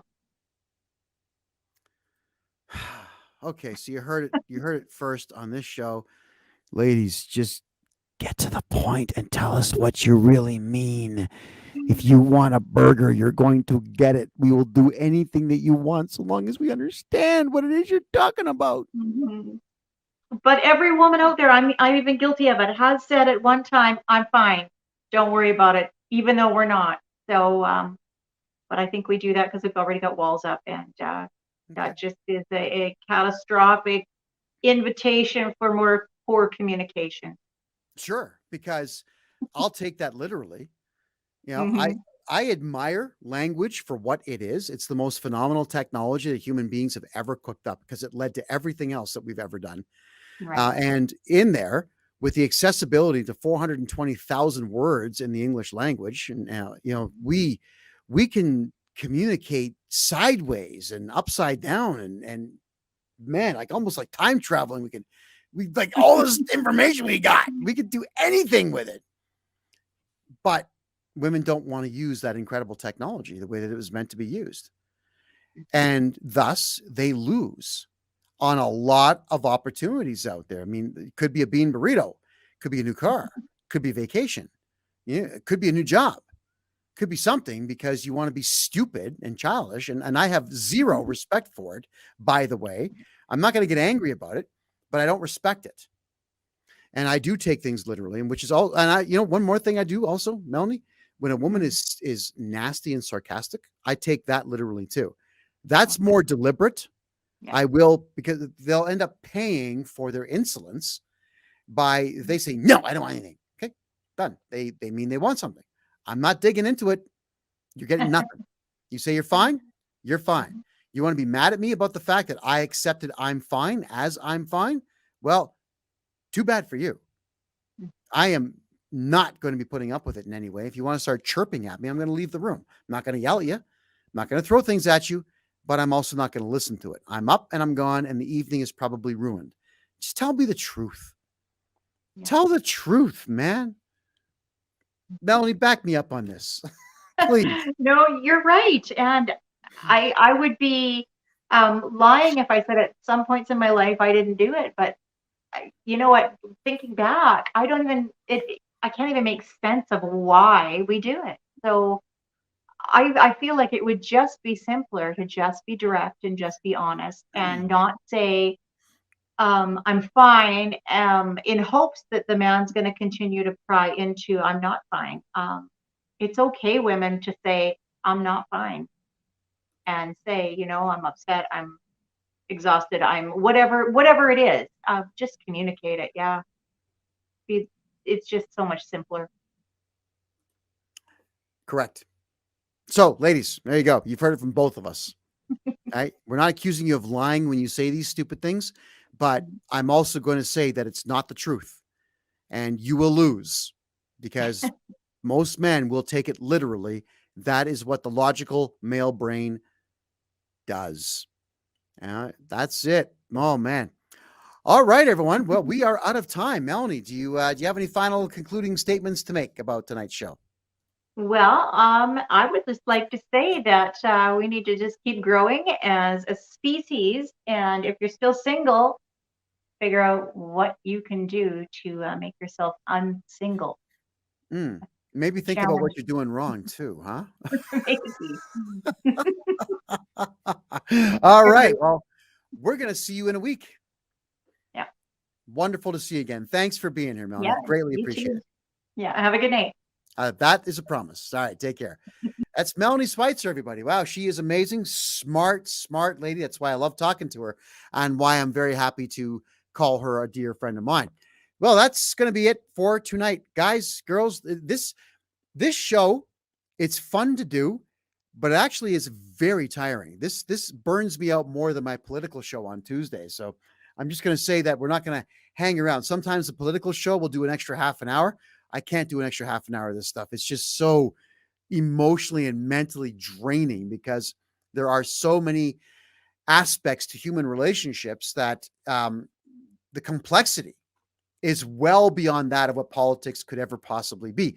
But it doesn't change the fact that it's still a lot of fun. This show is going to continue on. We're doing at least 2 more episodes. If you want this show to continue past the 8 episodes that we promised, send us some email. Just there's the email address right here. You can email us at any time and let us know your thoughts on that.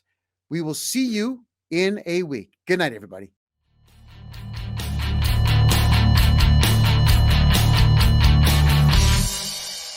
Yeah, hello, everybody. Kevin J Johnston here. This is Amazing Dating Advice, episode 7, with my co-host, the lovely and amazing Melanie Schweitzer, Alberta's best country singer. She's gorgeous. She's brilliant. The woman is just fantastic all around. So if you guys out there want some advice from a gorgeous woman, you're at the right place and you're watching the right show. And as for all you ladies out there who wanted dating advice and or relationship advice and or more importantly, advice about men from, let's say, the 5th best looking man on the planet, again, you're at the right place. All right, look, I'm not fooling around here. Melanie, welcome back. Always a pleasure to see you. And for those who want to ask questions, bottom right corner, you see it right there? freedomreport.ca@gmail.com. We're checking the email box. If there's anything you'd like to ask either one of us, by all means, email me there. I'll send you the link to come into the show, and then you can come on in by video, audio, or both. Your call on that and ask away. I know we have a couple of folks that are going to be coming in more towards the 8 p.m. Mountain Time here to ask you, specifically you, a couple of questions. Oh, all right. Look forward to that. Well, you've turned a couple of heads. There's all kinds of guys saying, "Hey, man, that Melanie chick, she's kind of hot, man. Like, she's single. Put a good word in for me." You know, they're not. They know how to find you online. You've told everyone your social media addresses. True. Guys, don't ask me. You know, go to the source. I mean, she'll probably shoot you down in flames, but give it a shot. Oh, all right. So we got to cover something quickly here. Everyone remembers this idiot, right? Dylan Mulvaney, a failed actor who figured that he, not she, he could become popular by pretending to be a she, puts on the Ritz, is pretty good at doing the whole, the feminine acting nonsense, but has really insulted women huge and destroyed the brand at Bud Light there by swimming around in a bathtub full of bubbles and cracking a Bud beer with his face on it, dressed like a chick. And some left-wing nut chick thought that was going to be a really good way to communicate with hypermasculine men, rednecks, in central and south central United States of America. Well, it bombed, and the company's short $5 billion. They're actually looking to sell off all the assets. So Mulvaney, Dylan, the guy, says, "Oh, men suck because they won't date me." So I said, "Tell you what, I'll marry your ass." All right, there you go. That's what I said. I'll marry you. I made a public announcement on this. And I'll let all my gay friends who are bigger and buffer than me with that much meat do the consummation for me. Right? We'll do consummation by proxy. All right. You want to be a woman? We'll put you to work as a woman. You'll cook, you'll clean, you'll vacuum, you'll everything. But I got to ask you this, Melanie. This guy has now been named Woman of the Year in some stupid woman's tabloid. But really, I mean, I think that's freaking insulting. I got to get your take on this. Go ahead. It is 100% insulting to all biological women out there. Be yourself. That's fine. Do what you want to do. And excel at it, whatever that is. And, he's remarkable at eyeliner. So I got to give him some props for his makeup abilities and whatnot. Live your life like that if that's what pleases you. But for crying out loud, Woman of the Year, can we just leave that category to biological women? Well, I thought so. I'd like to see biological women competing in women's sports as opposed to loser men who can't compete even with a guy like me at the semi-pro level.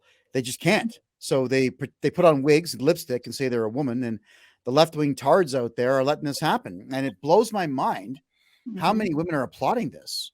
You know, I mean, if you remember last year, or was it maybe earlier this year, this morbidly obese, fat loser guy who's, I think, a combination of Chinese and Inuit combination, says that he is a woman, and this fat pig wins the Miss America pageant, or at least the qualifier for Miss America. And all the girls, the real biological girls and women on the stage are going, oh, wow, this is great.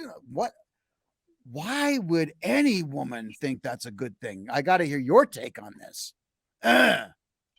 I have no words for that. I can't even wrap my brain around why the wokeism is so embraced by some people. I don't get it because I don't support it. I mean, I'm not judgmental. Like I said, live your life, do it, you know, whatever floats your boat, do that. But for crying out loud, I wish they'd just stop rubbing it in everyone's face on every media platform. Okay, well, I brought this up because it was a question that was asked of me, like an actually well-typed email to me on my thoughts on Dylan Mulvaney being named Woman of the Year. I'm actually, I don't say this often. I'm disgusted by it. And I need all you left-wing women out there to understand that, you know, the ladies that came before you fought long and hard, double entendre, to make sure you have the rights to not be infiltrated by men if you don't want to be. And here you are welcoming losers into every facet of your lives and taking everything away from you. Now, I mean, if you want that, by all means, but don't expect me to be happy about it. And by the way, Dylan, get back to me soon, because we're actually thinking about putting together a lawsuit against you. You wanted a man to marry you? I said I'd marry your ass and let the other guys do stuff to it. I mean, I'll probably film it for clout. But yeah, you want to be a woman? We're going to make you one. You're not going to like it. I promise you that. All right. A video came out a couple of weeks ago, Melanie. It's this overweight black chick who's sitting in a guy's car, and she's like, that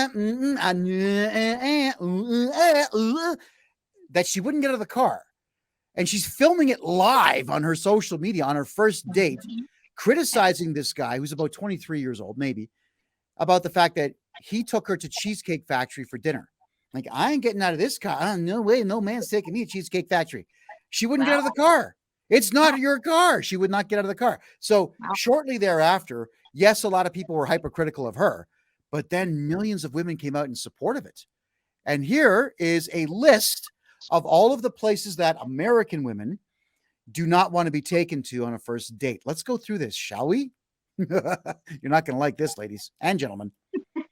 Cheesecake Factory, Applebee's, Chili's, Chipotle, Olive Garden, the movies, Your House. That one I kind of agree with. Okay, unless you've got a hot tub and a pool. Any fast food chain. Okay, I agree with that one. Buffalo Wild Wings, Wingstop, Red Lobster. Are you kidding? That place ain't cheap. A buffet. Those aren't cheap. Buffets are not cheap, everybody. IHOP, Denny's, the gym. I don't know. I've had a couple of gym dates. Church. Well, I mean, if you're both religious, why not? Or maybe they meant to say church is chicken, but who knows? Starbucks or coffee dates. Let's talk about the coffee dates for a second, Mel. We men, we don't want to invest more than $5 anymore on dates, because I'm going to be honest here. We men don't feel that it's worth it anymore. So coffee tends to be it. You know, I even get upset when it's a coffee date and she orders a $7 Frappuccino. Can you not have a $2 coffee and I'll determine if you're worth more than $2? Like, let me decide that.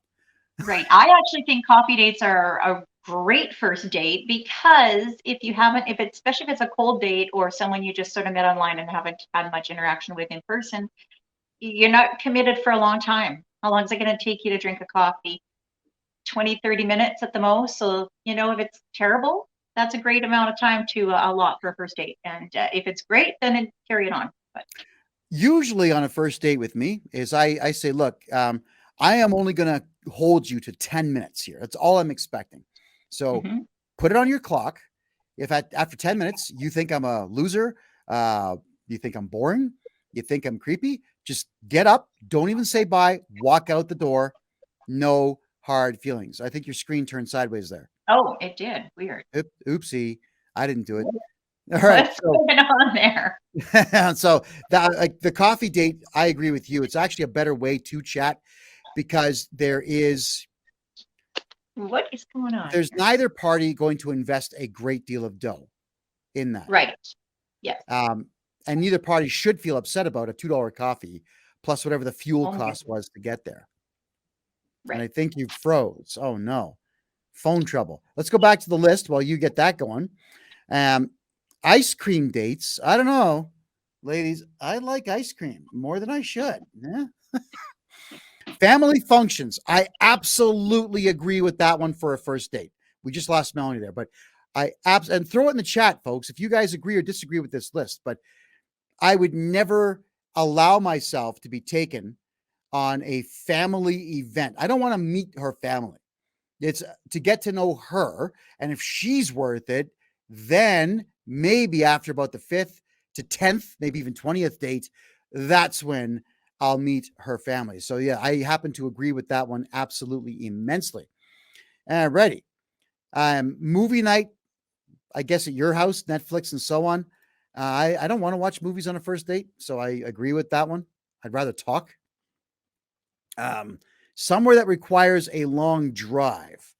Okay. I agree with that one as well, because if the date sucks, you'll find that out in the car and you're not even at the destination yet. If it's an hour drive to get there and you're not getting along and there's no chemistry in that time, sure, I agree with that. Bowling, I don't know what's wrong with bowling. Nightclubs, well, from the standpoint of you can't really talk. Oh, wait, Melanie's coming back in here, folks. Just a second. There she is. And Melanie's back. All right. So I don't know if you heard the last couple here. I agree with family functions. We're not going to go to family functions on a first date. Forget that. I agree. Movie night at your place. I agree with that too, because I don't want to watch a movie. I want to talk to the person. Someone that requires a long drive. I agree. The drive could suck, and then the date will suck too. And the drive back will suck more. Bowling. Is bowling really that terrible? I think it's all right. Modern women, I guess, maybe don't like it. I don't know. Guess Bowling's okay. I mean, I suck at bowling. I think my best team was probably 150, maybe. But it's a chance to talk for an hour. Exactly. Oh, and I'm an ass man, so it's a chance for me to see your ass from every angle imaginable, especially bent over, and I don't even have to do anything to get you to bend over. So not you, not you, because you're in the friend zone, but you get what I'm saying. Well, now we know you're adding bowling to your date list. I just thought that bowling's probably a good idea. And maybe let's go back to this one here on the gym, number 15, the gym. We'll make it a squats day. How does that sound? All right, moving on. Nightclubs, you can't really talk, so no. And if neither one of you knows how to dance, that could suck. A hookah bar? They're cool. There's a lot of hookah bars that actually have the vaping ones now. So you don't even have to light the shisha or the tobacco. But it's a chance to talk. You don't have to use the hookah. You can drink tea. Sure. Yeah. There's a lot of really good teas out there at the hookah bars. A bar just for drinks. Yeah, okay. Why not? But at the same time, I think coffee would be cheaper. Then, the Waffle House. I don't know. You ever been there? No. They have good chicken and waffles. Okay. They do. And finally, a sport event. A sporting event's about 3 to 3.5 hour commitment, plus parking time, plus walking in the building, plus getting out of the building, plus back in the car. So that makes your date automatically 6 hours. Yeah. Yeah, and I don't want a 6 hour date. I'm going to tell you the truth here. Bit risky for a first date. Yeah. Yeah. I agree with, but it's these ladies are being so critical out of all these restaurant choices. Yeah, and they all seem to think that they're really hot. This is a black girl thing, especially. It's like, no, I'm hot. He's going to take all of this beauty over here into that restaurant. I don't think so. I lived in Harlem. I saw this crap every single day. Black women are the ones that tend to overstate their beauty and value more than anyone else does. And I live in the States, mostly black regions, and I can tell you, they really do think they're hot. And I can tell most of you black ladies, if you're not 36, 24, 36, you're not hot. All right. And if the hair on your head is a wig, you're definitely not hot. And most of you, shh, I know the secret. It's wigs. You wear wigs. And that's why I love that guy. I forget his name. He's a white dude, skinny white guy. He's really tall. And he walks around with a leaf blower, pretending to work for the city, blowing, leaves or dust off the sidewalk. And he'll go, whoops. And black chicks' wigs go flying. Now, normally I would say it's not a good idea to play pranks on people you don't know. But because I know I used to live with so many miserable black women around me all the time in Harlem, South Chicago, West Philadelphia, Biloxi, Denver. I think, you know what? That's great. If a black woman's angry at a white guy, that's awesome. That's a personal thing. That's all. Definitely a personal thing. So any other thoughts? Any place you would not go on a first date?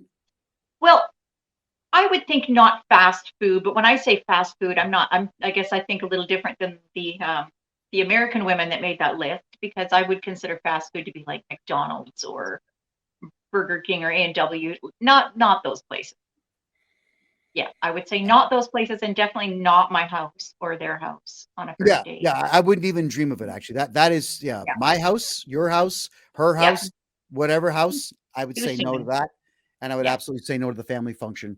I personally would not take a date to church, because everyone knows my stance on religion and spirituality, and the last thing I want to do is try to get to know somebody sitting in a booth listening to someone else talk for 2 hours. Not happening, period. I'm going to stick with coffee, ladies. We're in a different time in our history, ladies and gentlemen. All right, we are. It's no like chivalry. I hate that word because it's actually extremely inaccurate. Chivalry was a really horrible system of government. It had nothing to do with behavior, because a chivalrous knight would ride in on horseback into your village and rape whoever he wanted and take your money and leave because he had to give it to his lord. Chivalry is not manners, good manners. It's horrible. So let's not say chivalry is dead. Let's just say that society's expectations have shifted. So taking a woman on a long, drawn-out dinner date is no longer feasible. The coffee date is something I'm doing because I can talk. If you're interesting, I can say, would you like to get out of here and go do something more interesting? Now, but I better have a suggestion. If I'm going to say that, I better have a thought in my head. And this is Calgary. And if the weather's good, there's a lot of places to walk. This is a grid town for walking around and whatnot. So that would be a suggestion I would make. Your thoughts? No, that's a great suggestion. I would say my top 2 first date ideas would be coffee, or maybe a couple of cocktails. But stick to a couple. Don't exceed that, because some people they have more than 2 drinks. They want all of the drinks, and that's a terrible idea on a first date. So yeah, and I noticed there's a lot of women in Alberta.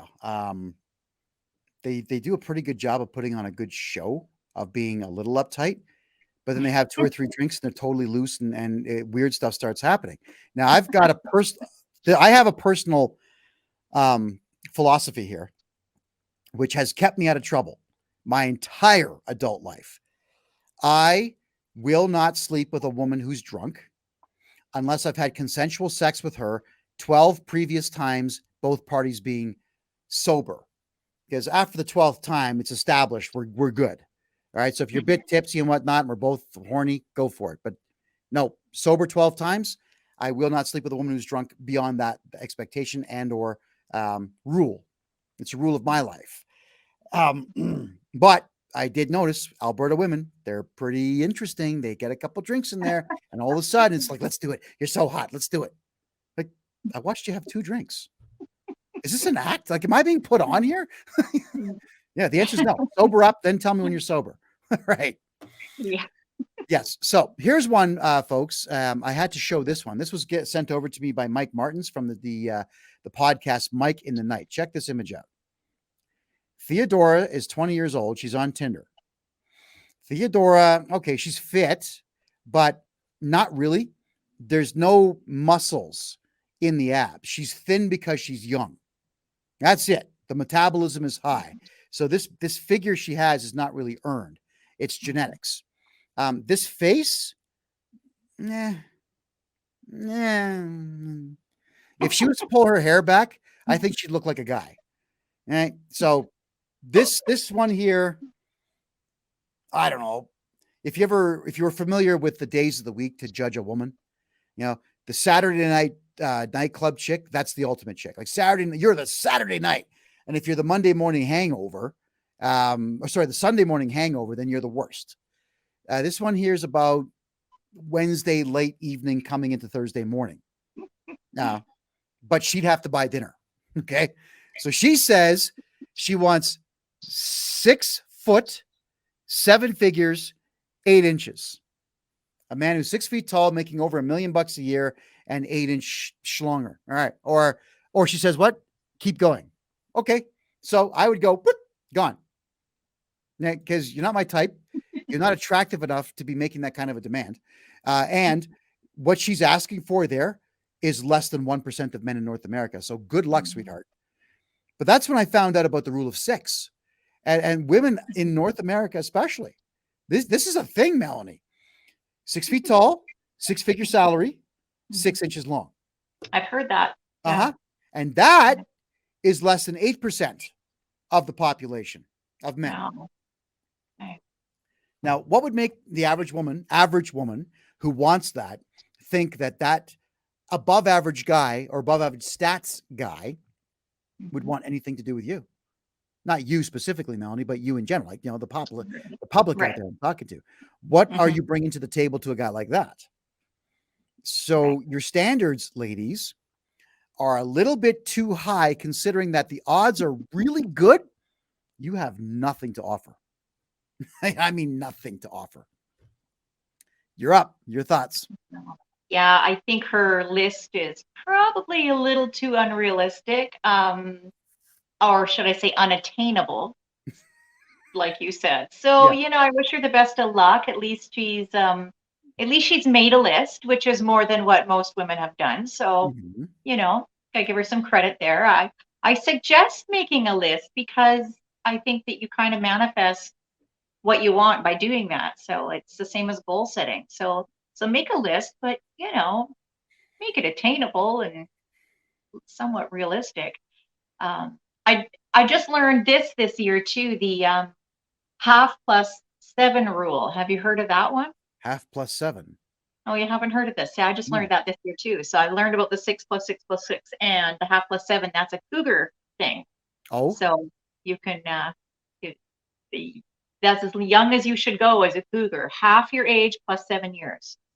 oh, okay. Yeah. So if you're 50, 32 is the youngest that you go? Yeah, Okay, well, I know cougars that go much younger than that. I do too. Yes. Yeah. Yeah, there in Burlington, Ontario, there was a cougar bar. I forget the name. I think it was called 54. That might have been the name of it. And they had cougar night. And literally all these horny dudes would show up, between 20 and 30. And there's a whole bunch of horny women all over them. Wow. But it was a different time. This is like 20 years ago. I found out about this place. And back then, women in their 50s did not work out as heavily as women in their 50s do today. So they were not as attractive then as they are now. And this is an observation I've made a few times. And it's always women that scold me for it. Smarten up, man. I'm remembering when my mother was in her 40s, early 40s. All of the women on the street were overweight at that age. Like they had just all given up on feminine looks. They didn't think they had to exercise. No makeup. Yeah, they were. Yeah, I know. And they all had curlers in their hair at night. And I tell every woman the same thing. If you go to the hairstyle where you've got curlers in your hair and you've got this white afro, you've given up. That's it. Like you may as well just pack it in. Because that is not a hairstyle. That's laziness. That's like a guy walking around in ripped shirts and track pants everywhere he goes. Yeah. You go to a job interview like that, unshaven, you're not getting the job. Yeah. Now, but women in their 40s now, at least here in Alberta, really take care of themselves. So the women who are 40 now are gorgeous. The women who are 40 then weren't. And it was a no wonder that a lot of times my uncles would sleep in separate rooms from their wives because their wives were just not in any way attractive at all. And I get crapped on for this all the time. You know, Kevin, as a man, you got to give women a break. You can't judge women because it's harder for women to lose weight. Blah, blah, blah. I say, yeah. And it's harder for a man these days to make 6 figures. And it's really difficult for a guy who's 5'6" to grow to 6 feet. And it's really difficult to a guy who's got, you know, like a full solid inch here to grow to 8 inches for you. So let's be a bit realistic here. The double standard is not something that I'm going to let you get away with. So I will say my piece, whether you like it or not. And if you don't like it, well, change the channel. Bother somebody else. So we now then we'll talk a bit about this valuation of women. This comes up in my feeds all the time. Is really, well, young girls under 30 are still making demands that men make 6 figures, 500 grand a year, 800 grand a year. The engagement ring has to be 200,000, 400,000, and so on. The only ones who have realistic numbers are the ones in their mid 30s who realize, biological clock really ticking. You know, I'll take a $500 ring and a guy with a $40,000 per year salary. You know, that they start to realize once they get past the precipice of 30. Now I got to get your take on this. Like what's going on here? Yeah, I see it too. Firsthand, there are some women, I think they just really have this fairy tale concept of this leisurely lifestyle where, what did they call them back in the day? Yuppies? When you basically had staff, you just live in the good life. I think they called them yuppies. Yuppies. They would have the big poofy hair for the guys. They you know, the turquoise shirt, the white jacket. Yeah. The Porsche. The girls just wanted to like float along and you know, stay at home, maybe make kids, maybe but yet they still want to stay at home, but they don't want to do all the housework. They want a maid too. There's so much of that. And yeah, I even had a girlfriend that was the same thing. She stayed at home mom and had a nanny. I'm like, what? Yeah. Well, so it is a stigma, I think. And I mean, if you can make that happen, great. But I think let's quality just be honest. people. Okay. If you can make it happen, great. Let's be honest here, ladies. You're living in fantasy land. It's not going to happen. Yeah. And you're probably letting some really quality men slip through the cracks because they're not adding up to your crazy checklist. So yeah. Okay. Well, there's another video I saw. Girl was about 25 years old, really obnoxious. She was saying that whenever you are dating a guy, you should be dating 3 or 4 more guys, and that way they'll fight for you because men will fight for you. Blah blah blah. And I stopped the video and I made a video of myself saying, "The hell we will, the hell we will." Are you kidding me? As I said in the last couple of shows here, ladies, you're competing with video games and Hulu and Netflix and cell phones. You're competing with virtual reality now. I don't know if you've seen this, Melanie. This thing costs $55,000. It's a treadmill that you can run any direction. So this, I'm serious. It's got railings at waist height. You put on the visor, which is now wireless. You've got the guns in your hand. You can see your own hands with this virtual reality kit on, and you can run any direction in this virtual world. So you're competing with that. Yeah. And let's talk about the Japanese for a minute here. Japanese women are competing with dolls and artificial intelligent virtual girlfriends. And these Japanese guys are actually going to these places where they've got these multi-directional treadmills, and they're going on walking dates with virtual girlfriends. And Japanese women are like North American women. Why the men don't like me? Where the men go? I'm serious. So you women out there, you're competing with technology. And you know, men, Melanie, we love our toys. Jordan Peterson said it. Men are more interested in things. Women are more interested in people. And if I had to say, do I get my dream woman or my dream car? The 74 Barracuda. Sorry, ladies, I'm taking the car. You know, because I'll find not necessarily my dream woman with it, but I'll find a whole lot of women who are close, right, with the car. And I don't think women understand that they are competing with all of that. And also competing. Well, yeah, but Melanie, they're also competing with men who are fed up with the entire system. Like family court needs to be dissolved. Men are fed up with losing their kids and losing half their house and half their wealth and paying alimony. And then you've got guys like, what's his name there? Dick Masterson. He came out and said, alimony is like paying a prostitute. You're actually paying the whore to leave. Now, he wasn't popular for saying that, but that's how men are beginning to see it. So you're also competing with that. A whole swath of the population of men are jaded because modern women have become narcissistic and they just want too much from us. But you probably have a take on this. Go ahead. Right. Well, I think that you're being a little bit judgy because it does take two. Yes, and it does. I can see the need sometimes for a little bit of extra support. Say that the woman has put in her time, raised the kids, stayed at home, worked for the husband in many capacities, and then he ditches her, moves on to, say, a younger model.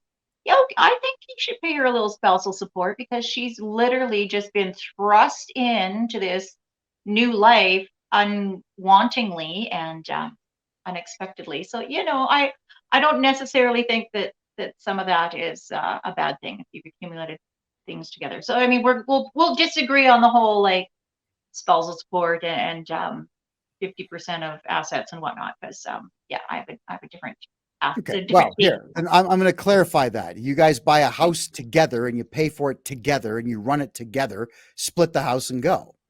All right? Yes. But, Okay. I mean, let's just say you bought a house for $20,000 in the States, because you can do that 10 years ago. And now the house is worth $200,000. So the two of you are going to walk away with the splitting of $180,000 in profit, $90K each. And if you're going to stay in a town like that, well, $90,000 is rent for 30 years. How are you not happy with that? How are both parties not able to take that amount and rebuild? Yeah. They can. Yeah. Rebuild. Yeah. But why should she get half and then he's got to give her a salary as well?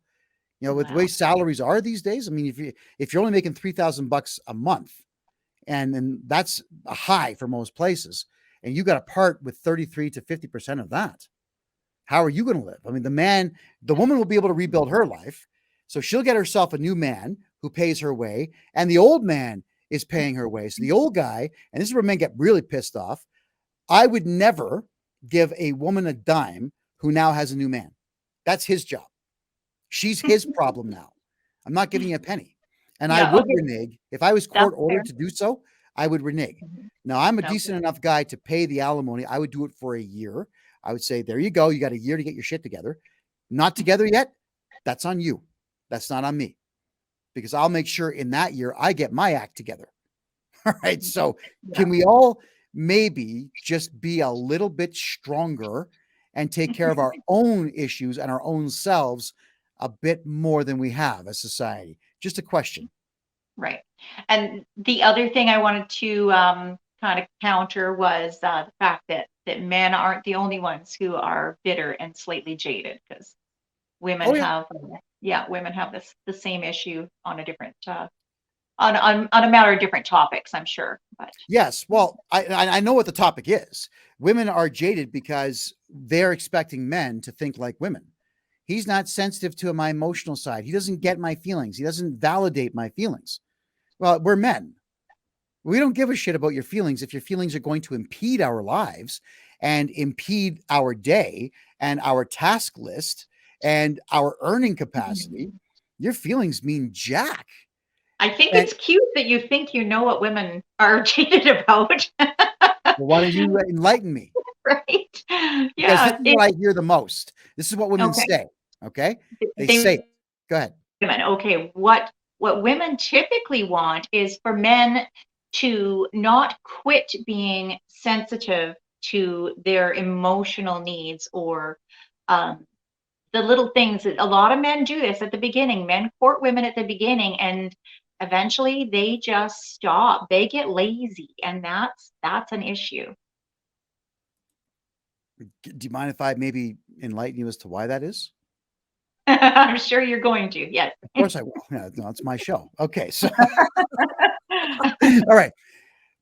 To listen to a woman's emotional needs and to address them as often as we need to, Our brains aren't built for it. We can't do it. It's exhausting. It really is. And we don't mean it to be that. And I don't want it to come across that you're a burden, but it is tiring to go through it, because with men, if two guys have some type of an issue with each other, it'll be an argument, a shoving match, a brief tussle on the floor. They're friends. 15 minutes later, everything's back to normal. We're good, and so on. But with a woman's emotional state, it could start at 8 a.m. and it could be 700 texts during the day about how terrible I am or terrible he is. You're not sensitive to this. I hate that thing you said. You know, why were you looking at that other girl? But this stupid crap that we don't even know what you're talking about. And then we got to deal with all that when we get home after an 8, 12, 14-hour day at work. So it's not that we don't like you. It's not that we don't love you. It's not that we don't want to see you happy, but we can't handle it. It's too much work. It's easier.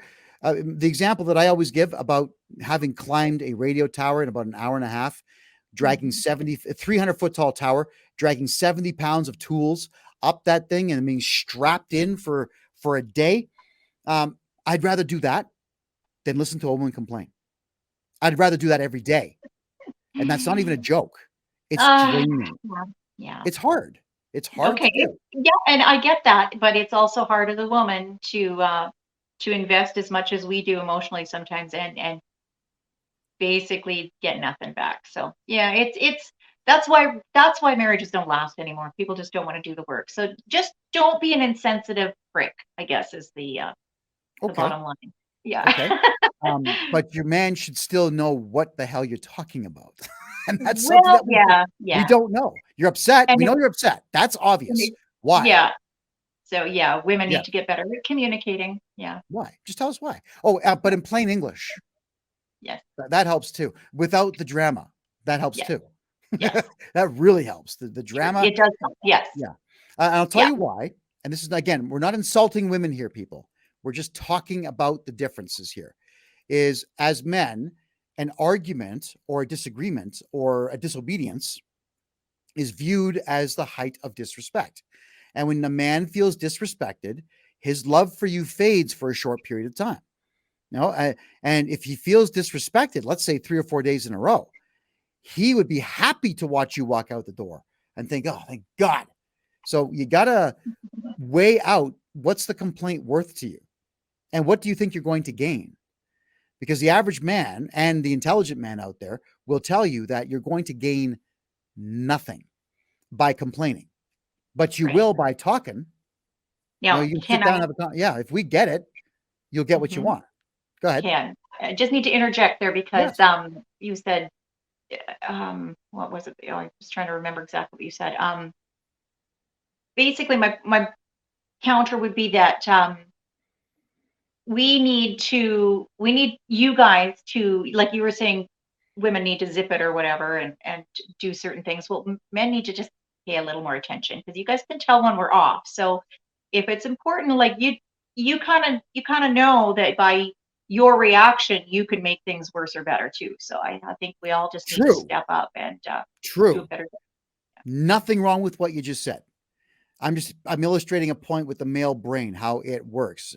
Guy says, I can see something's wrong. What's wrong? Want to talk about it? Nothing. Oh, okay. Well, nothing's wrong. Good. Video games. Right? Like steak. Oh, there's ice cream. Yeah. If you say there's nothing wrong, then there's nothing wrong. That's the male brain. If there's something wrong. But if she says this, and this, then you don't like that either, right? Yeah, but if it's in plain English, but if it's in English or whatever language the household speaks, you'll have the guy's attention. I will sit and listen to anything you want to say, unless it's presented like this. You have no idea when the day was, and my mother called. What? Really? I'm out of here. What the freaking hell is that? And any man is going to leave the room and think, oh, geez, I got to climb that 300-foot tower. I can't do this. Right. So, and I'm not insulting you ladies out there. I'm just telling you, it's dating advice. It's relationship advice. The advice is you can't talk to men like that. Don't do it because you're going to lose him for that specific amount of time. And Melanie, you may actually have a very valid point to bring up during that emotional outburst, but the emotional outburst should be reserved for your female friends. And then when they listen to it and you've all had a good cry together, then bring the information to your man, because he'll listen. Just a suggestion. You feel free to tell me to go F myself at your leisure. No, I can actually see where that's beneficial, because women often react impulsively on emotions. And so, maybe we should take that to the girls first and get that out of our system. And then we could come back and talk about it more calmly. That's actually not a bad idea. Yes. Oh, and as for the men out there, I got to scold you now, because in some cases, when your woman has a couple of friends, listen, guys, they're going to be talking about how small your dick is. That's just going to happen. And you probably come too fast. That's going to happen. And you're probably not sensitive, and you're a maniac, and so on. When your woman gets together with her female friends, that's what they do. They're just going to have this massive session and probably cry together. I've seen this. I've seen a room full of women crying, and I'm out. Nope. But she comes back happier and probably forgot everything she said. So just accept the fact that some of her friends are going to believe that you're only this big, because she needs that. She needs to expel that nonsense. So guys, don't take offense to it. It's ridiculous. But getting back to what I was saying about men feeling disrespected, I had to play this video. I'm going to toss this up right now. Oh, wait, there we go. Alrighty. This is actually very, very cool. Men, I am so fucking sorry for how undervalued, overlooked, and underappreciated you have been. Society misunderstands you, and at times, us women have been really tough on you. I'm sorry that you've been called insensitive when you've just expressed frustration when someone isn't applying feedback. You were labeled misogynistic when you politely disagreed with a government agenda, which you had every right to disagree with. I'm sorry that nobody says thank you for the work you do in our communities that keeps our lights on, our houses warm, and food in our fridges. I know that some of you drive hundreds of thousands of miles to provide for your families and also make deliveries across this country. And instead of appreciating you, short-sighted reporters plaster headlines all over the news that paint you and your gender as the modern-day villain of society. At the most basic level, I'm sorry that it took this long for you to even hear this from someone. We act as if your stoicism removes you from feeling anything other than turned on or pissed off, which everyone seems to love using against you anyways, only to feed the further disconnection and divide. When the reality is that we bleed the same blood and we cry the same tears. So yeah, I love you. There we go. Now, how many men out there have ever been spoken to like that? I appreciate you. I'm sorry society craps all over you. I'm sorry that maybe I have not recognized your efforts a little bit better than I have. We don't hear that as men. And one of the things I do tell all men out there is, guys, we have to suck this up. Right? Society does not give a crap about men at all unless we can prove that we're worth it.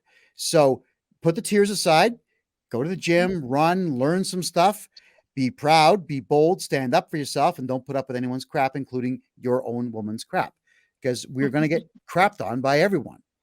I want to get your thoughts on that video, though. Go ahead.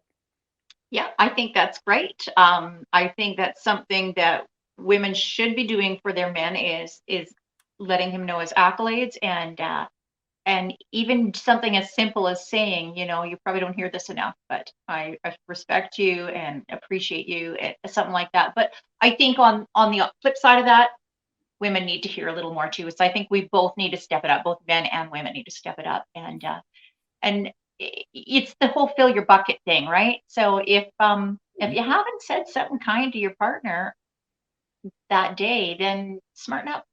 Okay, so I'll throw this at you. Now we're men. This is men telling women the reality of life.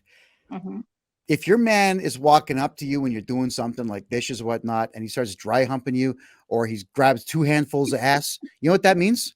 You're hot. You're sexy. He's still attracted to you. He wants you. All right. That is love as far as he is concerned. You know how many times I've been involved with women, and you as men, we pull that stunt a few months down the road or a year down the road or wherever else, and we get pushed away. Stop it. Always. Yeah. Like, yeah, okay. You can take that stance. Let me I'll see you tell you later. what might be happening. It might be a love language thing. If her love language is physical touch, then I think that will always work.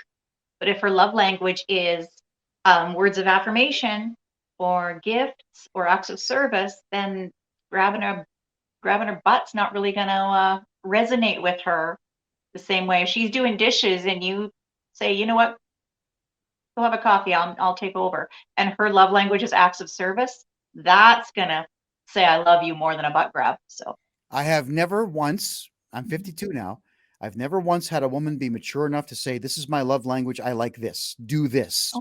I mean, not once. Wow. Yeah, Mel, wouldn't lie to you on this, man. I have never had that level of communication offered to me once. I've always been told how horrible I am because I don't get it. I can't read her mind. I haven't figured it out yet. Blah, blah, blah, blah. I've heard all that crap. That is not going to bring me closer to you. That's going to make me say, you know what? I'm going to call some buddies of mine. There's probably a hockey game I can watch with the guys, or maybe someone's rented the ice tonight. This was a thing in Mississauga. Like when I was up to age 25, I always had my hockey gear in the car because every single arena had ice rentals. You could just get in there with some guys you didn't know, drop $5 and play hockey. So, and believe me, hockey or whatever the guy likes to do, he's going straight to that the second that you're telling him he's wrong or bad or whatever else. So I would love to know what the love language is of every single lover I've ever had. Why don't they use language and just tell us? Unfortunately, I think there's still so many people who don't even know what that is. So they don't even understand themselves why certain things make them feel not adequately loved. I feel like we need to grow and educate ourselves more and then communicate better, in my opinion. Oh, well, I agree fully. And I'm not going to say that's an opinion. I can say it's fact. All right. Quit bitching and just use your words. Use your big girl words. Use your big boy words. Adults. Yeah. Because I'm actually aghast at how unadult adult life is. You know, the older I get, the more petty everyone around me seems to become. I'm just scratching my head thinking, holy crap, how did this happen? I always thought that the adult world was going to be one that was free of this crap. It's worse. It's worse than high school, not better. Yeah, it is. All right. So ladies, I'm going to give you some help here. Because men are very simple creatures. Aside from the bedroom, I'll give you some advice here. Okay. Because the bedroom's easy. You want to make a guy happy, put things in your mouth. Everything will be great for a short while. But how about this one? I was actually having this conversation with a few of my buddies today. And, men are not always pigs with other men. Like we really do talk about life. And the one thing that came up is, guys, there's a couple of men I know who've been married for over 25 years. And whenever the guy has had some rotten things happen to him, or he's down his luck, or just, not feeling up to it, they're involved with women who will make them their favorite meal and just sit and eat it with them. I don't think a woman knows the power of putting a man's favorite meal in front of him, but then you join him. Just like if he's here, you sit like on the angle, right beside. Make sure your knee is touching his knee or something like that. Just sit with him and have his favorite meal. You don't even have to talk. Just sit with him. It's simple. But again, this is not something that's ever been done for me in all of that time. Even though it's something that I would have adored and wanted and would have worked, it's never been done. I'm not complaining because we're men. I don't have that luxury. I have to love me more than I would expect anyone else to do so.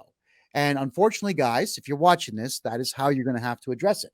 But you ladies out there, if you'd like more success with your man, there's one idea. Melanie, your thoughts? Yeah, I think that's a great idea.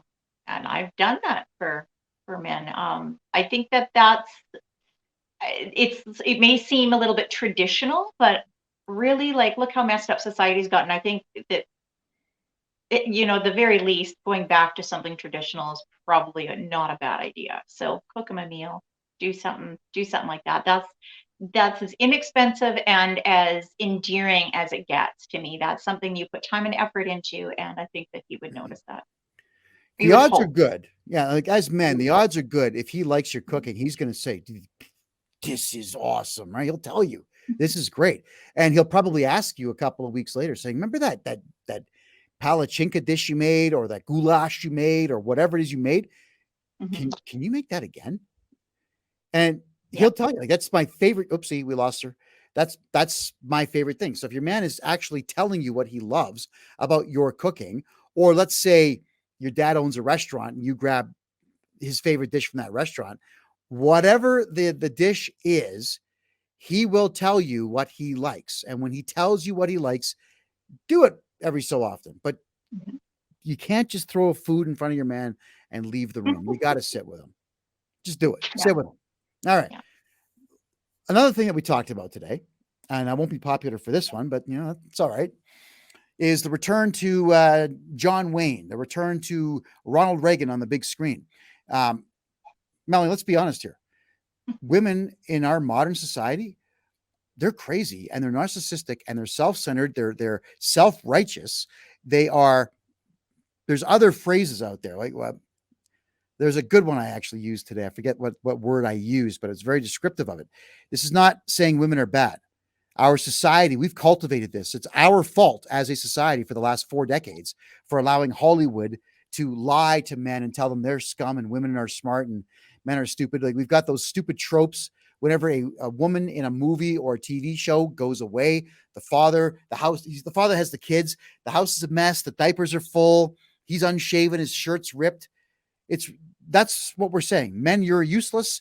Women, you're the best. You can be a mother and a career woman and be the best at everything. So we've spoiled women and lied to them about their value.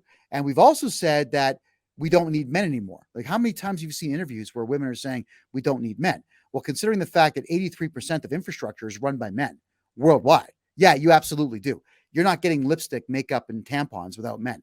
It's just how it is.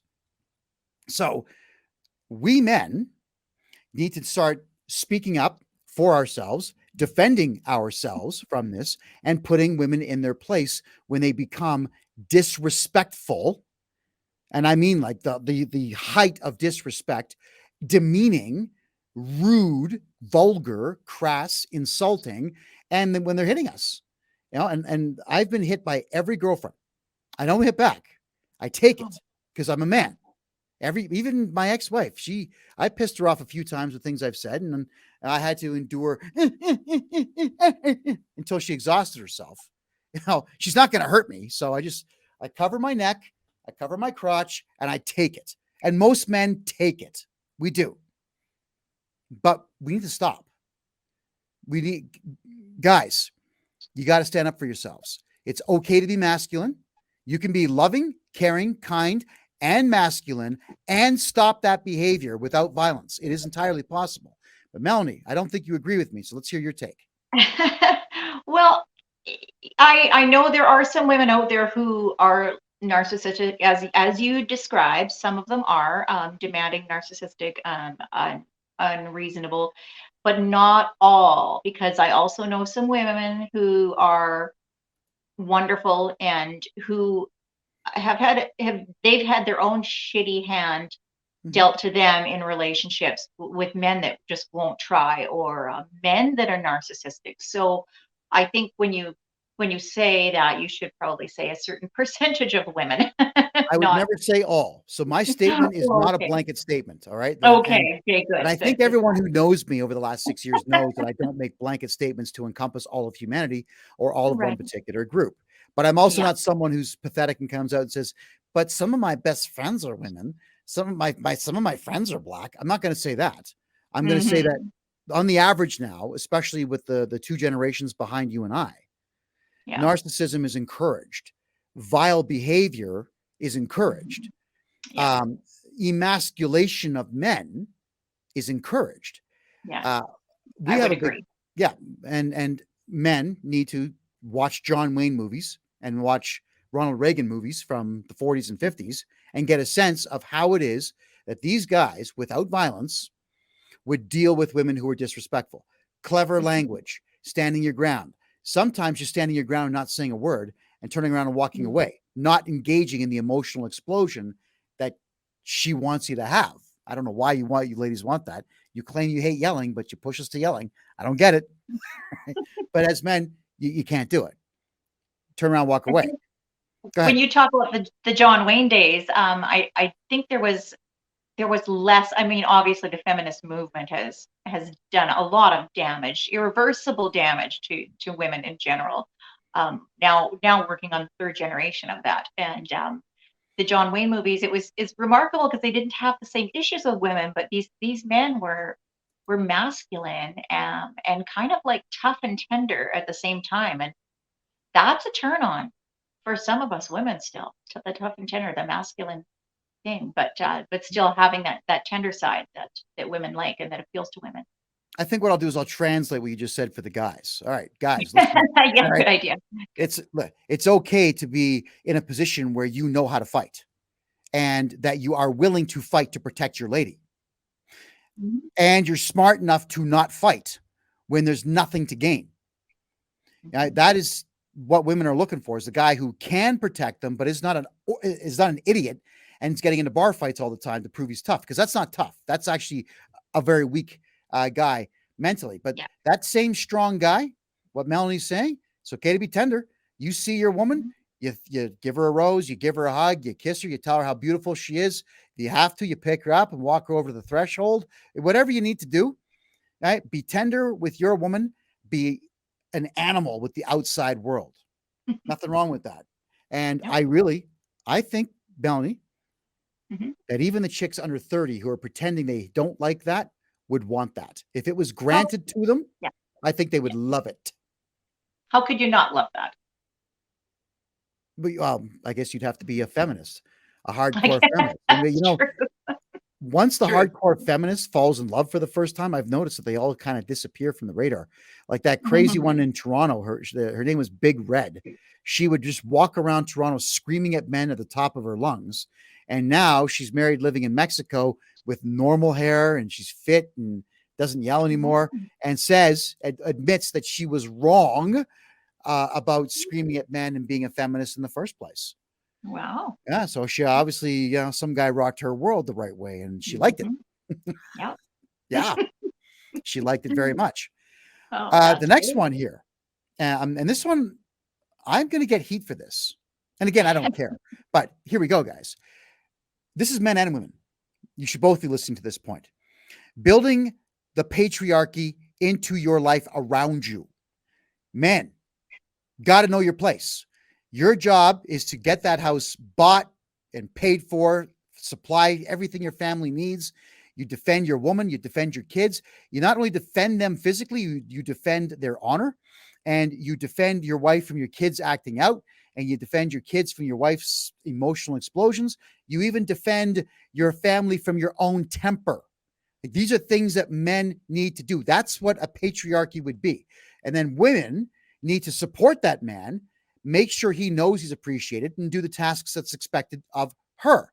Now, one of the pieces of advice that I gave to a friend of mine, this is about 10 years ago, his wife was just ripping him all of the time. And it was beginning to affect his relationship with himself, his parents. They were getting up in age, and even his daughter. She was 7. I said, all right, dude, listen up, man. I mean, if you want, I can tell your wife what I think of her. I'll probably have her in tears with what I'm going to say because I'm really good with language. Or I can just tell you what you should do. And he said, yeah, I'll be here. Surprise your daughter. You got to pick a goal. Find something that you know that she wants. You make it a goal and you attack it. You beat the living shit out of that goal until it's done. And until somebody else that's not you acknowledges that goal is complete and it's very good.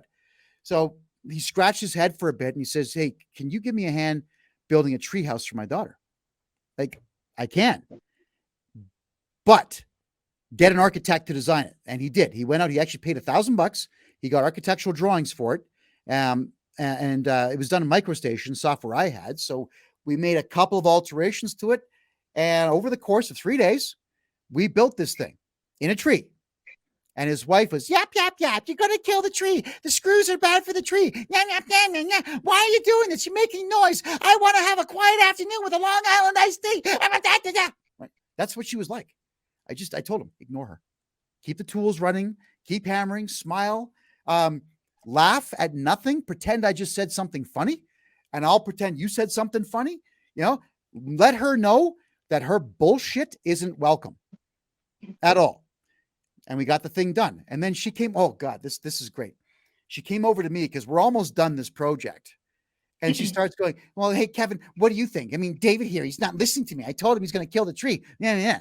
Well, after I listened to her for about 4 minutes, maybe 5 minutes, would you like to know what my reply was? With a smile. That's all I did. I burped, I smiled, and I walked away.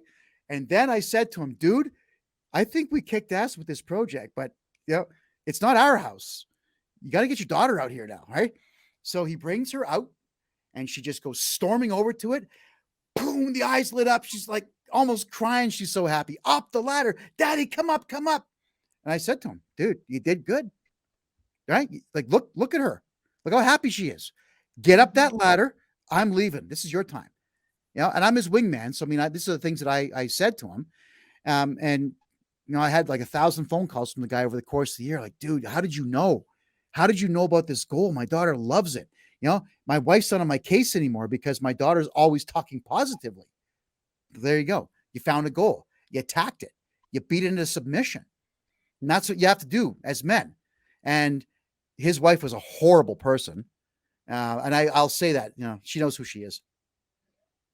But eventually, because the daughter was so happy with the goal that he attained, his wife had no choice but to become more decent and put up with the fact that she actually had a good man. Now, I still don't like her. But the way she talked to him was really gross. But that's what I'm saying, guys. Find goals, attack them, beat them into submission, period. Gain the approval of those who actually matter to you. If you're involved with a woman and her opinion doesn't matter, well, maybe your kids do. Deal with them. I got to get your take on this. Go ahead. Well, I think that's great advice to men. And she definitely was a different kind of woman, because I think that I would have had a much different reaction if your man's doing something for your kid and you mutually, usually you want the kid to be happy. So I would have been a little more supportive and cheered that whole project on. But yeah, I think setting the goal and attacking it and trying to find those connections within your home to keep it peaceful and stable is maybe not the easiest thing, but it's important. Yeah. We have a couple of gentlemen joining us here in a second. Looks like we got some questions coming up shortly. But gentlemen, if you could just sit tight for a few minutes here, there's a couple more things I've got to get through. And then I'm pretty sure you're going to have questions about what we're covering here. I got to tell this story because I think every guy's got a story like this. And we talked about when your man makes a decision, you have to trust them. You got to just back off, because as men, we don't think emotionally on things. It's logical. And typically something simple like buying a couch. If you're saying you want couch, you know what the guy's done? He's got either the laser measuring device, or he's got the measuring tape. He's got everything measured out. He's writing it all down. He knows exactly what kind of couch is going to fit there. He can actually envision 25 different types of couch that'll fit that spot. So if he's got the measurements done and he says to you, couch can be no more than 8 foot by 3 foot, and you go and buy something stupid like a 10-foot sectional, well, you've wasted money. You've pissed him off. You didn't listen. And you've insulted his integrity. You've insulted his masculinity. So here's one I got for you. Now, Melanie, I told you this story and you thought I was an asshole, and that's okay. You're allowed to. I still love you. But the last girlfriend I had, I lived with before I got married. So we're talking 23 some odd years ago. The shower curtain, we just moved into this place and the shower curtain had mold. So I ripped it down, threw it away, cleaned the bathroom. I mean, I did it with bleach. I used to be a porter in a hospital. So cleaning is something I can do well. And I said to her, here's $30. Please go get a shower curtain, get a heavy one that the laws of physics won't move around when I'm in the shower. All right. And I explained how when you turn on hot water, the air pressure changes in the bathroom. The cold air will push towards the warm air and vice versa. And the shower curtain moves in towards the person in the tub if it's thin and light. What does she do? She buys the thinnest piece of crap you could possibly buy. I said to her, you ignored me. This is going to come in. It's going to stick to my skin. I'm going to get pissed off. Every time I get in the shower and this happens, I'm going to hate you more and love you less. Can you please go get a proper curtain? Nope. She had to be right. And what happened? I'm in the shower every day for a week. And the curtain would just come and stick to my ass or stick to my back or stick to my arms. And I'm pushing it and I'm angry. So I weighed it down. I went outside, got a rock, weighed it down. What happens? They get offended that there's a rock in the tub holding it down. So the rock is gone, and here we go again. And as a man, there's only so far that things can push us, especially when we called it in advance. And men call things because we've got experience with them. So I just ripped the whole thing down, broke the pole, threw it out, and there was water all over the place. And for 3 days in a row, I showered with no curtain. And I kept handing her the mop. Here you go. You can deal with this. Or, give me my $30 back and I'll buy a real curtain. Now, you said to me when I told you this story, it's a dick move. You called me a dick, which is fine.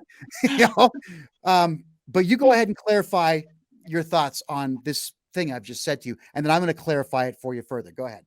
Okay. Well, I think you kind of were a little, when you kind of elaborated the story this time a little bit more. So I've got a little more clarity on the whole story. But earlier it was kind of like, do your job, woman, or you're done. Kind of that's the impression I was getting earlier. It's going to skid you. Well, I'm not going to throw you out of the house for a shower curtain. But, I get the whole that men are overthinkers. However, women like to do the decorating. And so when it comes to things like that, I think there has to be a little bit of room for some compromise. I get the functionality, but I think that leave her a little leeway and stress how important the functionality is. And then hopefully you guys can find a compromise that works for both.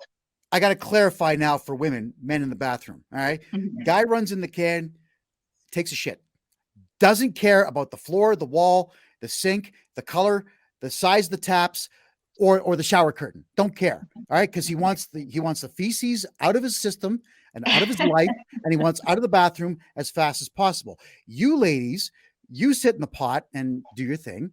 And you look at your decor and like, oh my goodness, I'm such a good decorator. I love my towels. Oh, this shower curtain's so beautiful. I'm so good. Oh, excuse me. That's how you guys see it. It's bizarre. And that's okay.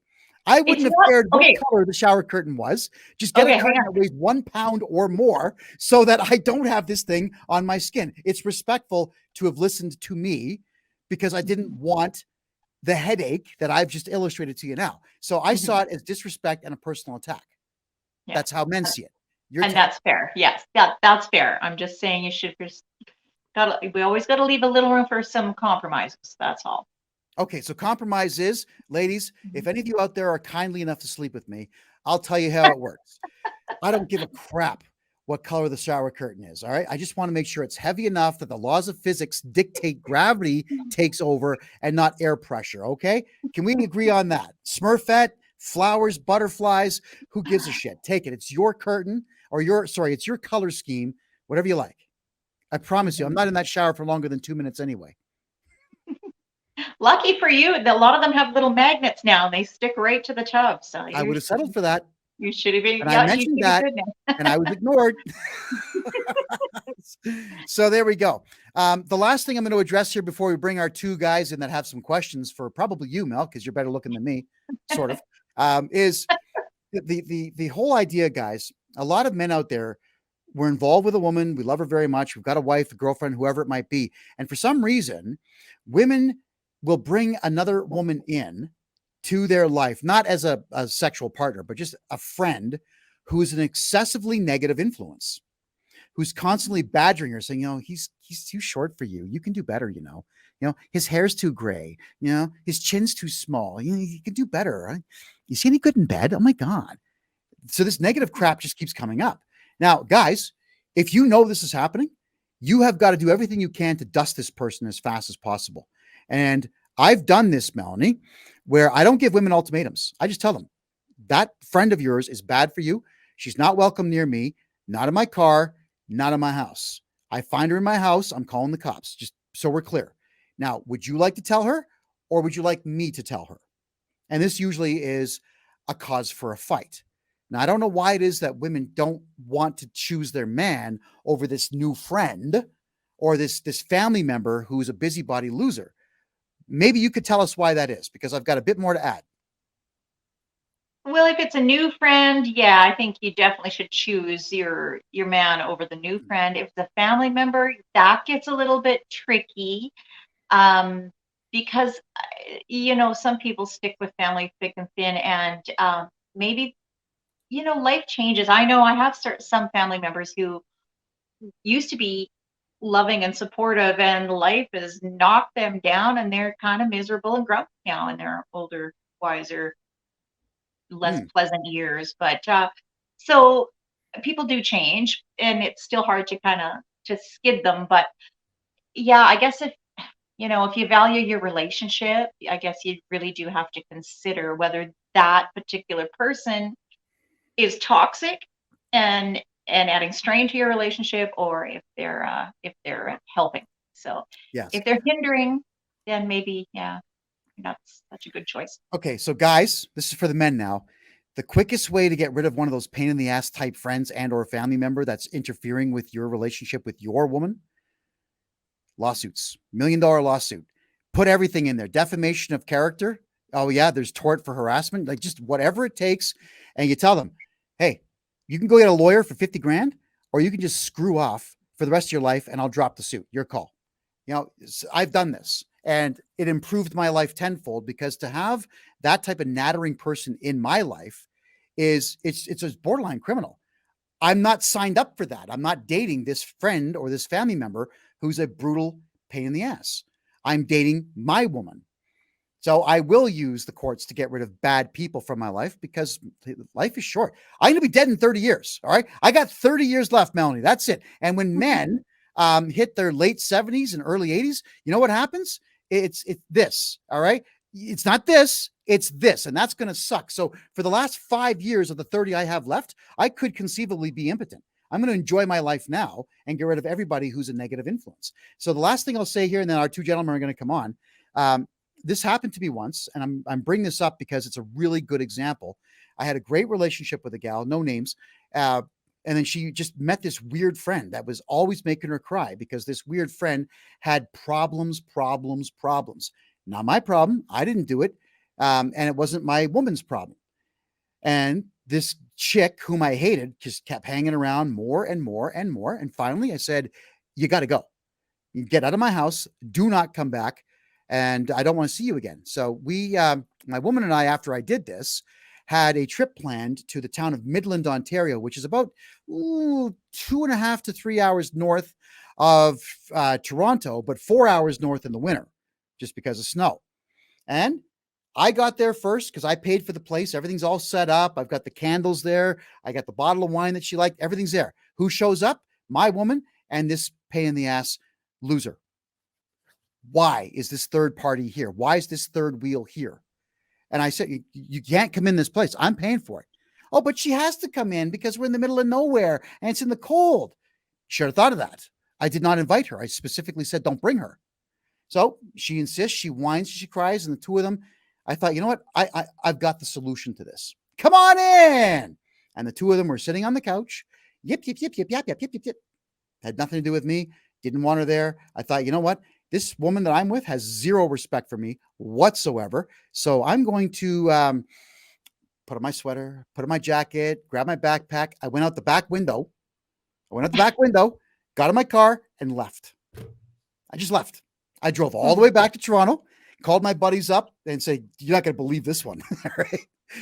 She did not notice that I was not there until 8 o'clock the next morning. That's when the phone call. Yeah. Tell me about it. There's someone who didn't give a crap about me. So that's when she starts filling up my voicemail. You're an asshole. You got to come back and get me. No. We're done. I finally did answer the phone, and I never break up with women on the phone. I always did it in person. But I said, look, I told you I didn't want this person. I told you this person was bad for you and was going to cost you people in your life. Well, what do you mean? I said, well, she cost you me because we're done. And I hung up the phone, and that was the end of that relationship. So guys, stand proud.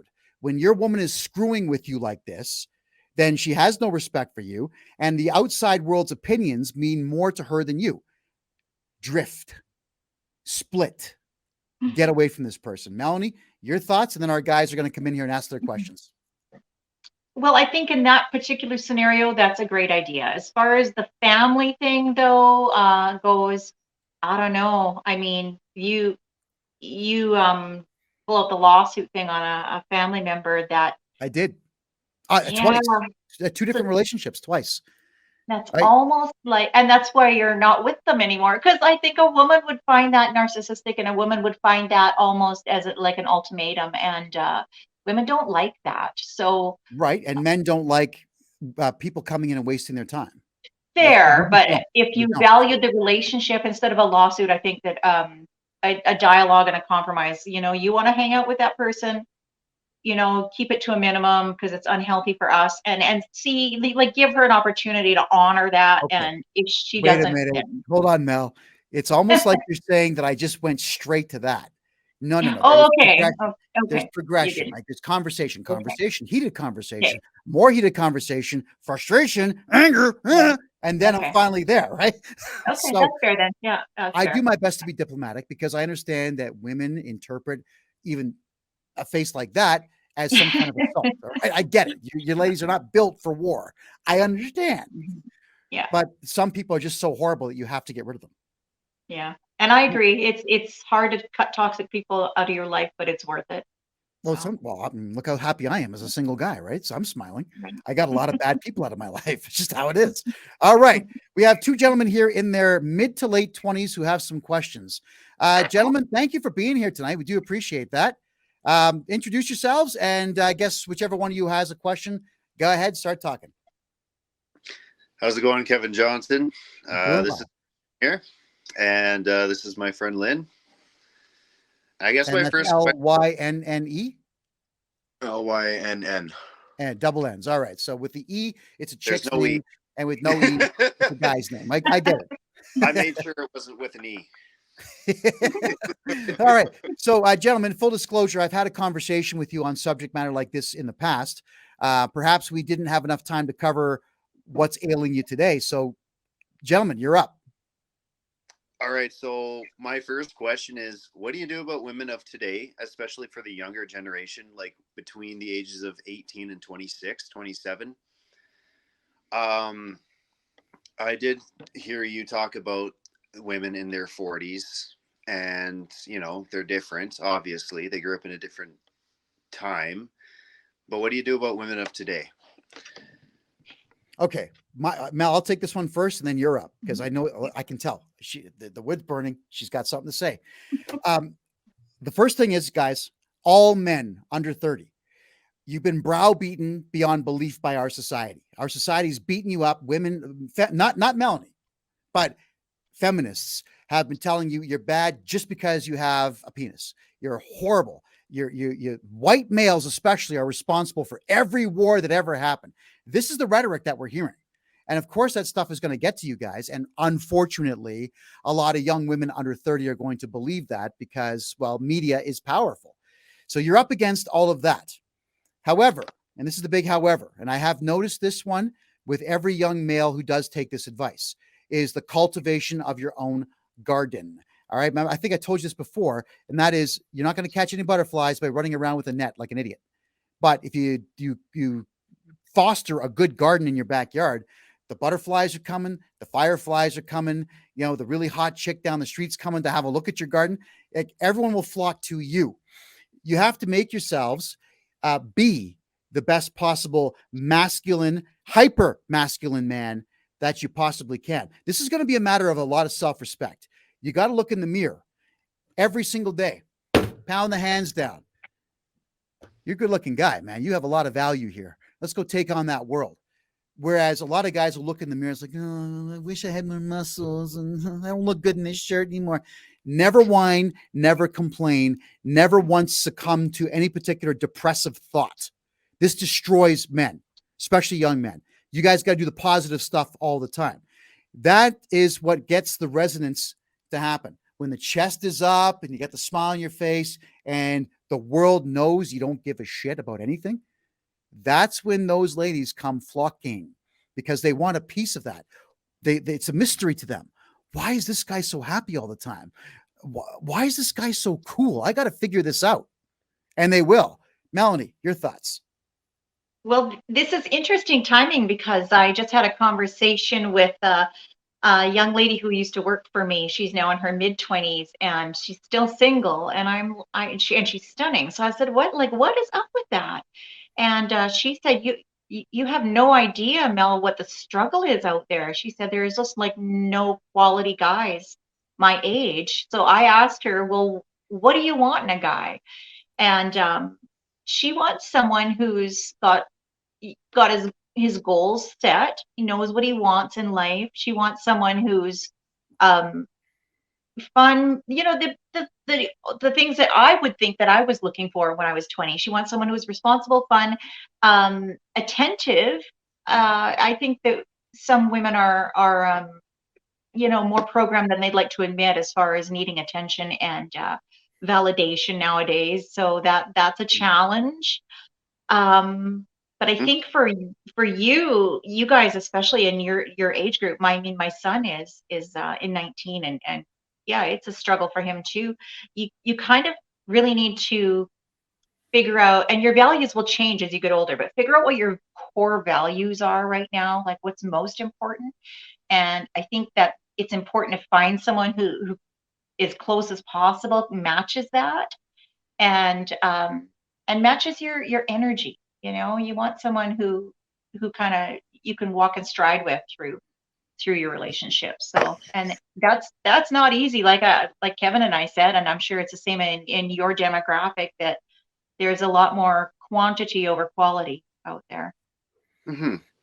Okay, so then I'd also add to that, Melanie, in that as men, we honestly need to stay goal driven, but your career is going to be number one. Your career will define you.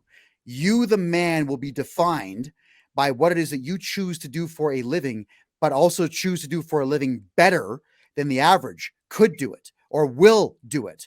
If you are that kind of guy, then everything else that you do, you'll do at a heightened rate beyond what the average guy is going to do. You always have to be above average. And I crammed this crap down my son's throat until he was sick of hearing it. And then when he said, Dad, shut up, I'm sick of hearing it. Oh, yeah? Well, good. I'm going to say it again. And then I said it again. And I'm pretty sure you gentlemen have access to at least one or two masculine figures older than yourself who are going to reinforce that they trust in your skill set. They trust in you as people. You have to live off of that positive energy. Everything that women under 30 are going to say to you in the next little while is going to be hyper negative crap. And a lot of times they don't even know why they do it. So maybe cut them a bit of slack, but don't compromise you or your pursuit of that career. Women will flock to a guy who's proud of his career, because the guy who's proud of his career has the chest up. He's got the head up. He's smiling. He's on the phone making deals, and he's making deals without any concern whatsoever to what's going on around him. If you're the kind of guy who's cool enough to be making a business call and a car crash happens in front of you and you're saying, hey, Stevie, just a second here. Some guy just crashed into a guy. Hold on. Hey, buddy, you okay? Oh, yeah, he's fine. And you go right back to your business deal without giving a crap about the outside stimulus. Women are going to look at that and go, this guy is awesome. And I've heard this said to me, and I didn't know this at your age, by the way. So, I had to learn this crap the hard way. But that is what you need to be. Calm, cool, collected, no temper tantrums, career focused, goal focused, and not giving a shit. Pardon my French, but not caring one bit about the end result of what anyone else is going to say or think of you, period. The people you got to impress is you and the people that pay you for your skills and nobody else. Melanie? Well, I wanted to also say that it's not necessarily about money. I think what women find attractive in a man that sets goals and achieves and attains some level of success is that he's confident and he's driven, and that is safe for women. that feels safe. So it's not necessarily a dollar figure. It's the strength that comes with a man having the kahunas I to concur. I just concur set with dollar figure. and It's not achieve the dollar goals. figure. It's the Yeah. confidence. It's the Mhm. it's her belief in your capacity to get done everything that needs to be done and protect her. That's how she'll see it. Yeah. So there we go. And even though Okay. Kevin said find something and be good at it, but still always be authentic, be yourself no matter what, because you'll find the right woman that way. Okay, All right, I don't disagree with that either. That's actually good advice. Yeah. Lynn, sounds like you got something you got to get off your chest there. Well, it's in the ballpark of the dollar figure, because all we hear from every source we can find is if you're not making over 300K a year, you're not a man. So there's already this stereotypical wall that's being built of irrational proportions. Mm-hmm. And yeah, it's fantasy land. I get it. Yeah, These fantasy chicks island. live in fantasy land. Wow, that's If disappointing. you guys As a want to know how to woman, count, yeah, sorry, Mel. You want to know how to counter that nonsense? Just you sit back and you say to her, I make $10,000 a year. No, I just lied to you. I make 73 plus bonuses. Throw a low number at her and then give her a different number. But until she's earned your respect, until you know who she is, what you make is none of her business. And I mean zero. Doesn't matter what you make at that point. She's got to earn something in you. If she's going to be burning up your time and taking you away from poker night with the guys or the hockey game or taking you away from the gym or taking you away from the overtime at work, she's got to be worth it. So you boys need to agree with yourself and yourselves only what your value is and invite her in. You don't beg her to come, you invite her. Mm-hmm. If she doesn't want the invitation, dust her, move on to the next one. Here, this is all a matter of you guys need to be proud of who you are and what you've achieved. And if you're saying to yourself, I only make 50K a year. No. It's I make 50K a year. And next year it'll be 57. Next year after that, it'll be 75 because you're setting goals. Her opinion, until she's your woman and you are responsible for her protection, her opinions should mean nothing to you. Period. Lynn, does that answer? Oh, sorry. No, Melanie's got something on this. Go ahead, Mel. Oh, I was just going to say, I'm as a woman, I'm disappointed that to keep hearing this. I never thought, like, even my checklist when I was young, my checklist was never. I never had a monetary value attached to what my man should earn. That just blows my mind, and it's so superficial and it's so disappointing.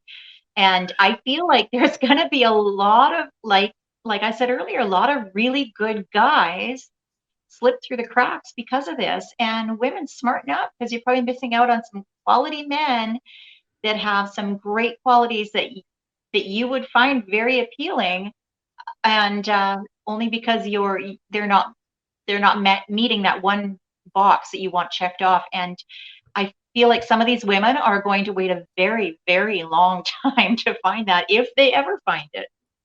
Well, I agree with that.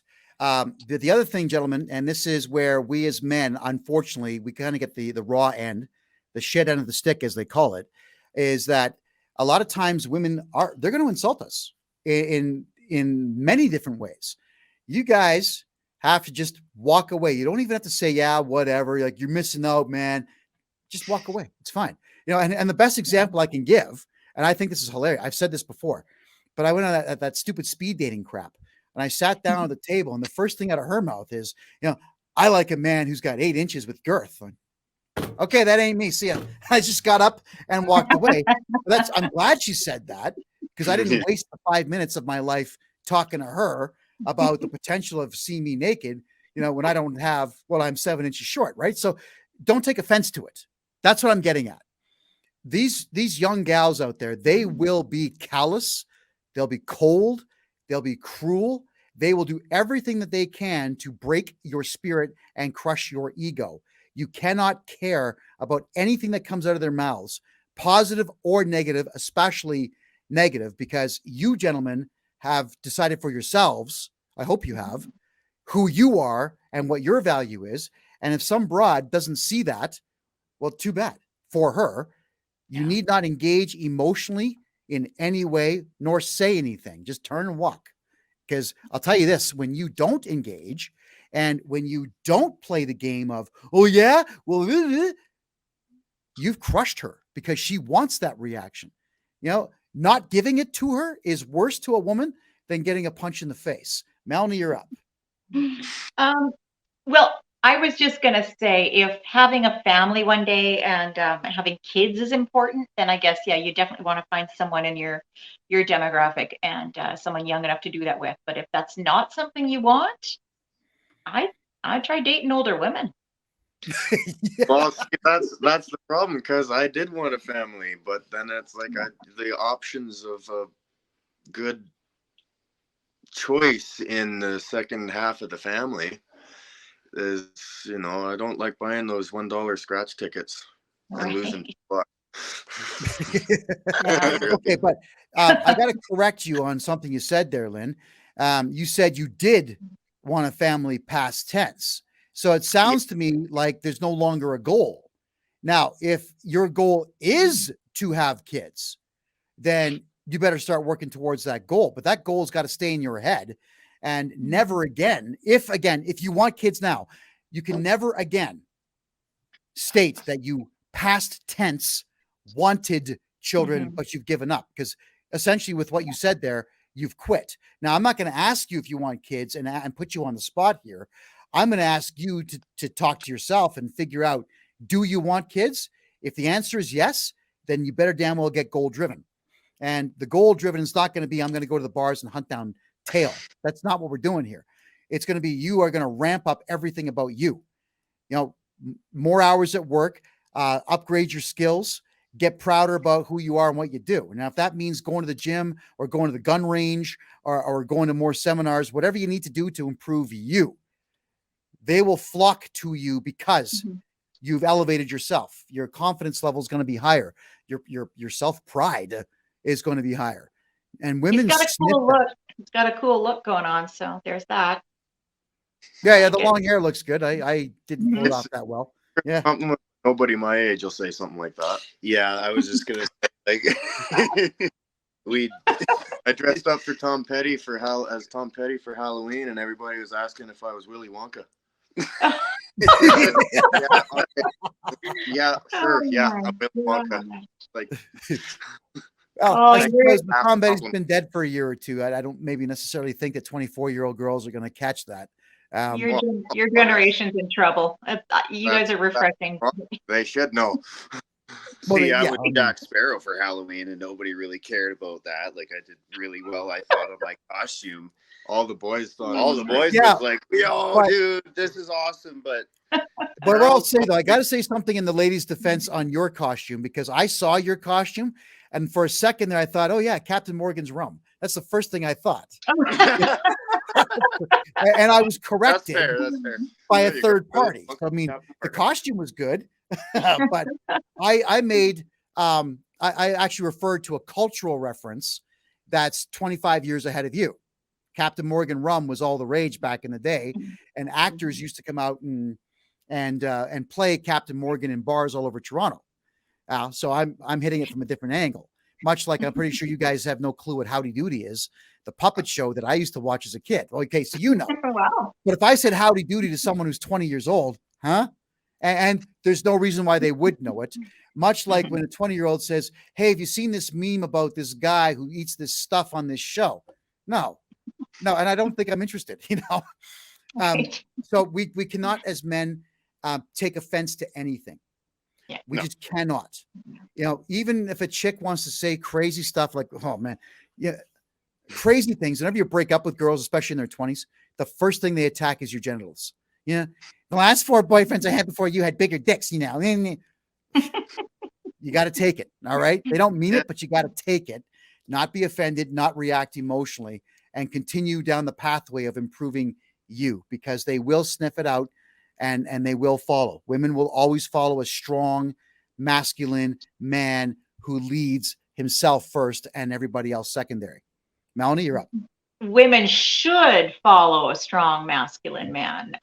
However, in their generation, sadly, not all of them are going to. So I feel like you guys, honestly, you have the biggest challenge I think any generation of young adults has ever had, ever in the history of forever. Yeah, it's gonna be an interesting next decade for sure for your generation. Yes. But I here's something here, Melanie, I got to say something. And guys, you might like this is many times, especially when I was growing past my 20s and coming into my 30s and late 30s, is friends of mine who are women, they were in their 30s and they'd call me up, like just crying. And of course, you know, we're men, like we hold the phone out like this, thinking, what? All right. So I had more than 12 women that I knew crying to me about, I thought I would be married. I thought I would have kids, and all my friends are married and they've got kids, and my clock is ticking and I'm getting fat.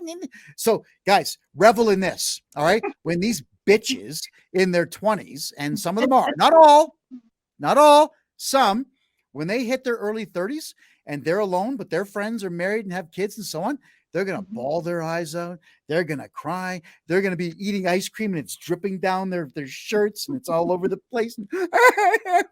They do this. So you gentlemen here, I don't want you knowing this for revenge sake, but I want you to understand that women in their 20s right now, they're all going down a very dark pathway. You don't have to go down that pathway with them. Not at all. You boys need to work on you. Be the best goddamn you that you can possibly be. Because, and this is a speech that was given to me, so I'm going to give it to you, is back in the 1900s, like 1905, 1910, 1918, and so on, all you needed to be a millionaire or successful in life in general was just to have a better education than the next guy in line. That's it.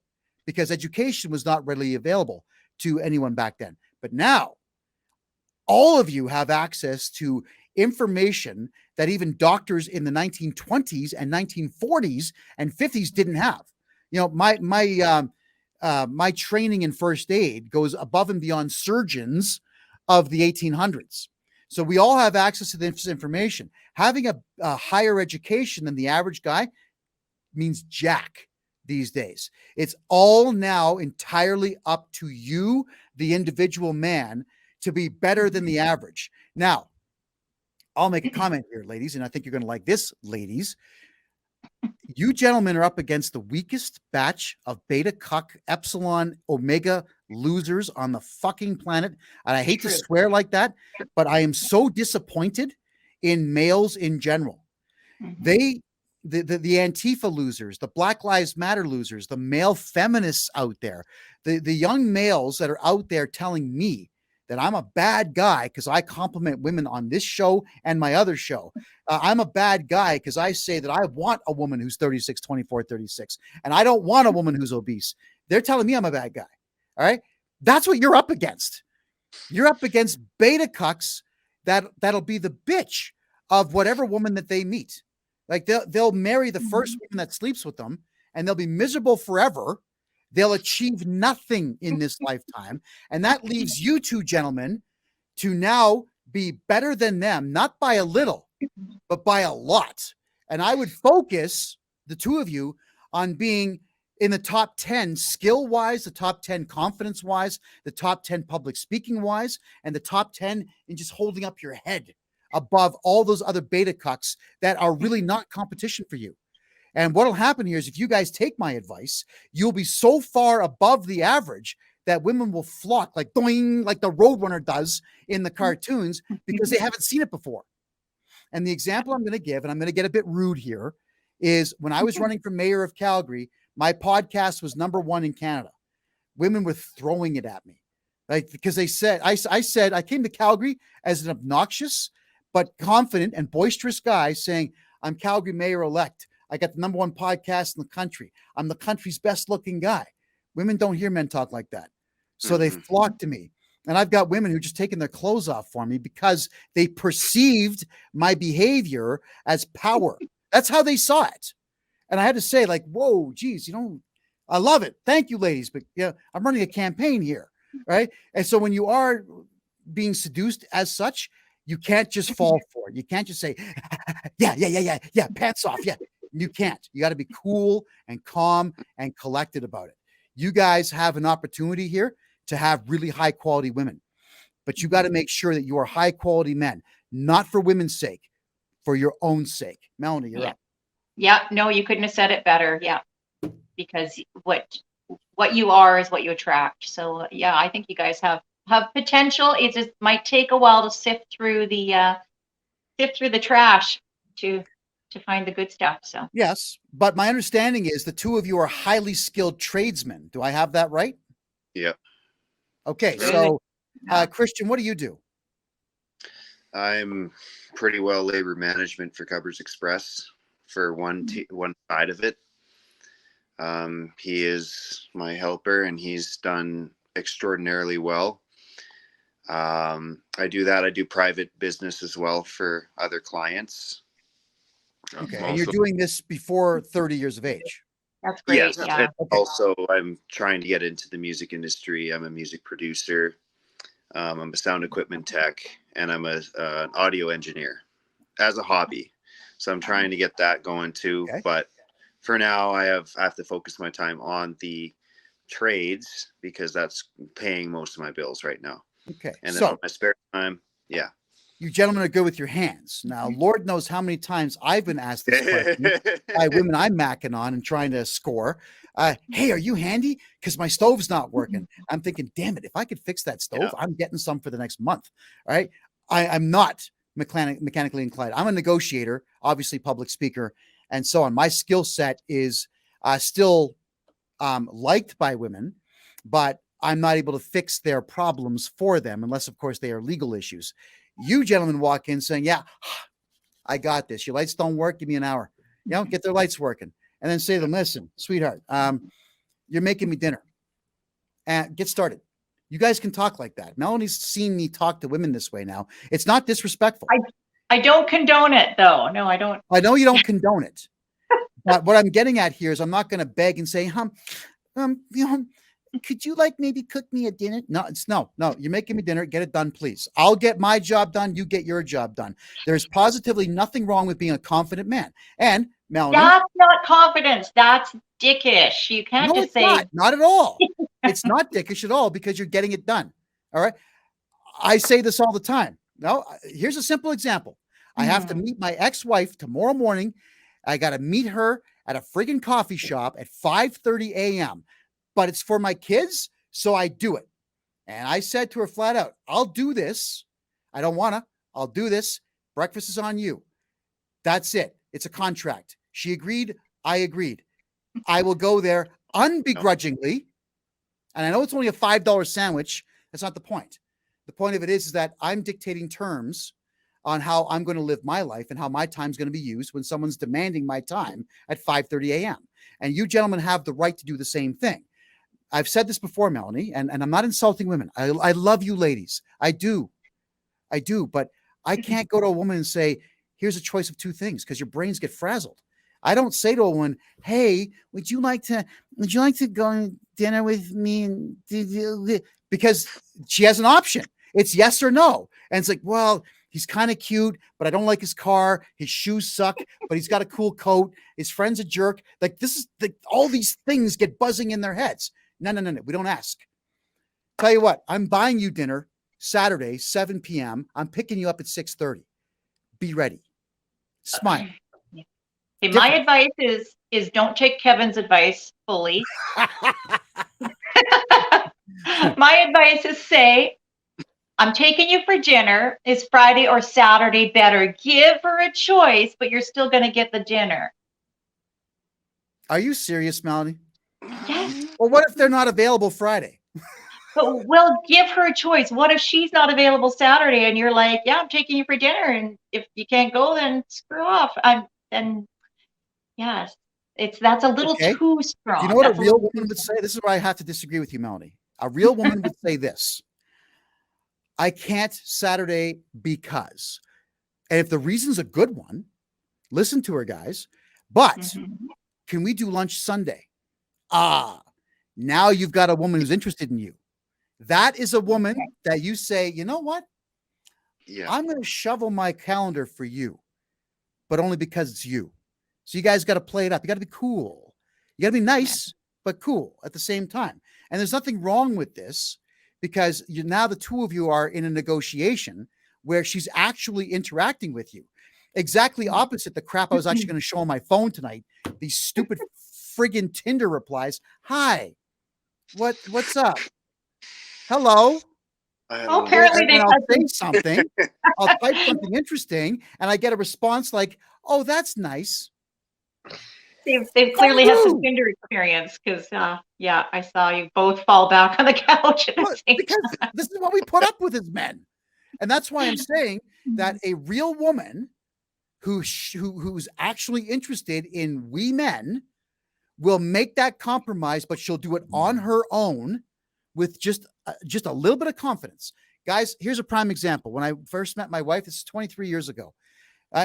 We had a breakfast plan to get together at 8:00 in the morning, breakfast and go for a hike. However, her father was also in cancer treatments. She made a phone call to me at 7 in the morning. I'm sorry, I've got to go to the hospital and deal with my dad. And the nurses will be taking over at 1. How about we do lunch at 3? Yes. No problem at all. She told me the truth. And she rectified the fact that I was not going to get her time in the morning. I got her time in the afternoon.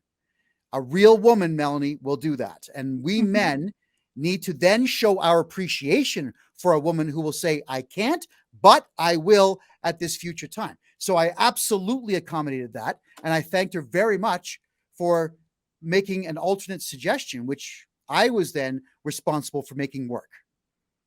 Maybe the boy should take Kevin's advice. Melanie? Well, I'm just saying, be assertive but not aggressive. Okay, Assertive. so don't be an asshole, but be assertive. All right. Yeah, confident and assertive, but there we go. Not. Yes. Yeah. I'm fine with that, and I don't disagree at all. There we go. We just, I can't believe this. A man and a woman made a compromise on like a live show. That's never happened before. Wow! Holy smoke, man! Call Guinness. All right, gentlemen. Anything else you'd like to know? Okay, so I believe that me and him are both high value men. We have stuff going for us. We have goals. We have ambitions, and it's still extremely tough. Like for me on Tinder, 30 likes a day. For him, probably about the same. And I get that maybe the high. I text maybe 15 of them, give or take. Nothing, zero, nothing from it. Okay. And is this just more of like, is this going to take some time or what? Because just recently I've been starting to work on, finding somebody myself.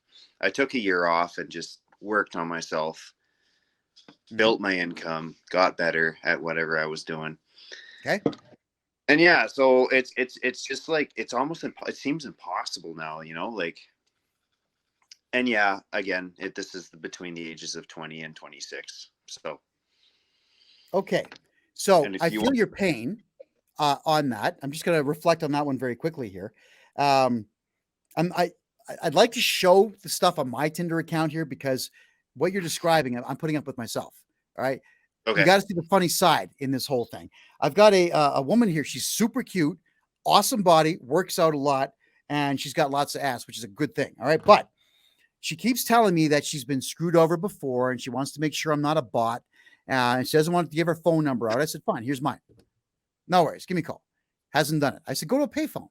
Use Skype. All right, there you go.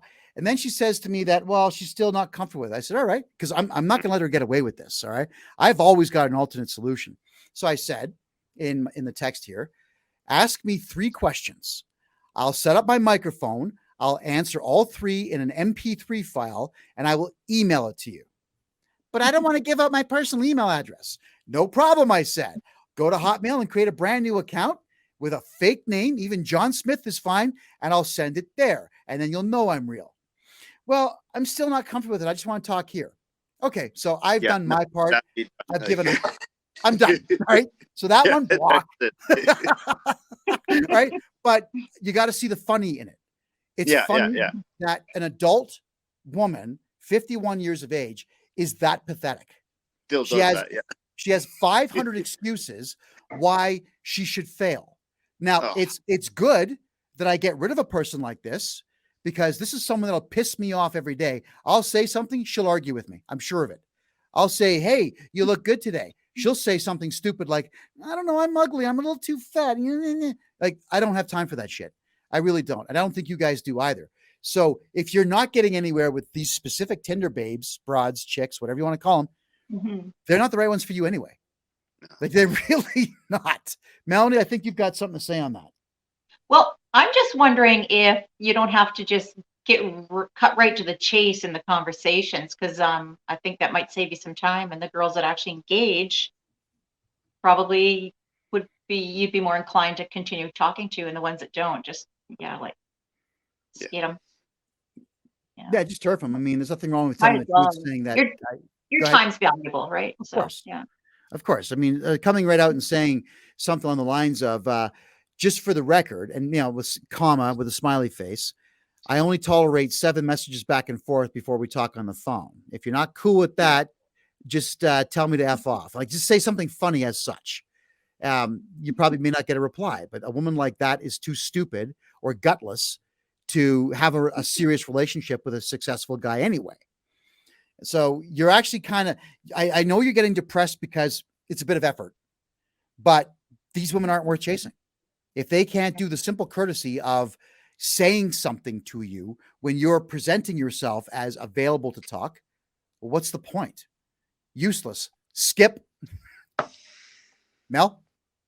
Well, I'm just thinking I need to introduce them to my work daughter there, because she's a little cutie, but. Okay, hold on. Wait. I gotta say something. Is she a cute?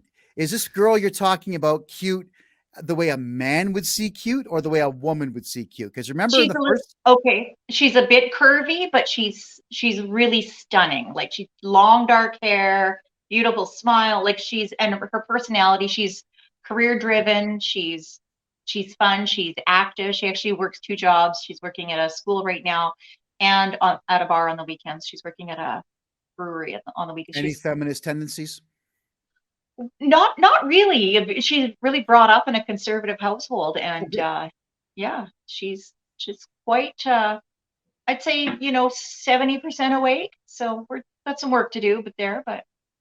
Okay, well, in your 20s, you're supposed to be 70% away from everything, really. So that's fine. Yeah. It's a matter of decency. It's a matter of good upbringing. It really is. And it's a matter of someone who stays away from the radical leftist feminist tripe out there. And if you've got all 3, then all right, you've got yourself a candidate to start spending some time talking to them. Yeah. All right, there we are. Lynn, I think you had a question. It's not much of a question as if if the Tinder is starting to become a waste of time and all the dating apps and everything, where do you go if it's not a bar now? Perfect. You go to the bar now, you just go to play pool with all the old guys. Right. Yeah, that it actually has. You're right. I do on a regular basis, but I'm going to play pool. I'm not going to meet somebody because there's nobody there. Okay. Yeah. Here's something I learned. Melanie, I have to say this. I mean, you friggin' ladies with this dancing crap. You always want to dance all the time. Like, men don't like doing it. But guys, if you can sing, or you can dance, or you can speak publicly, you're in. So as much as I hate dancing, I decided to start taking dancing lessons, and all of a sudden chicks are flocking again. I don't know what it is with women and dancing. I went to this place called Ranchman's in Calgary. Everyone knows it. It's the meat market of town. It's this amazing bar. It's something like 10,000 square feet. It's built like an old saloon. The lighting is good. The sound is great. And Alberta's got a lot of really fit, good-looking ladies compared to Ontario. Let me tell you that. Right? So there are more thin women here than there are in Ontario. I was there in the summertime, and this big party they had. I think it was Stampede. That's right, Calgary Stampede. I go in with my son, no cover. Bunch of women walked in right behind us, cover. I asked the guy, so what's the deal here? Like, isn't it supposed to be men that pay cover? Isn't it the men who are horny? He says, no, we got the same problem every year. We have twice the number of single women as guys. And most of the guys here aren't interested in women because they're married or otherwise. I'm thinking, mind blowing, really? And then, gentlemen, this was also confirmed by a dating service where the dating service owner does the actual research for you, and it's done manually. It's not a computer matching you up. And this woman was in her early 70s, and she was saying she couldn't get single men to join. She had, like 2 to 3 times the number of women as men, and men just don't seem to give a crap about dating. So, guys, this seems to be the norm, especially here in Alberta and in Western Canada, is there just not enough eager, masculine men ready to take the step to go dance with, speak to, hang out with these women. And these women are just desperate for a man to be around. I think you guys need to change up a little bit of what you do in your personal time, and you'll see that you'll get a different result. Because if you do the same thing over and over again and expect a different result, that is the dictionary definition of insanity, period. If you do what you've always done, you get what you've always got. Melanie, you're up. Can I just ask what part of the province you guys are in? Southern Calgary. Okay. Because I've got some young friends that have some great social media platforms, and I know they often will kind of organize these sort of mixed socials, and it's like university age gang, and they're actually pretty cool people, and you should find them on social media, and maybe there'd be an opportunity to connect with some more people your age that are like-minded, and they're called YEG United, Y-E-G United. YEG United. So, oh, I know who you're talking about. There's there's actually some pretty smart kids in that group. Yep. I actually interviewed them 2 weeks ago, didn't I? Yeah, you did. You had them on your show, yeah. That's right. Okay. And there's a lot of girls in that group who are conservative, and they're under 25 years of age. And cute. You guys being in your mid 20s, I guess between 20 and 30 is pretty good. Mm-hmm. No? Yeah, it's perfect. Yeah. I mean, for one, when I was your age, I was chasing 30 and up. Yeah. Sorry? If we're back onto that family train of thought, that is. Yeah, well, exactly. Yeah. If you gentlemen are thinking family, I would suggest a lady who's a couple of years younger, not 10, that's stupid, but I mean, a couple of years younger.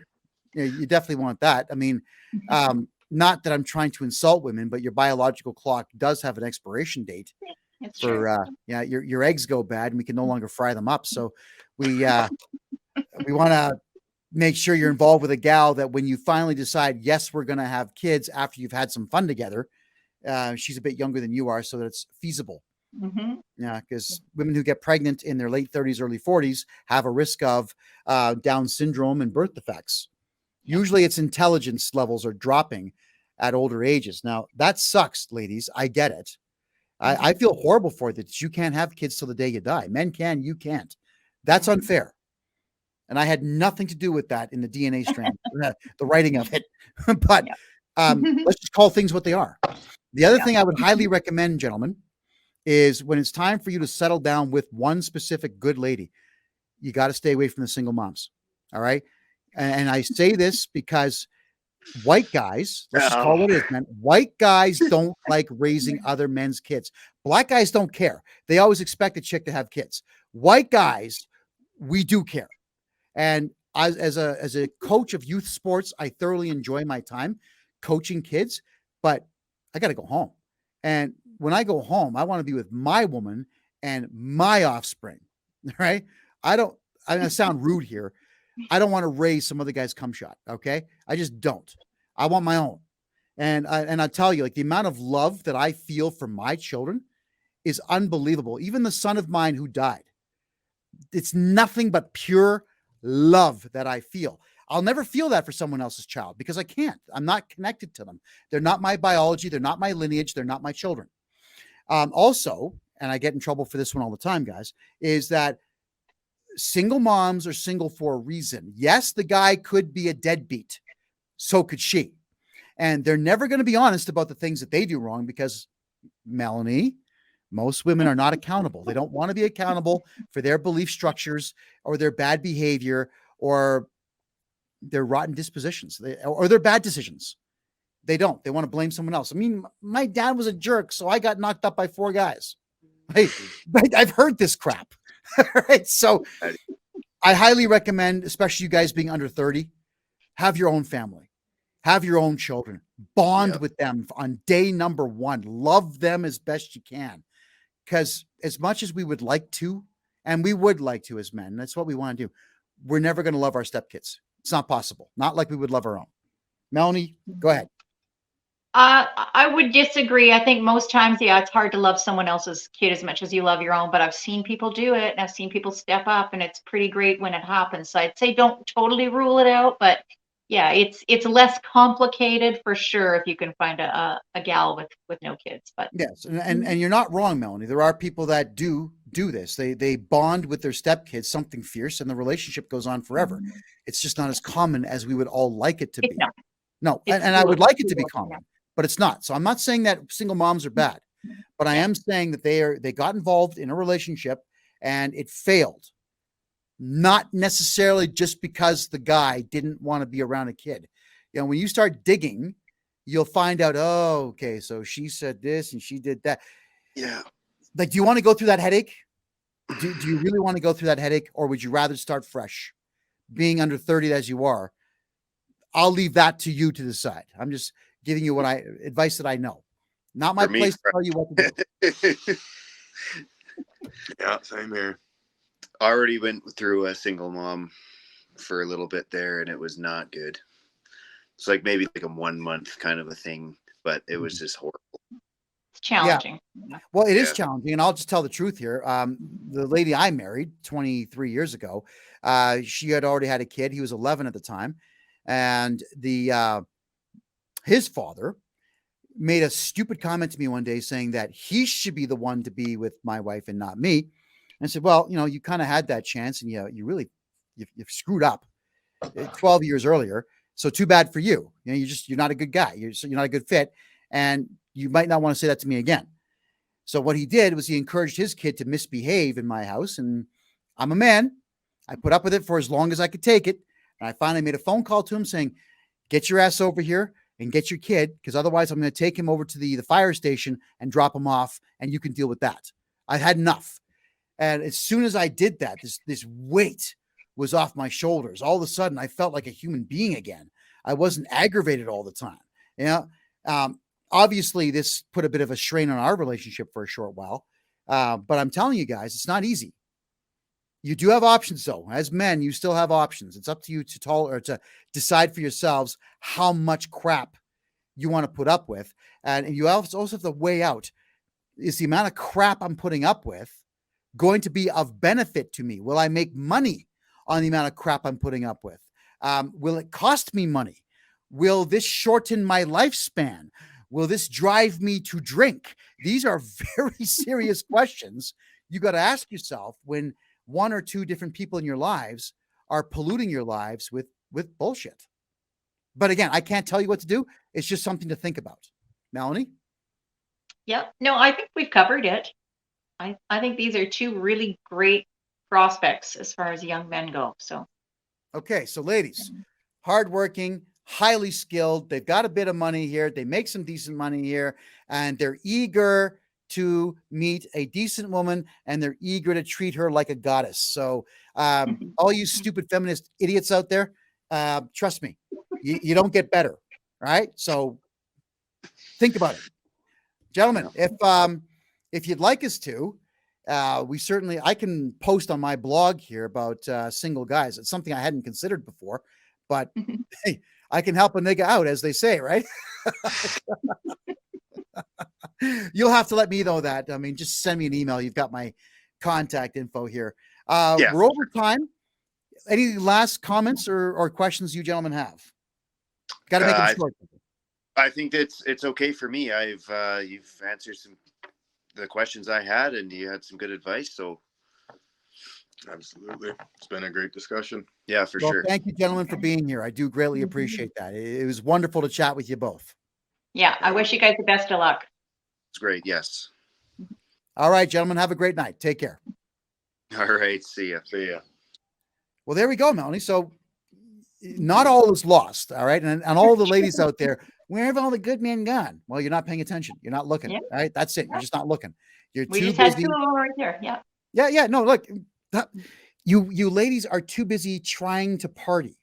And a lot of you ladies out there who waste your time with all this partying, you don't seem to realize that A, you're not very good at it. B, it's incredibly unbecoming. And C, you're in your own way. It's the same thing about drinking. I tell guys, don't drink because it strips you. It takes away life. It stops you from being your best. It might even take you down to less than half of what you could possibly be without it.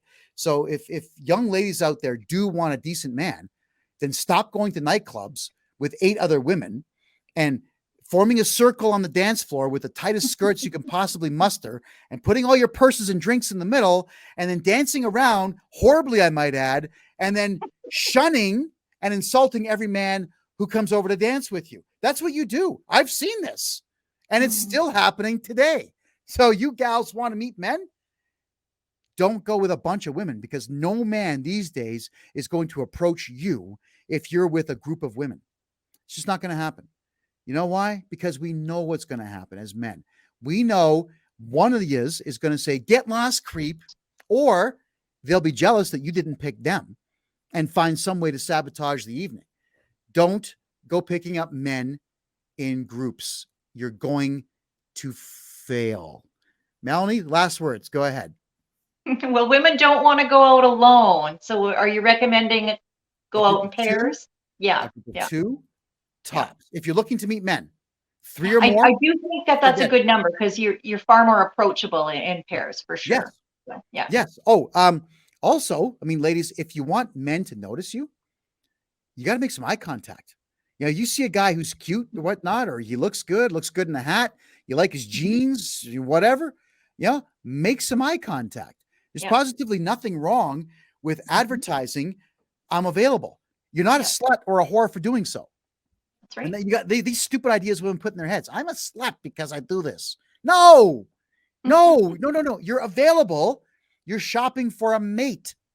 But if you're shopping for a mate, damn it, that mate needs to know you are. Right? So if you're there with your partner or your female friend and the two of you are talking, it's got to be smiles. Don't put serious expressions on your faces because a guy will see 2 women having an intense conversation. All right, no, they're busy. I'm not going to bother them. He will just pass you by, but you're smiling. Al, can you ladies maybe say hi? Is that something that you can do? Because you don't. You're there complaining about men aren't approaching you. You're in large groups, and you're not making eye contact, and you're not talking. Well, how the hell do you expect this to happen? Melanie? Yeah, no, that is you said enough. Yeah, we need to make eye contact and smile, and starting the conversation is okay, ladies. So if you're out there and you're looking, it is because here's something I've learned about Alberta women. They really do take care of themselves physically. They look good in Alberta. Like Toronto, they all look like things in a zoo, but here they look like women. And it's amazing how many women are spending $15,000 to $20,000 on really, really good boob jobs. Like, I mean, good ones, and they're deliberately, after you get these boob jobs done, they're going into bars and they've got these super tight shirts on. So the billboard is turned on. They're advertising, but they're not doing the most fundamentally important thing. Smile, talk. They're not doing that. And until you ladies start doing that, it doesn't matter how much money you spend on your fake tits. You guys aren't showing up. They're not approaching you. And that's the truth. So God bless you for looking good, but you got 2 more things to do. Smile and actually talk to men. Never mind here. Never mind putting on the dog show. Right? Don't stand there, look good, and not say something. All right, Melanie, listen, as always, an extreme pleasure to see you again. Love chatting with you. Do you have any final comments before we go? It's been fun. No, I just want to say happy dating, everyone. And we'll see if we can't find some more cool stories for next week. Oh, there's lots. Yeah, there's lots. Sorry. Trasman's asking me if I'm dating someone these days. I don't think so. I hang out I hang out with some really cool ladies out there. But no one has designated themselves my partner. But at the same time, if you want to be my permanent partner, there are some things you got to do. And I've covered this before, and I'll say it again.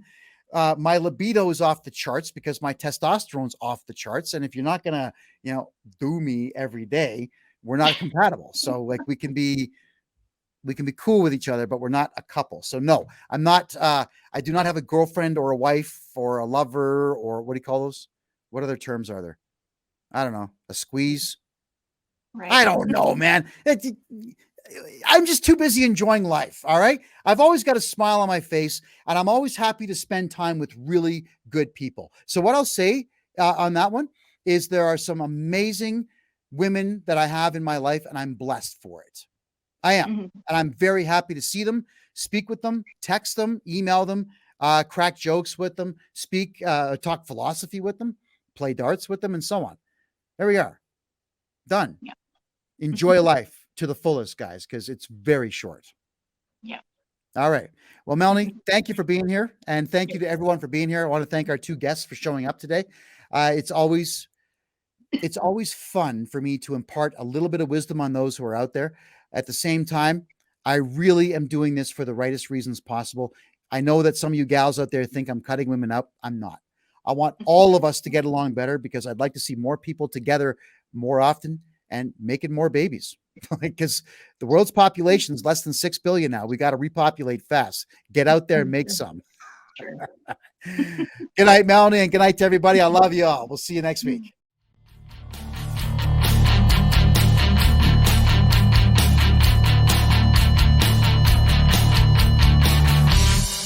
Hey, everybody. Kevin J Johnston here. This is episode 8 of Amazing Dating Advice with, of course, your host, me, Kevin J Johnston, and Melanie Schweitzer. Melanie will be joining us in about 10 minutes time.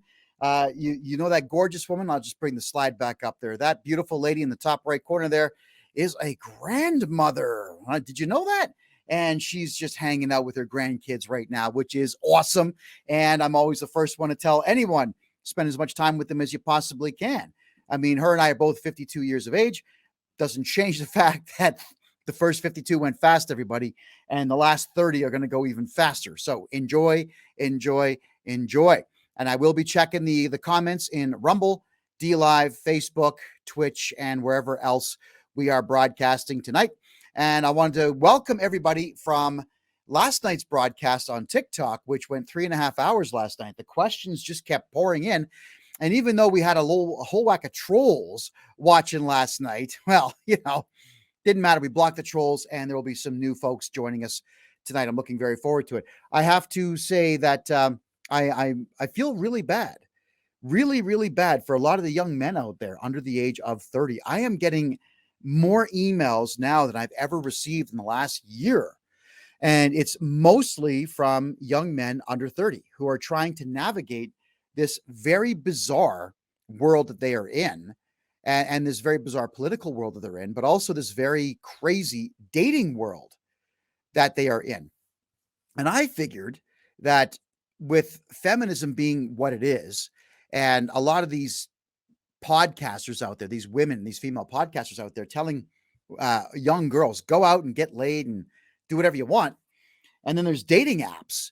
What do we got here? We got Match, Tinder, Bumble, Grindr, like a whole bunch of crazy dating sites out there. I thought for sure that young guys would have no problem whatsoever jumping on these platforms and just typing in, I want to have a fling and get a fling out of the deal.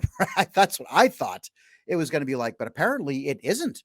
Apparently it is incredibly difficult for young guys to get past a couple of really crazy things. Like number one would be the 666 rule that we talked about last week, which is 6 feet tall, 6-figure income, and 6 inches long. Right? That's crazy. That signifies way less than like 4 or 5% of men in all of North America. So you ladies out there who think that way, good luck. But how would you honestly expect a man under 30 to be making 6 figures? Where does that thought process come from? I think that we're all aware of the fact that the entire Canadian economy is dead. So how do you make that kind of dough? I actually had a great conversation with a young guy today. He was about 28 years of age. Actually, he was exactly 28 years of age. And he said that he was actually making $47 an hour.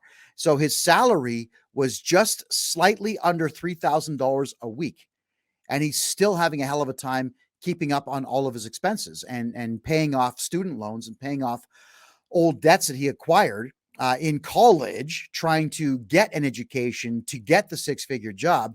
And it turns out that he's working as a driver of a very big truck in the oil fields in northern Alberta, which is not what he trained for. So he's paying off a student loan debt that is, quite frankly, useless to him. So I find that our young ladies out there, they're not sympathetic to this. And I find myself wondering why it is that they're not, because a lot of them have student loans of their own, especially if they're in a larger, I guess something like law or medicine, one of the more expensive courses out there.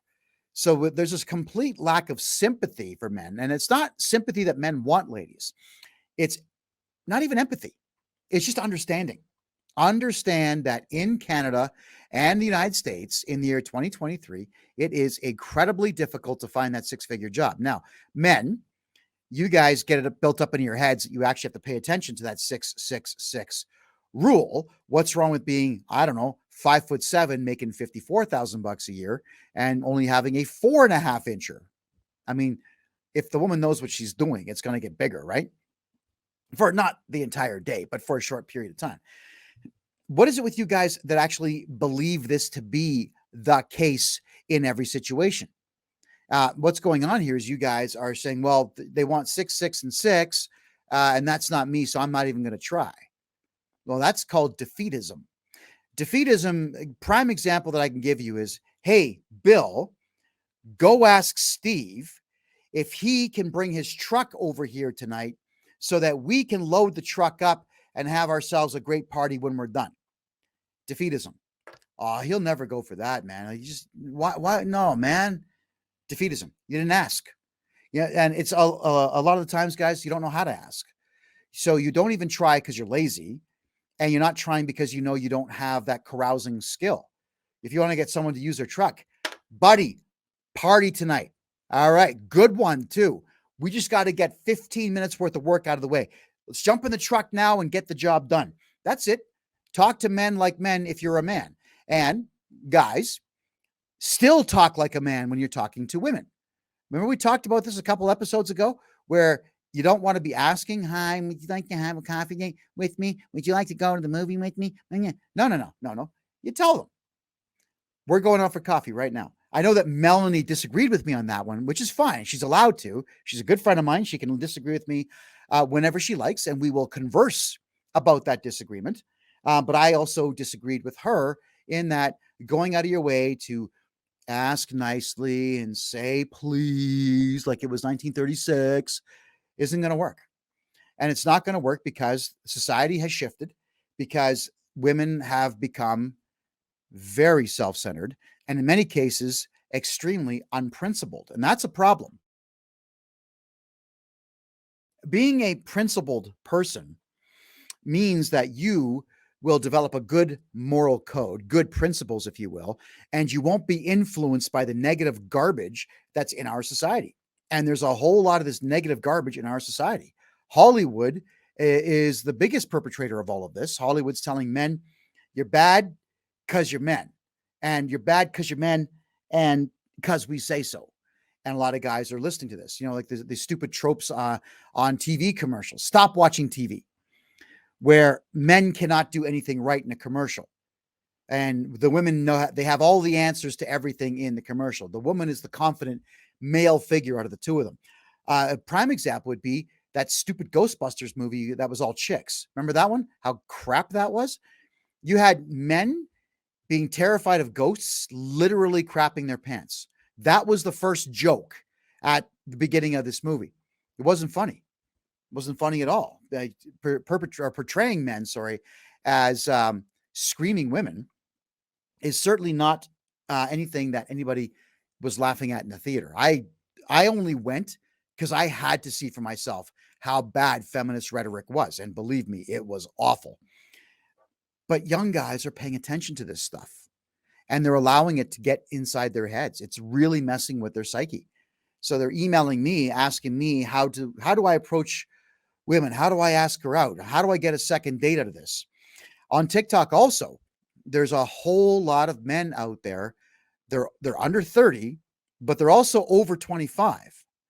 And they're saying things like, I've never had a girlfriend. I don't know what to do. I'm thinking about giving up. It's because women have set the bar for themselves in orbit, but they have nothing to offer that would be above the tree roots. So, ladies, if you are asking where all the good men are, they're beating down your door. They can't wait to take you somewhere. They just might be 5'10" and 5 inches long, making $70,000 a year. They might only be making $29,000 a year, but they're still there wanting to treat you like an empress. And you're not giving any of them a chance because feminist rhetoric has told you that you're stronger and better and deserve more and so on. But the feminists also forgot to tell you that you need to earn that too.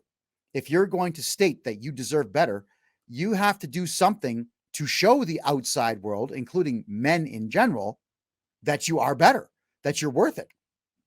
And something that we haven't done is explain this to society as a whole for at least the last 2 generations. Well, she made it.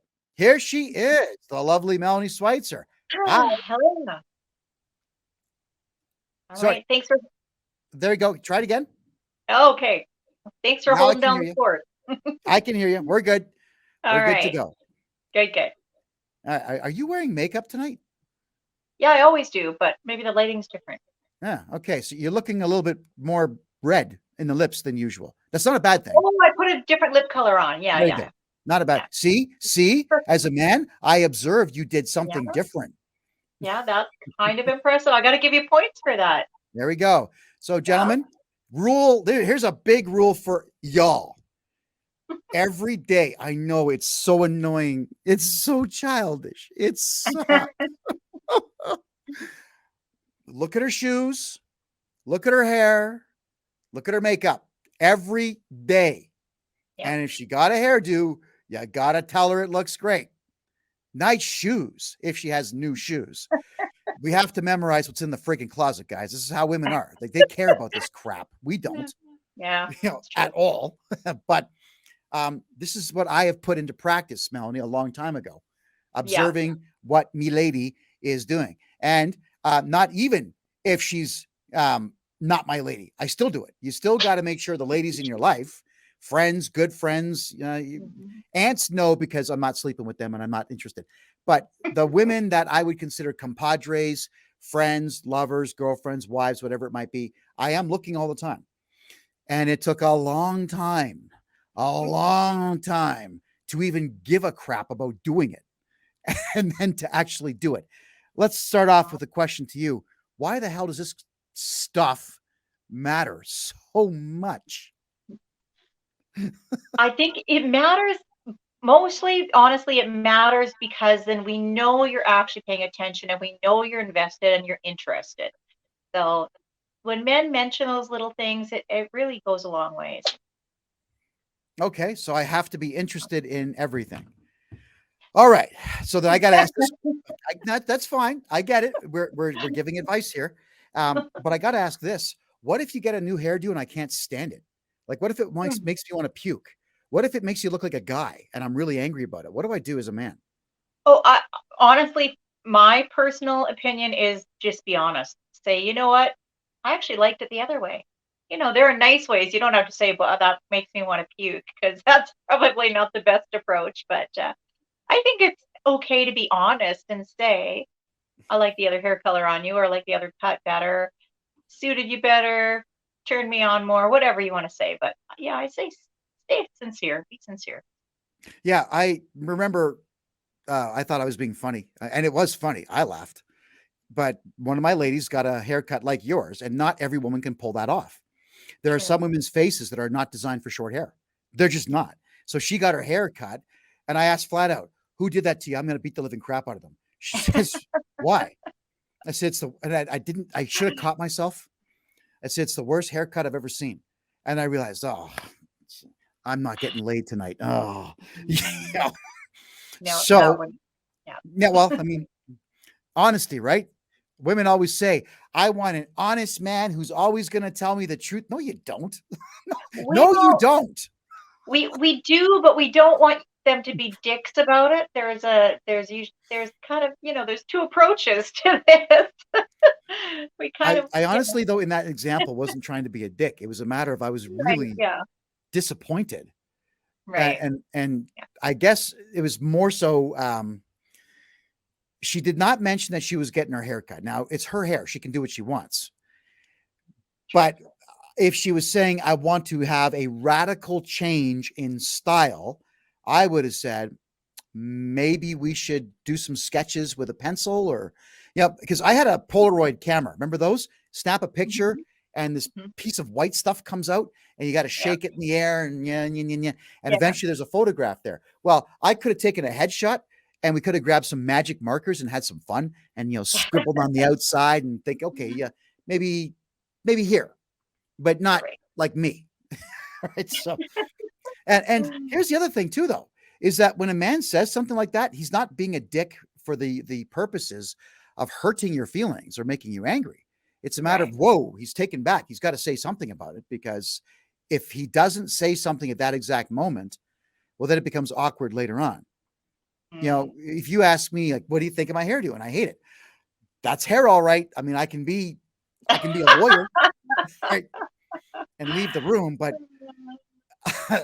just get it out of the way, guys. If the hairdo sucks, get it out of the way. Ladies, talk to your man in advance. If your man is like over the top attracted to you and he loves your thick, luscious hair or your messy hair or your nap, whatever hair you've got, talk to him about it.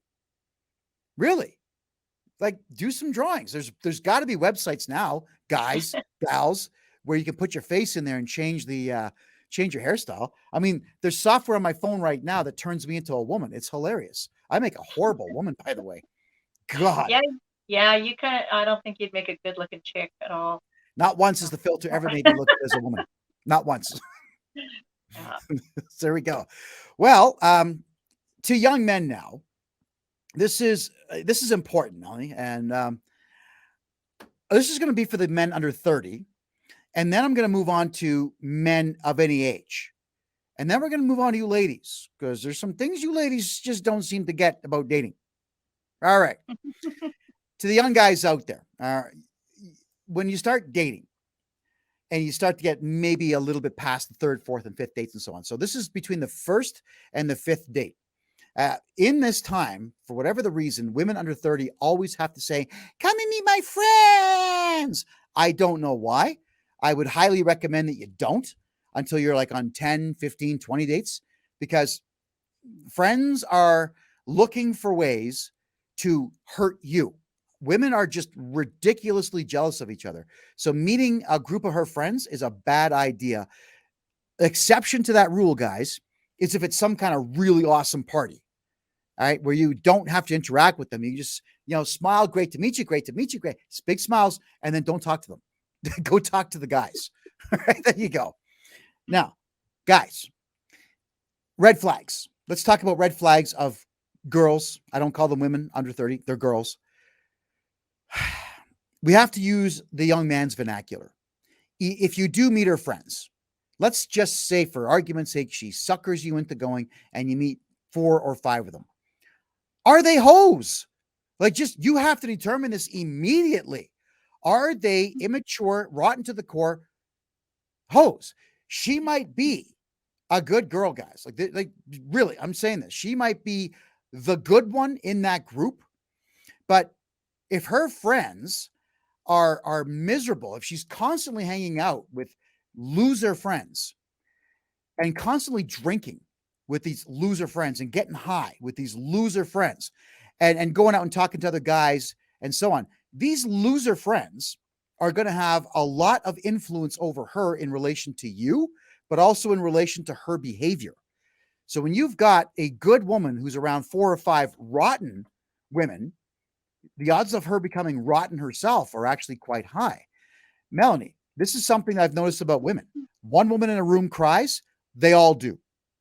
One woman laughs, no one knows what the joke is, but they all laugh. I don't get this facet of the female animal. So let's talk about what I just said here. I got to get your thoughts. Go.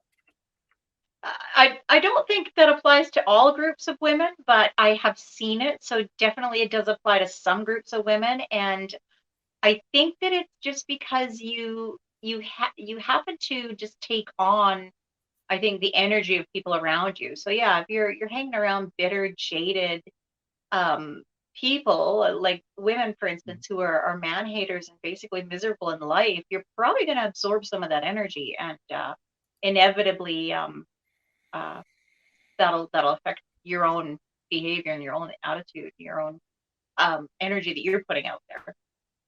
So then I'll just say it as a guy who's dated more women than you. Right? I've seen this time and time again. When the girl that you're dating as guys has a good friend who's got a really positive attitude, it's a really good experience because she's happy for her friend. But I've actually never seen that more than twice in all my dating life, is a friend of a woman who's happy for her dating me. Wow. I mean, I'm not hanging around to find out who she's dating after me, but I've only come across that twice that I can remember. And I can say that it was lovely. It was beautiful. Beyond that, most of the time they're standoffish. And then you've got a lot of the time, we'll say 30-40% of the time, you've got that one or two toxic individuals who can't wait to spew evil all of the time. And it does influence her. And so guys, young guys, watch out for that, please. So if her friends are the dirty hoe tramp type, we're talking under 30 mostly here, they're going to constantly be trying to get her to do what they are doing. So if they want to go to a bar and get loaded and then jump on the dance floor wearing really tight clothing and whatnot, they're going to convince her to do it as well. Now, here's the thing. Those friends are most likely not going to want you there. They're all going to want to go out and say, oh, it's just the girls hanging out. No, it's a bunch of toxic women behaving like tramps. That's what it is. So if your woman is the good one and she's going to do this for the tramps, what you need to do is object, but you have to do it properly. It has to be done James Bond style, suave and debonair, saying, now, why would you want to hang out in a dingy nightclub with a whole ton of losers when we could do X? Pick it. What is X? When we could go to your favorite restaurant, when we could go to the museum she wants to see. There's got to be something that you know that she likes. Take her there. Don't say, why are you going to go with your friends? Because now you're a loser. You appear like that. They're losers. You can't be one as well. You have to smooth talk. Guys, if you really have a good woman and you really want to go somewhere with her, you have to make sure you separate her from these losers as much as you can. Melanie, go ahead.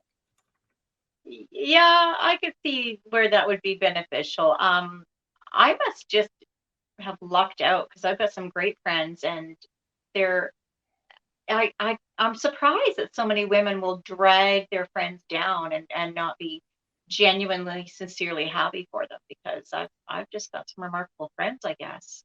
And we're a good support system, and we do like our girls' nights out, but they're not toxic. They're actually positive and a lot of fun. So yeah, I guess, yeah, if you're around the toxic people, yeah, you should probably limit. I mean, women in general, if you're around people like that, you should know to limit the amount of time you spend around that group of people, just because of what the impacts and effects it's going to have. Yes, and I'm pretty sure that your girls' nights, I mean, I've come to know you, so I know that your girls' nights are not looking to pick up guys and do stuff in the backseat of a car somewhere and then come home and lie about it. That's not what your goal is. I get that. But these younger gals, it's amazing how often they do this, and they'll brag about it on TikTok. They'll brag about it on Instagram. And when they're asked about it, there's a lot of guys out there just walking around with their cell phones. Hey, have you ever cheated on your man? Like, oh yeah, just once. Is like, really? Some loser walks up to you with a phone or a microphone and asks you this, and you're answering this? I am floored at how stupid everybody under 30 seems to be these days. Yeah, that's shocking. It was shocking the first few times I saw it. Now it's just face palming, and it's also becoming the norm. It's just like normal behavior. That's crazy. But the guys are putting up with it. Like the guys aren't just saying, really, you did? Okay, well, goodbye. You know, that's the thing there, boys. I feel like the guys are doing it too nowadays. There's a lot of hooking up and not committing. So Well, hookup culture, I think, has been around forever. It's just that now it's a bit easier to do it. yeah, But it's also a lot easier to get caught. I mean, you've got your digital footprint everywhere, your emails, your texts, your whatever it might be. And if you're not smart and delete these things on your phone, obviously you're right. going to get caught. If you don't have a 75-digit password in your phone, you're going to get caught. It's cruel that you've got Mhm. people now, they finish having sex with their partner goes to sleep, they go to the couch and they're texting someone else looking for a hookup, as opposed to building that relationship up. So it's become easy. Men and women are doing it, but we are right now addressing the young men out there, mainly because it's the young men are the ones now on TikTok crying about the fact that they are not getting relationships. And they haven't had girlfriends before, like 25, 27, 28 years old, never had a girlfriend. They're not happy about it. They don't know what to do. And then on Wow. the flip side of it, you've got all these young women all over TikTok and every other social media platform talking about the fact is, I don't need no man. Engagement ring's got to be $500,000. Then that's what it sounds like. And how do young men navigate that shit? Because it's Right. garbage. Right. Right. Yeah. I All saw right. one of those. I saw Go our ahead. friend Jakob was sharing um I think it was a TikTok, and I saw one of those women that was not really the kind of woman that I would expect to have such high standards. But yeah, she was saying the $500,000 income, Oh, and just say she was obese and ugly. Come on. Yeah. yeah, and kind of nasty. Like I was just like, what? Yeah. Well, this is what's happened with weak men in our Mhm. society is that they've all become simps and they're all on TikTok telling every woman on TikTok, regardless of how ugly they are, you're so beautiful. I want to make you my wife. So you're giving these ugly chicks who don't work out, who have no class, who don't want to have class, who have no manners, they don't have tact, they have nothing to Yeah. offer. They now believe that they're perfect tens. Yeah. And Maybe so that's they it. put the bar way up, and then they're single 5 years later and upset about it. And whose fault is it? No, Right. gorgeous looking men like me. It's my fault. It's our fault. Weird. Gentlemen, there is something to pay attention to, though, in the same example. If you're a young guy, the woman you're dating is under 30, and she has a pack of friends that usually hang around. Now, if they're not hoes, as the vernacular states, then you got to judge their character. Each individual one of these girls, you have to man up, take charge of your life, and begin to judge each one. So you got to find out if her friends are actually able to maintain long-term relationships or maintain good friendships that are actually based on mutual respect. You got to start judging this on everyone your woman's hanging around. So if her friends, Mel, have nice boyfriends and they treat their boyfriends well, and the boyfriends treat them well, there's no toxicity there, then that positivity is going to rub off on your woman as well. So you might want to encourage her to hang around that one, or have dinner and say, let's get your friends Stacy and Mark over here for dinner, and let's kick them out at 10 o'clock and go do stuff on the couch. Like, you can talk like this, and you want to make sure that you do have positive and sweet people around your woman. Go ahead. Well, I'm not real big on the whole using the term judge people, but because I think there are circumstances, and not it does take two. So you can have a really great person who's had really unsuccessful relationships because she was a crappy guy. So I wouldn't be too quick to judge everybody, but definitely be aware of what they're like, and maybe what their patterns are, and that sort of thing. But yeah, I hate to judge somebody because I know it takes two in the relationships, and I know that there's one friend in every crowd, and that's okay sometimes because we're all different. And yeah, I know groups of friends that have been together right from high school. Of course, we change a lot as we evolve, and a decade or two later, they're not all the same people, but they still run in the same social circle sometimes. And so yeah, you're going to have a mixture, and that's okay. Yes, it's a matter though, as men, this is the type of thing that we have to man up and do. What I'm doing is I'm encouraging all men out there to just man the hell up. Stop complaining about life and take charge of it. We don't have a choice. Yeah.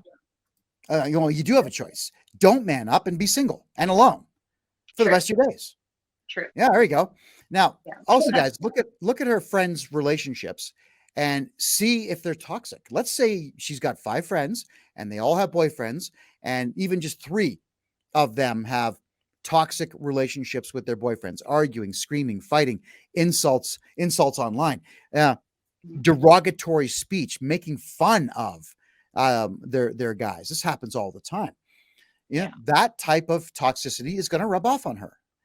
I would say, I'm just do it.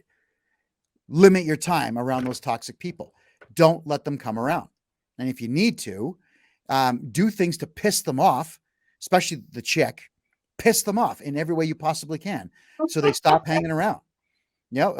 Melanie, you'd be amazed at how well childish behavior as a man works to get women to go away.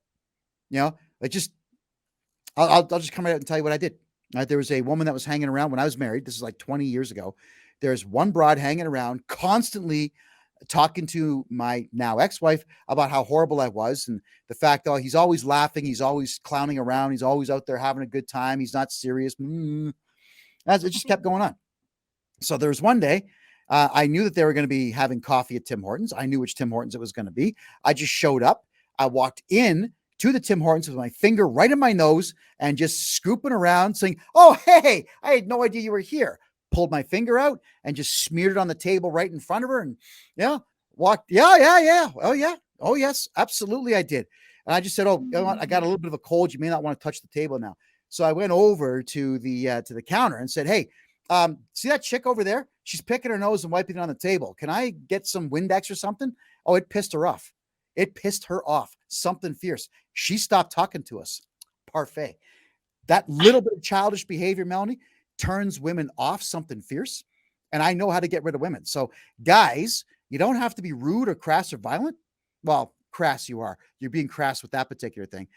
But you can get rid of them by behaving like a childish man. These toxic friends will just disappear because they can't handle it. Especially if you don't care. Go ahead, Mel. Well, you might end up getting rid of your own woman if you do stuff like that too much. Well, maybe, but I explained after the rotten individual left. I said, "Oh, thank God she's gone." And I politely stated every reason why I couldn't stand her. And then I would ask questions. Do you not notice that every single time that you smile, she says something negative? Do you not notice that when you talk about your children, she starts talking about her dog and completely dominates the conversation? Have you not noticed that she doesn't want you to be happy? That she wants to bring you down? Have you ever noticed that? Yeah. And then all of a sudden, the gears begin to turn. Oh, yeah, you're right. So guys, we're men. We have to tell our women the truth about things like this. You cannot have rotten and toxic people hanging around. All right. We got a comment here. Billy Joe. I'm a young man, single for a very long time. I'm finally happy with myself and not ashamed to say it. In fact, it's made me stronger, not caring about needing a woman. It would be nice, but I don't need one. She could be a 10 out of 10 and a millionaire. That doesn't impress me anymore. I'm searching for a heart of gold and I'm getting old. Okay. Well, Bill, you're doing what I suggest to every man out there. You're working on you. You're making sure that you are taken care of. You are happy. You are in the gym. You are reading books. You are getting to know you. And obviously, with that kind of comment, you're happy about it. And you got to remember that type of confidence and love in yourself, just it brings them around if you're putting yourself in a situation where women are going to be readily. Melanie, you're up. Yeah, I think that's important. And that's important for both men and women is take some time to learn to love yourself and learn to know yourself and your needs, your wants, the difference between the two, and be content being alone. Because I think once you're comfortable with that, then I think you're ready maybe to meet someone. And I feel like you just can't rush the right thing. No, Gotta you have can't some rush time. it. Well, as Phil Collins sang, you can't hurry love. No, you'll just have to wait. Blah, blah, love don't come easy. Yeah, women are a pain in the ass. However the rest of it goes, but yeah. So keep working on yourself there, Bill. Don't stop. I'm Yeah. single 3 years now. Yeah, don't stop. It's just how it is. Yeah. And I happen to love being, Kevin J Johnston. Oh, and by the way, ladies, for whatever the reason, y'all like. Y'all like the purple shirts on me, so I decided to put another purple shirt on. I bought 2. Misty Wind always said purple gets you pink. We're gonna find out if that's true. I heard that with the people who wear purple, that's a sign of sexual frustration, though. That might also be true. Oh, is that part of some psychological textbook I forgot to read? Well, some color thing. I had that was circulating a couple years ago. I'm like, oh, purple. Interesting. So, I don't know if there's truth to it or not. But. I kind of have an affinity for purple because I believe there's only one country in the world that has purple on their flag, and it stands out. I'm forgetting which one it is, but I've seen it. Nonetheless, ladies, throw it in the comments. Do I look good in purple or should I go back to black? Let me know. All right. I vote purple. So, vote purple? Yeah. Oh, you're voting purple. Yeah. Oh, even though it says I'm sexually frustrated, you're voting purple. Well, it looks good on you, so you might be both. My God. You're embarrassing me. Guys, one more thing here. Actually, a couple more things on this point. Do her friends love drama? Does your girlfriend or the girl you're dating, do her friends love drama? Now, if her friends are unnecessarily immature and unnecessarily toxic, that stuff's going to rub off on her, on your lady, but it's also going to irritate the living crap out of you. And if that's going to be the case, then you have to go to my nose picking technique, or maybe ass picking technique, or maybe peeing on their car technique, or just walking around the house naked technique. You got to do something to get these very toxic people away. Now, the other thing that I want to bring up here is the ones that like drama, they will spend a great deal of time talking shit about you behind your back. They will do what they can to influence that lady, the good lady, to turn against you. Why they do this is beyond me.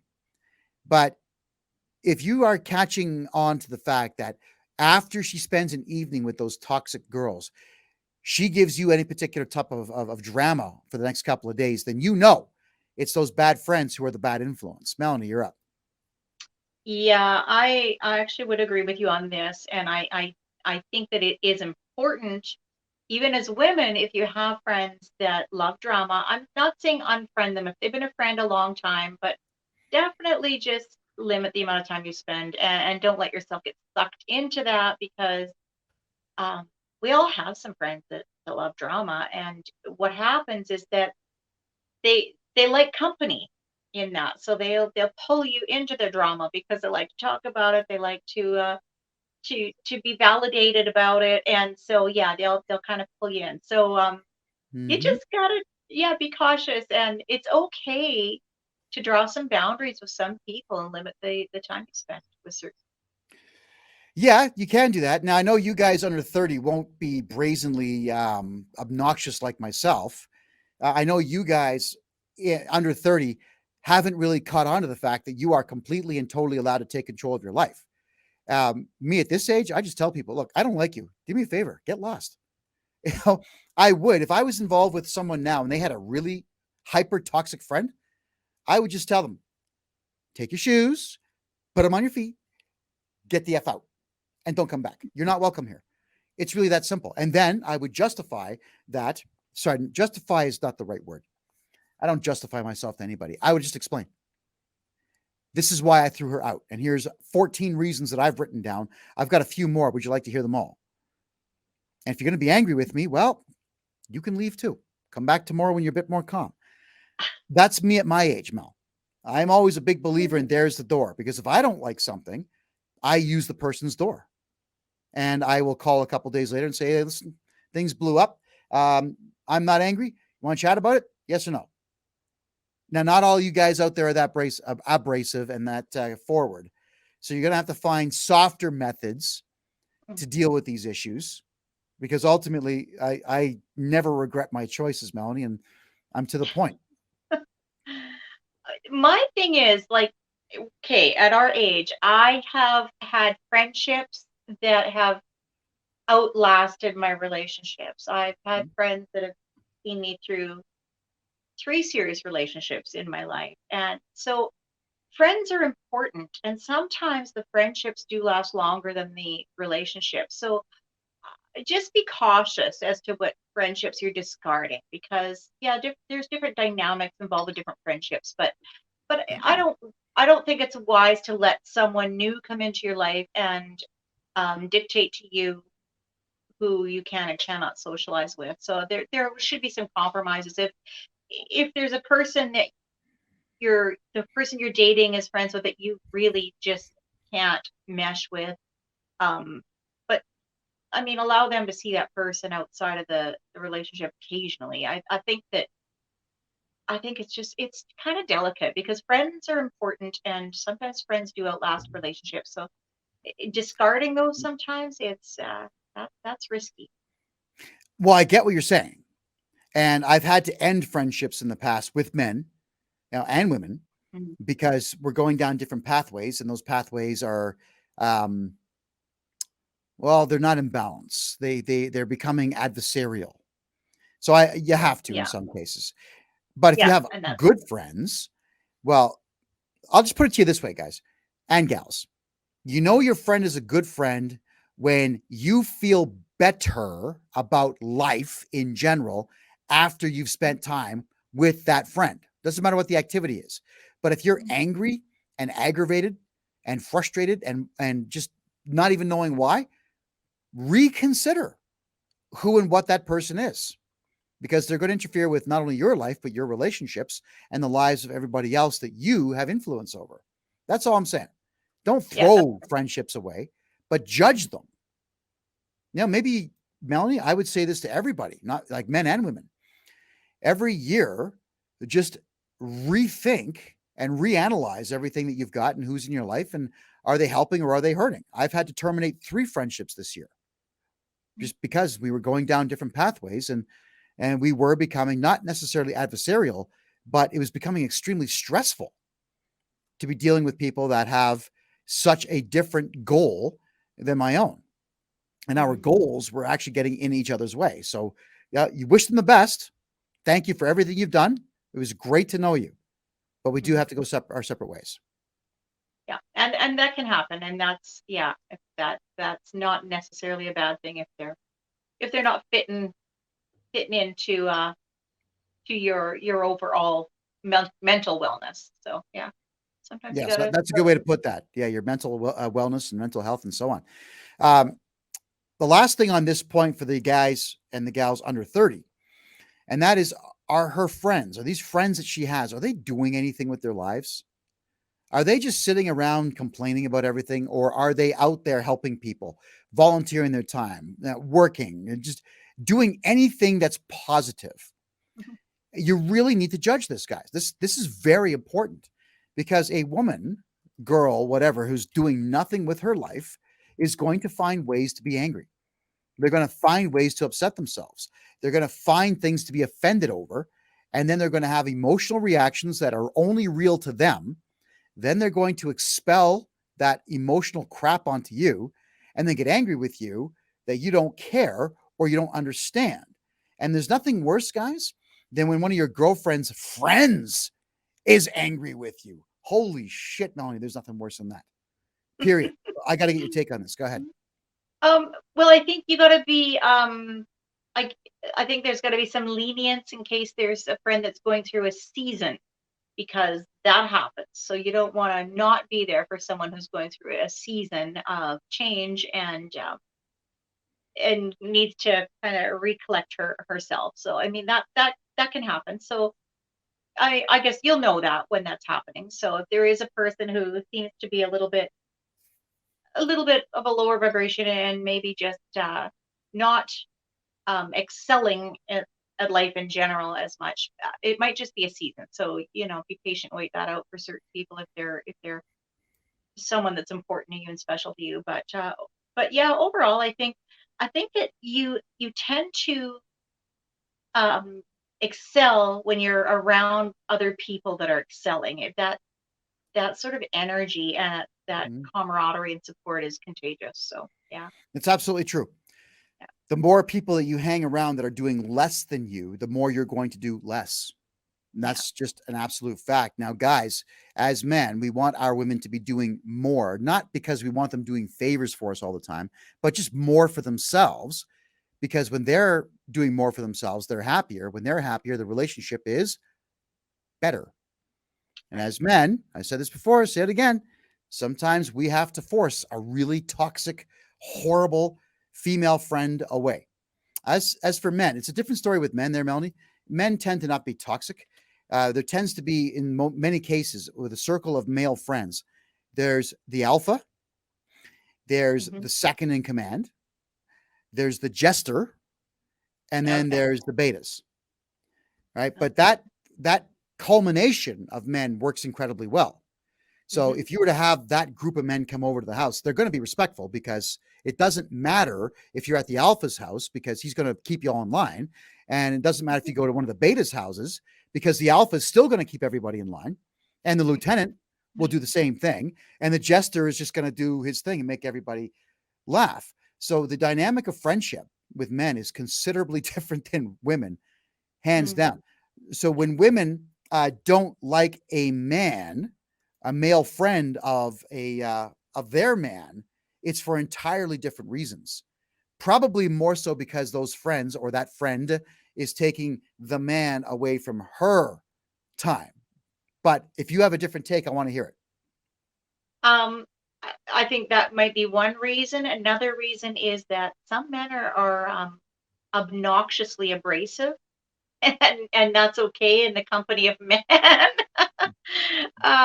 But not all women like that, so that can be off-putting. So yeah, um, but it's so important to try and mesh those worlds, a new partner and the friend and the family. It really is important because those are all important aspects and elements of your life before that person. So yeah, gosh, it's not Yeah. easy, but it's Well, important. no, it's not easy. I get that. And there's been many of my friends' wives that don't like me because I walk in the room. Obviously, I'm the loudest guy in the room. And the energy level of all the men in the room will increase when I walk in. That's just how it is. And that's my gift. And they'll interpret that as I'm stealing their man. It's like, no, no, I'm heterosexual. I'm not taking your man home with me. I want nothing to do with him naked, period. I don't know why it's so upsetting when the energy level comes up and then it drops back down when I leave. And I know this to be true. It's been explained to me time and time again, but I've also observed it on my own. So yeah, I'm not popular with every woman out there who's already attached to a male friend of mine. Yeah. It is what it is. Um, when I was younger, I would get kicked out of their houses. After a select age, I think some women become smart enough to realize that, Kevin's loud, he's abrasive, he can be obnoxious, but he's got your back. If you're a friend of mine, I've got your back. And older women over 40 will appreciate that and not say much about it. It's just that, Melanie, women have very different friendships than men do. They're not based on camaraderie. They're not based on mutual respect and admiration. They're not based even on compliments. It seems to always be a competition of some type, but nobody knows what the prize is. I mean, maybe I'm wrong. I'll get your take on this, but that's how I've seen it for the last 52 years of life. Go ahead. Well, I'm sort of acquainted with a lot of groups of women, and I've seen that scenario and I've seen that dynamic. But then I've seen the other side of women friendships where they are supportive and values based and aligned with like common interests and attitudes and aspirations and things like that. So yeah, I think that if you're in that kind of a friend circle where it's always competitive and no one's cheering anyone on, you probably could find some better friends. Yeah, because there's a huge difference in the way men and women will react to simple news. Guy walks in the room. I'm getting married, mofos, right? And all the guys, yeah, all right, man. High five, slap on the back, sit down. Let's have a couple of beers. Hey, waitress, all right, we want 50 wings over here. Let's figure this out, right? The guys are happy for their male friend. Happy. A woman comes in the room and says, I'm getting married. Of course, it's going to be more subtle. You've got the couple of women who are married or in solid relationships. They're happy, but the ones who are single instantaneously just sink. And it becomes vitriolic, but it's a hidden vitriol. It's where they're pretending to be happy and they're friggin' angry. That is bizarre. What the hell is that? Go ahead. Yeah. Oh boy, I wish I knew. And you know what? I've seen it. I have a few acquaintances like that, and even a few family members where it seems, I don't know. I don't understand it. I don't understand the psyche behind it. Why you just can't allow yourself to be genuinely happy for other people. But there are people out there that they just can't do it, and I don't get it. I wish I had an answer for you, but it's a mystery to me. Well, I'll tell you, there's a friend of mine. He's no longer a friend of mine. He actually tried to steal my house and my wife about 5 years ago. But when he made a phone call saying, hey, my wife's in labor, can you pass by the house and feed the dog? Yeah, no worries, man. There's a key waiting in the backyard for me. I fed the dog, and then I get a call from him saying, it's a boy, man. Like, I'm screaming, yeah, it's friggin' great. So I shot over to the cigar store. I bought cigars. I went right down to the hospital. I had him paged. He comes down. I said, dude, I know you got to be with your woman, but come on, we got to light these up outside for 5 minutes. Take a break. We shoot outside, cigars, cheers, high five, clapping, cheering. I said, hey, you got a name yet? And he explained the name and the reason why. I said, oh, I don't smoke, but we're puffing and kind of coughing. Yeah. I said, good, get back in there. Go, get out of here. I'm legitimately very, very happy for the guy. I've never seen women react like that ever in reference to it. I see the kangaroo hop. Oh, yeah. But it's not real. It never seems legitimate to me. It always seems like it's a forced thing, because the behavior when women are clapping and cheering, doing this, it's the same no matter who they are. It's like some taught lesson that they had. Here's how to pretend you give a crap. And the dance is, oh, wow, woo. I don't know, man. I'm not sold. I'm not sold that that's real. Yeah. Yeah, no, I think in some cases it might be, but a lot of times it's probably very ingenuine. You know what I wonder, like, I'm thinking back to my old Bible study days, and is it just our sinful nature? That's one of the 10 commandments is not to covet, but we just can. And I mean, I'll admit that I even found myself slipping into that, where you're envious of something someone else has. So maybe that's part of it. Maybe people are just not happy enough with their own situations and their own lives, and they can't really help themselves. I'm not sure. It requires more thought, I think, but this is something that I'd like everybody watching to pay attention to. It is okay to be happy for your friends and your family members when they share good news with you. Be happy, man. Congratulate them. If you have a crappy situation going on in your life, remember this, it's not going to last forever. It will come to an end. Yeah. You've got the wave theory or the pendulum. It'll swing, whatever. Pick your idiom. It doesn't matter. It's not going to be bad forever. So even if you are down the dumps, be happy for your friends. Okay, men, here's something, Melanie, and you're definitely going to have something to say on this. I know. Mixed signals in the dating game. This is something that as a young man, I fell for it. It pissed me off to the point, though, where I hit 25 and I thought, this is bullshit and I'm done. Mixed signals. So this is when women, they're always giving you mixed signals. They're completely inconsistent. Today, they're happy to see you. Tomorrow, they're not so happy to see you. Thursday, they're horny as hell and they're all over you. And then Friday, Saturday, Sunday, you don't even hold hands. Mixed signals. There are women out there, they make this conscious choice, Melanie, to make the man that they're dating or their boyfriend or their husband feel anxious. You don't know where you stand with her, and she likes it. Now, the only thing I can say is that that's a power play by a very sinister individual.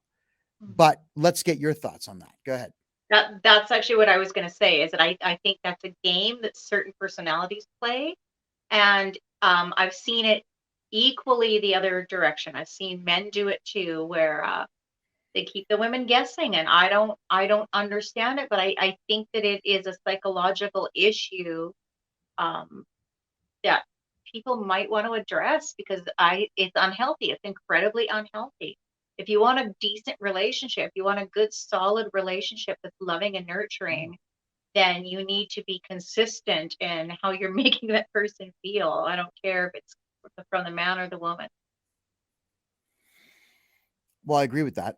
And guys, drift, split, run, pick one, fly the friggin' hell away. You don't want to be around the mixed signal woman.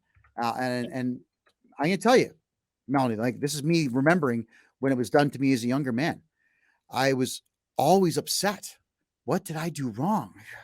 What am I doing wrong? She's mad at me. What did I do wrong?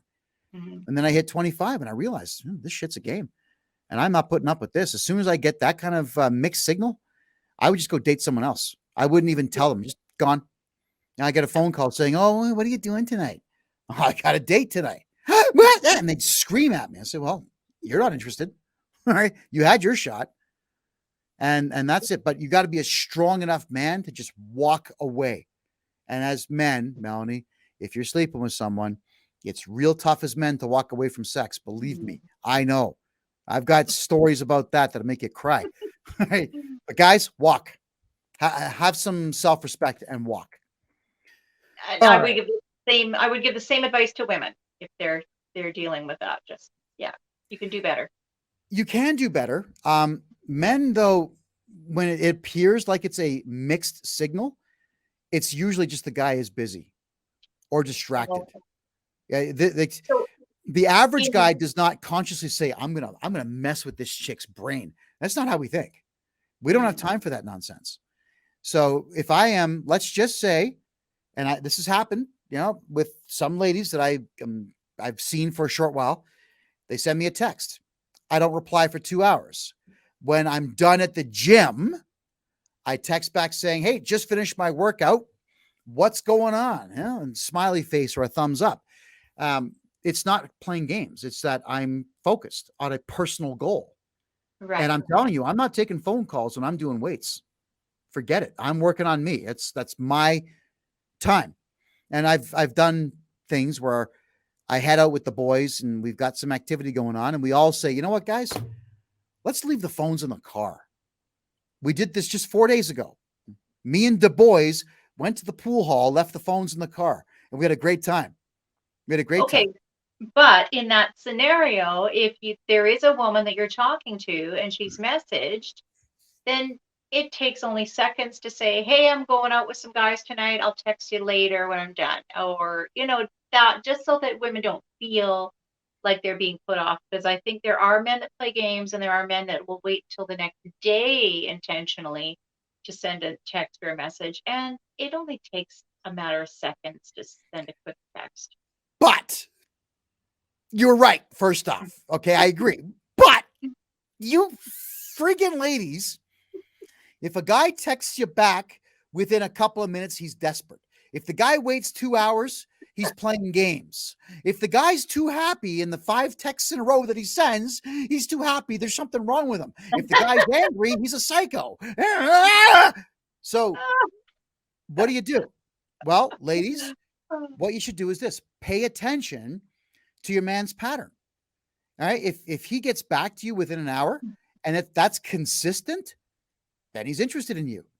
And you'll find, Mel, like a lot of times, if you're macking on some chick and you're meeting and you're doing all the flirtation stuff back and forth, as men will say, "Hey, listen, I got to jump into this meeting for the next 3.5 hours, but hey, can we talk at 10:30? Mm-hmm. You guys will do that. And typically women they'll do something stupid like the thumbs up or the smiley face, instead of saying, I'm looking very forward to the call. You ladies have got to reply back. Make us think that you care. Yeah. But yeah, there are men that play games. We call them beta cucks. We call them losers. And the men in my friendship circles don't hang out with guys like that. Because, oh God, they're pussies. And they're annoying. They're just so annoying. All right. Okay. In the texting game, guys, we as men, we will do our bit to communicate. We really will. All right. More so than women will. And let's just be honest here.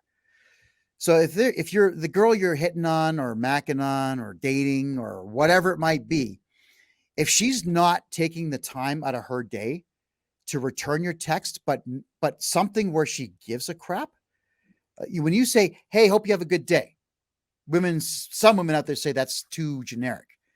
Well, what's wrong with you replying back saying, I'm having a great day and I hope you are too, and comma, I'm looking forward to talking to you later on.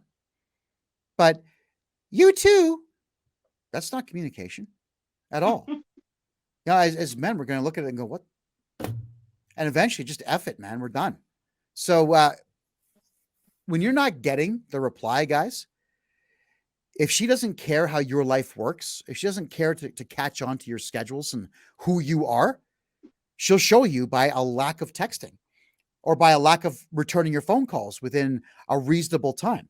I'll give you an example here. There's one gal I was talking to. 1 second. I just want to give you the dates of these texts that went back and forth. Because I kept these. I'm not going to give you her name. And I'm not going to give you any photos. All right. So we made a date to go dancing. I get to the bar. I said, just checking to see if you're here. I'm in the back. I'm still at home. We're meeting at 7, my mistake. And at 6:55 p.m., I'm still home. Then I ask, would you rather meet somewhere closer to you? An hour later, I'm just not feeling great. I'm tired. Well, I've already left. I'm already playing poker with the guys. Okay. So I'm just ceding the vote here. About 5 minutes later, I ask her, just want to get clarification on your decision for this evening. 2 minutes later, I'm staying in. An hour and 3 minutes later, sorry about tonight, heading to bed. Good night. Okay, that was on, what was the date on that one? That was October 27th.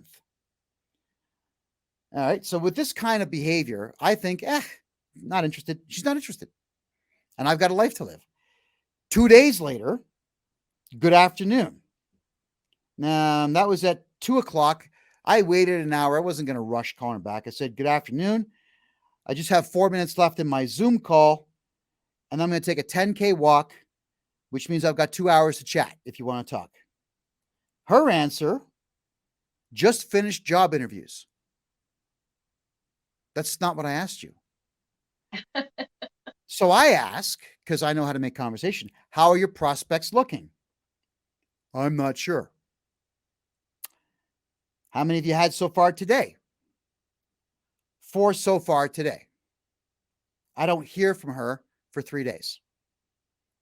Right? Sorry, I didn't hear from her for a week. My fault here. On Tuesday, hi. That's it. A week. Hi. All right. Hey, I'm on a Zoom call. Can I call you at 9:30? 2 minutes later, yes. Nice. I'm going to grab some tea right after my call and give you a call. She says, okay. And then the conversation that we have on the phone was her complaining about not having a job. Not, I did this when I was younger. I want to do this when I'm older. It's, I want a job so I can pay off my house. That got repeated 4 or 5 times at least. Okay. This is not interesting. So I'm just going to step back, let her do her thing. She's not interested and not an interesting person. There you go. Yeah. I'm not going to tell you who, because I don't embarrass people, but I want you ladies to understand that as a man, especially a creative man, that's bullshit. That is not talking. That's not conversation. That is not someone saying, hey, I'm interested in talking with you. That is somebody who's inwardly focused and has a set goal that obviously is not lining up with mine.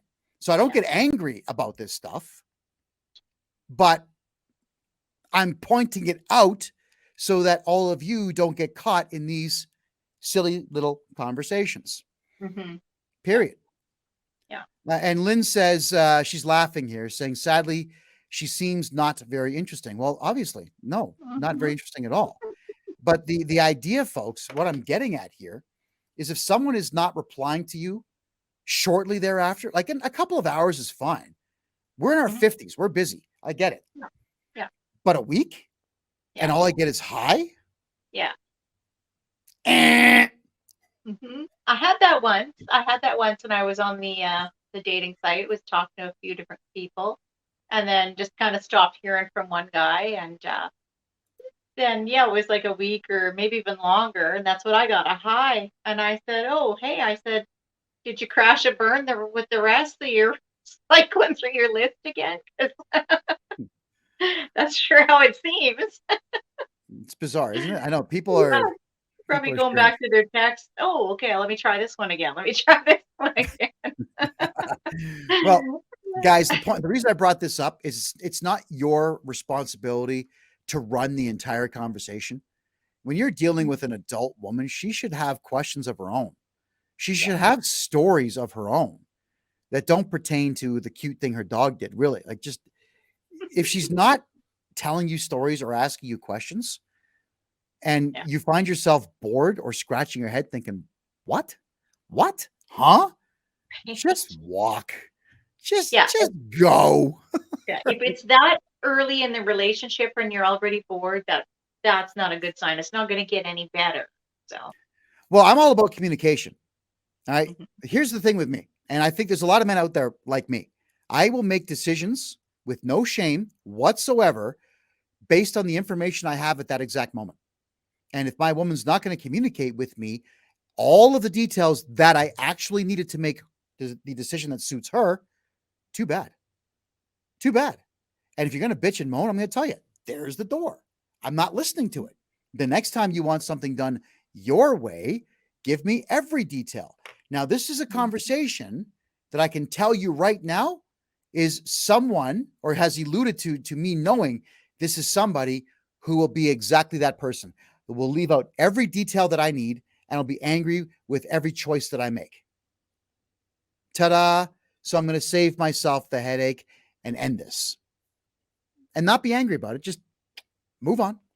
Lynn's saying, red flag for me. If there can't be an interesting text convo and it continues every day, I walk. And Lynn, so you should. Why would you stick around for something that's not engaging and stimulating? I mean, as a heterosexual man who loves gorgeous women, sure, sex is great. But my God, I really do want to have a conversation that gets me thinking. I want you to occupy my mind as well as, you know what? Please keep the conversation going.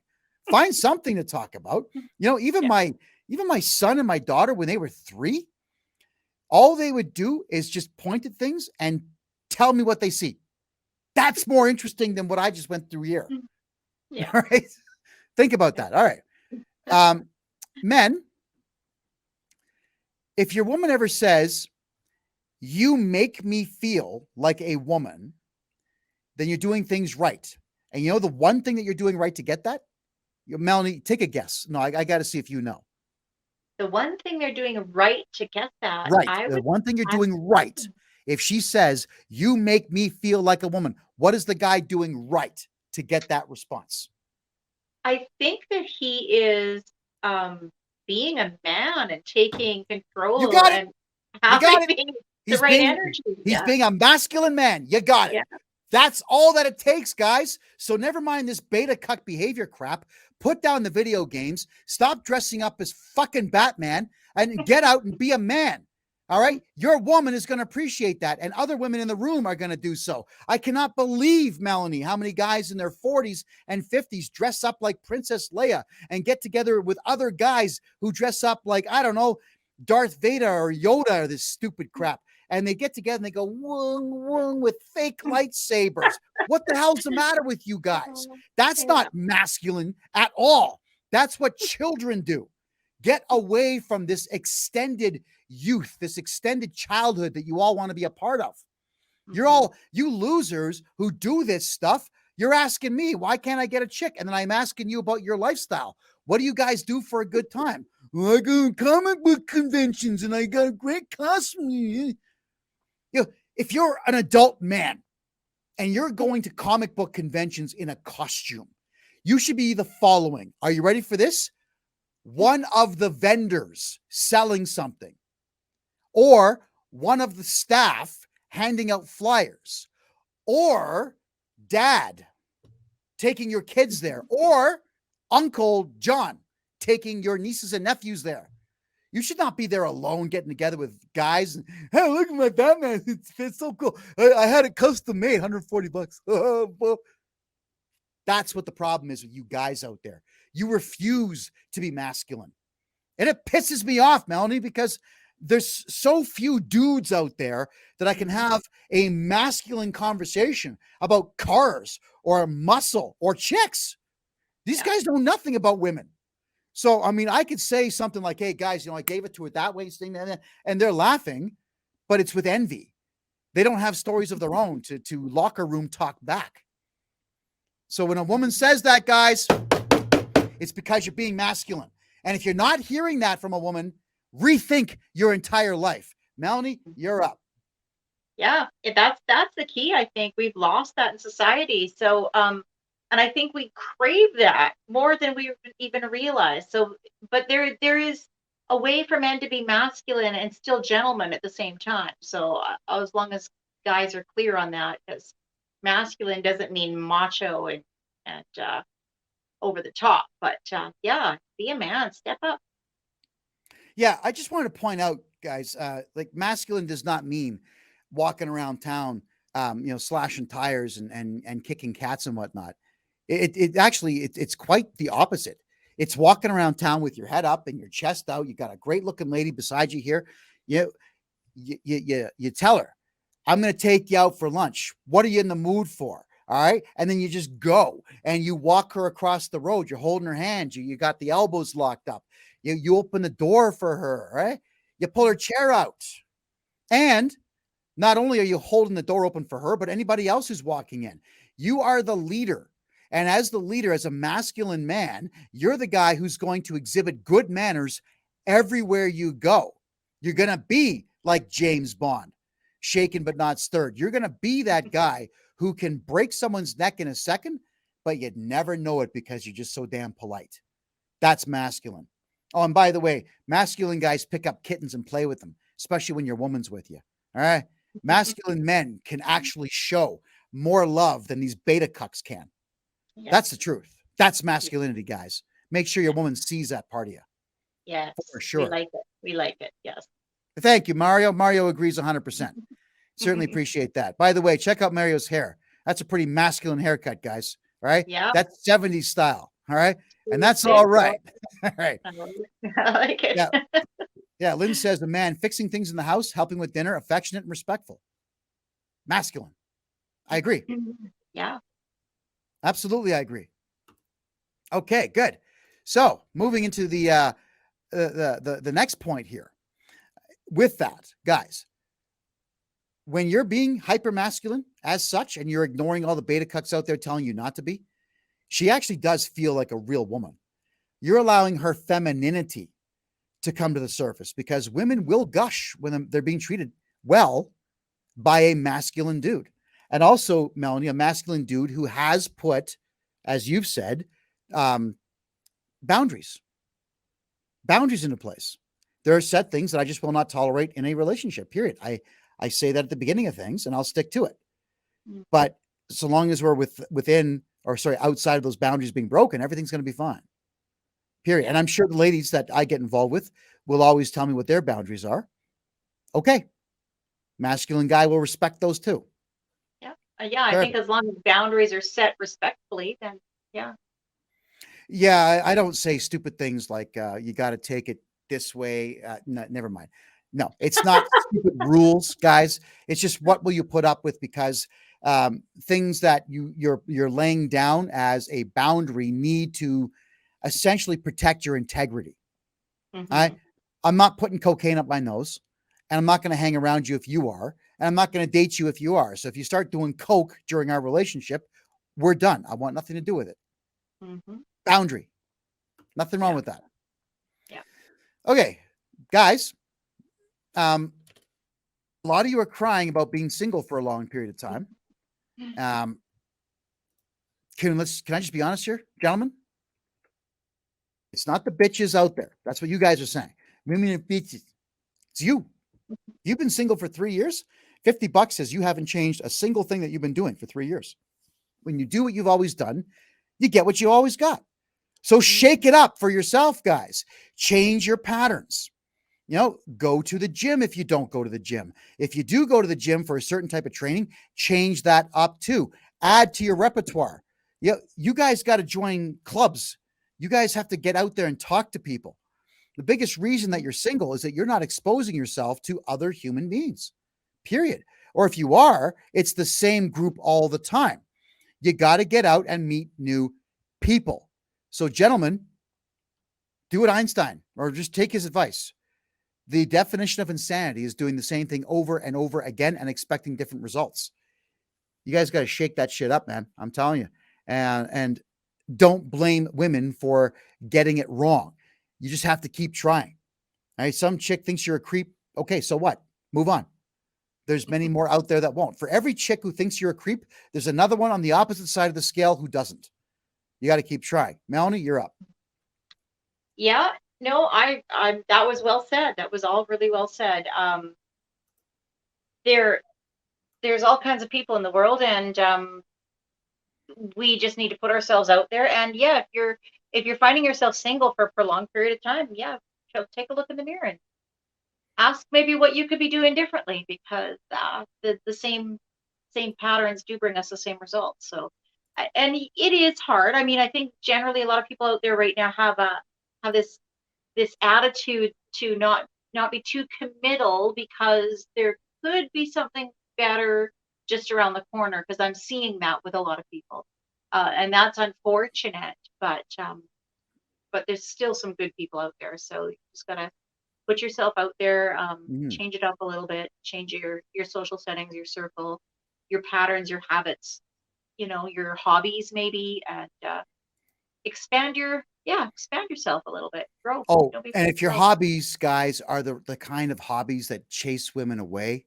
like 12 hours a day of video games. Yeah. Right. Change hobbies, maybe. Honestly, dressing up as Superman all the time and pretending to fly is not cool. Right. I mean, it's cool when you're 9. That's awesome. But when you're 42, it's freaking horrifying. I mean, there might be chicks out there that do it too, and you might find the love of your life that way, but it's probably kind of rare. Yeah. It's not as common as the guys out there wish it was. Yeah. See, the reason that women get into this cosplay, this costume play stuff, is it's more so because they just like the attention that they get from it. The more extravagant the costume, the more attention they get. And of course, because men are stupid, we go, oh, she's so hot. Look at the Sailor Moon over there. Oh, right? She might say something like, I've got an OnlyFans page. Do you really? Well, if I just give you $50 of my money, you'll be my girlfriend, right? That's how these losers see it. And OnlyFans exists because there's so many losers out there who absolutely cannot wait to avoid contact, avoid talking to women in public and hiding behind their screen. Guys, it's not going to work. OnlyFans chicks will never be your girlfriend. They don't care about you. They want your cash. It's not even them who are typing messages back to you. All right. OnlyFans is a scam. They get the chicks posing for pictures. That's all the girls do. They're not the ones talking to you. Get that into your heads, all of you. Period. I've got an email here, and yes, ma'am, I will keep. Oh, sorry. Ooh, oh, actually, you're kind of cute. Ooh, I retract, ma'am, and say, hey, what's up? All right. But no names. I promise, no names, no names. I've not dated any men for 4 years. Now that's unfortunate. Since the second time my ex-husband and I split up, which is a permanent split, one main thing is holding me back from dating. Where do I go to find, where do I go to find like-minded singles when there are so many liberals out there? Okay. Yeah. Geographically speaking, I can answer this partially. Geographically speaking, we have to judge where we are in the world. If you're downtown Vancouver, oh, forget it, man. You're done. Like, that is left-wing libtard central. If you're in Edmonton, where Melanie is, tell them, Mel, it's libtard. It's not great. It's not great. You might have some luck at a freedom rally, but it's mine. Yeah, it's embarrassing. I don't know how anybody's ever had children in that city in the last 3 decades. It's so terrible. Okay, now getting a bit serious here. There are cities that are conservative. Ottawa is somewhat conservative. It's very boring. God, Ottawa's so maybe I should get you to tell me where you are. But the idea is we have to start looking at our lives geographically speaking. Where could a guy like me get friends? Let's just say I want to have friends that I can talk to. I'm not going to Vancouver or Edmonton or downtown Toronto. I'm telling you that right now. I'm just not going to do it. Calgary is awesome. Like, everybody over 40 is conservative. I mean, the ones that are not conservative, they're just stupid. So ignore them. But there's a lot of conservative people here. Talking to people in Calgary is incredibly easy to do. There are other cities out there that are conservative. Saskatoon is one of them. Regina, partially. Winnipeg they're nutty. They just voted the NDP in. But you still have to find out what pockets of your town or your city that you're in have a conservative populace. Now, there's a lot of clubs. Like, Calgary's got 3 of them that I know about. They have these groupings for just over 50.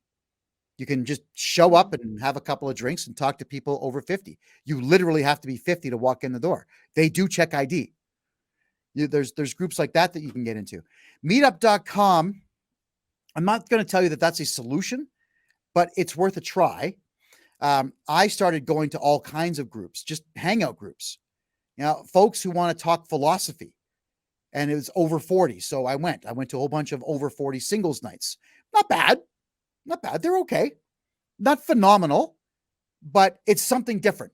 What it's doing is, I'm not scoring chicks or babes out of the deal, but what I am doing is getting away from this stupid computer and this stupid mouse and this stupid desk and this friggin' microphone. And I'm going out into the world talking to people that I haven't met before. And that's the biggest thing, is to be away from your own pattern. Get out of your own way. Stop being your own jailhouse, your jailkeeper. Stop being your own warden is the word I'm looking for. You got to get out there and do something different. Now, with the libtards, here's something about libtards you need to understand, is that they actually aren't interested in social circles. They're mostly in the political things. If you're on meetup.com or websites like it, they're mostly political. They really are. They're not saying, hey, how about we just have a good time for the hell of it? That's not what left-wing libtards do. I'll paraphrase what they're saying. I'm an angry loser. If you're an angry loser too, let's hang out here and talk about why Trump sucks. All right? Don't go to those. Please, I beg you, stay away from those. We're going to talk about Tinder in a second, so sit tight. I've got a lot of tips for Tinder for you gals out there, because I know we're talking about men. We only have half an hour to go, so we're going to talk about you lovely ladies out there now. There's a couple more things, guys, so I'm going to quickly really fly through it fast, all right? The woman said this to me, and I thought, all right, I'm going to write this down, and I did. I wrote down everything she said. And I said to her, I have no clue if I agree with this or not. I got to think this through. Here's what she says. To get your lady or the one that you like to text you more often if she's not texting you enough, then what you do is you stop the routine of saying hi and good morning and good evening and good night and how you doing. Stop that. This woman says become extremely inconsistent in your texting. And then she says, then surprise her. Don't text for 2 days. And then bombard her with texts on the third day. And then from there on in, go sporadically. I said, like, that's friggin' game playing. Don't you think? That sounds really stupid to me. Yeah. Melanie, let's get your take on that. Because a woman said this. Go ahead. Oh, sorry. Yeah, A 44-year-old woman said this. Go ahead. Okay. I'm not sure where she's getting her ideas or information, but I think it sounds like game playing too. And that's how I would feel if I were to do that. And if I were on the receiving end of that, that's probably how I would feel. So I wouldn't recommend that approach. Well, I think it's dumb. I think it's high school. I think it's going to get you blocked if you want the truth, guys. So when you hear women on TikTok and whatnot explain this stuff, and I'm sure that they will, it's game playing. The second that it sounds like game playing, do not do it.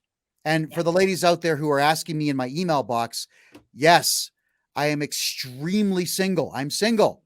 I'm divorced 3 years and a couple of months now. And I work out every day. And I'm actually jogging now. You believe this? I can actually do 750 meters before I've got to stop. I'm working on getting to 5Ks without stopping. So my testosterone's through the roof, ladies. Do what you will with that information. All right. Here we go. There's some stuff here. I don't know. Like there's more men stuff here. Let's go to the women's stuff. All right. Let's just do that right now. So, ladies, a lot of you think that dating apps don't work well for men. All right. So, men and ladies, this is a big one. It would appear that the vast majority of you just don't know how to talk to the opposite sex.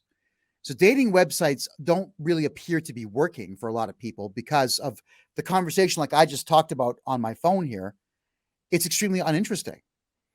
You have to have something to talk about.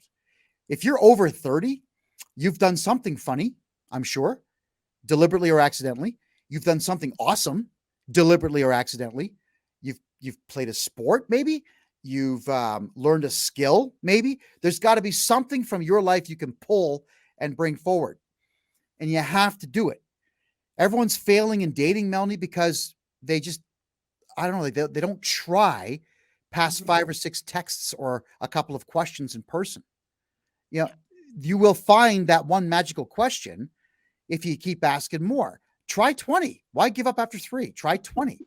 Someone's going to say something cool, or they're going to go, ding, really? You saw that movie? Really? Whatever it might be, there'll be something that you'll find if you'll do so. White Excotty is saying, I live in Montreal, but I refuse to date someone who got the jab. I don't blame you, you know, for various reasons. And I've covered that before on other shows. Yeah. But to the ladies out there now, and this is, I'm not being derogatory or insulting in any way. I actually would like to see all of you who are looking for a partner, find a partner. I would love to have all of you do that. But here's why dating apps don't work for women. And I've really thought this through because I've been experimenting with them. And I'm telling you, this is the stuff that pisses me off as an intelligent man. Why do you have pictures of your pets on your profile? Why is there a dog where there should be your face? Okay. And then you swipe and it's a cat. What? Why? What are you expecting from that? Are you so embarrassed about your own face that you can't show it in public? There are really ugly people that put their faces up there. You know, God bless them for doing it. Why aren't you doing it? There's something wrong with you if you think that a picture of a dog is going to get a guy to go, oh, dog. Yeah. Look at that. Shih Tzu. Horrible animal. Like, are you kidding me? Not going to happen. How about this one, ladies?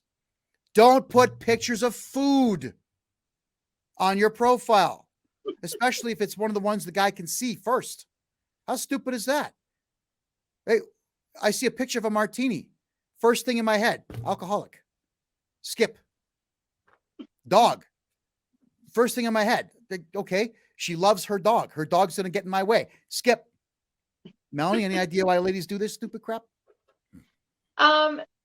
Not really. I think maybe they're trying to tell a story through pictures about, look, I'm fun. I'm out for cocktails and I'm a little bit fancy or bougie. Oh, or here's I how you love say my that. dog. Right. Yeah. Yeah. But really, I'm fun. Look at me. I'm laughing with a beverage. Put your face in it. I agree. Yeah. If you're going to sell yourself should be in the pictures. Yeah. Pictures of scenery. Now, in Yeah. Alberta, there's a lot of Tinder profiles that have mountains. Wow. Okay, ladies, when I walk out of my house and I turn left, I do this and I go, wow, there's the Rocky Mountains. I can do that too. I can use a zoom lens on a good camera and take a picture of the mountains and use that as my profile. Melanie, are you going to say like if you see mountains? No. Or dog? No, we want to see each other's faces. So yeah, stop doing that. Good. Yeah, don't do that. You're not going to get any replies from that. And if you do, it's from losers. Right. Or bots. Filters. Don't use AI filters on your face. Nobody wants to see you as a cat or a mouse or an anime character. I don't want to see eyelashes that come up like this. I don't want hearts going in some animated GIF. I don't want to see that shit. What do you look like? And if you're doing that, it means there's something wrong with your own to me anyway, it means there's something wrong with your own personal self-worth.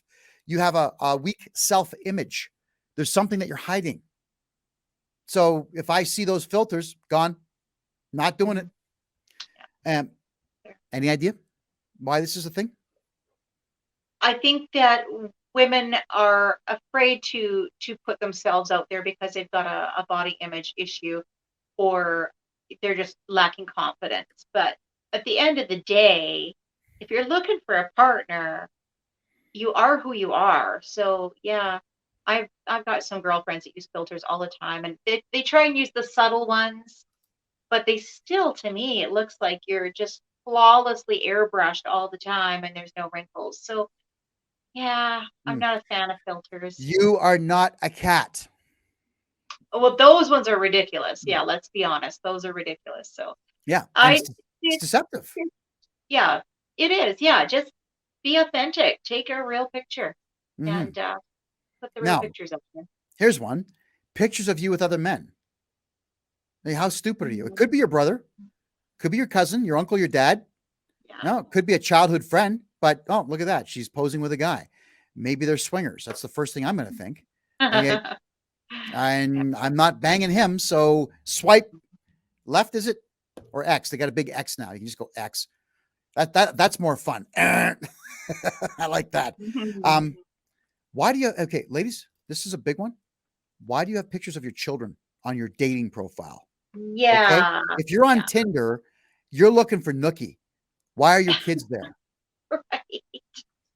Don't do in it. a world, I just don't think that it's right, because your family life should be private until you let somebody into that. So Bingo. Yeah, Exactly. And why are kids on a Nookie site?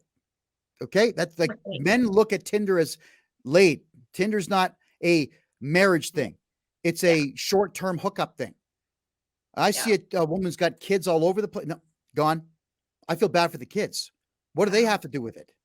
Yeah. Keep children away from your relationships, your sex life, your fun time. You're an adult, right? Just, in fact, everybody, don't put your kids on social media at all. It's a bad idea these days. Yeah. Bad idea. Okay. How about this one? Deceptive photos. I've seen this a lot with ladies on Tinder. Oh, God, she's hot. Oh, she's got 9 photos.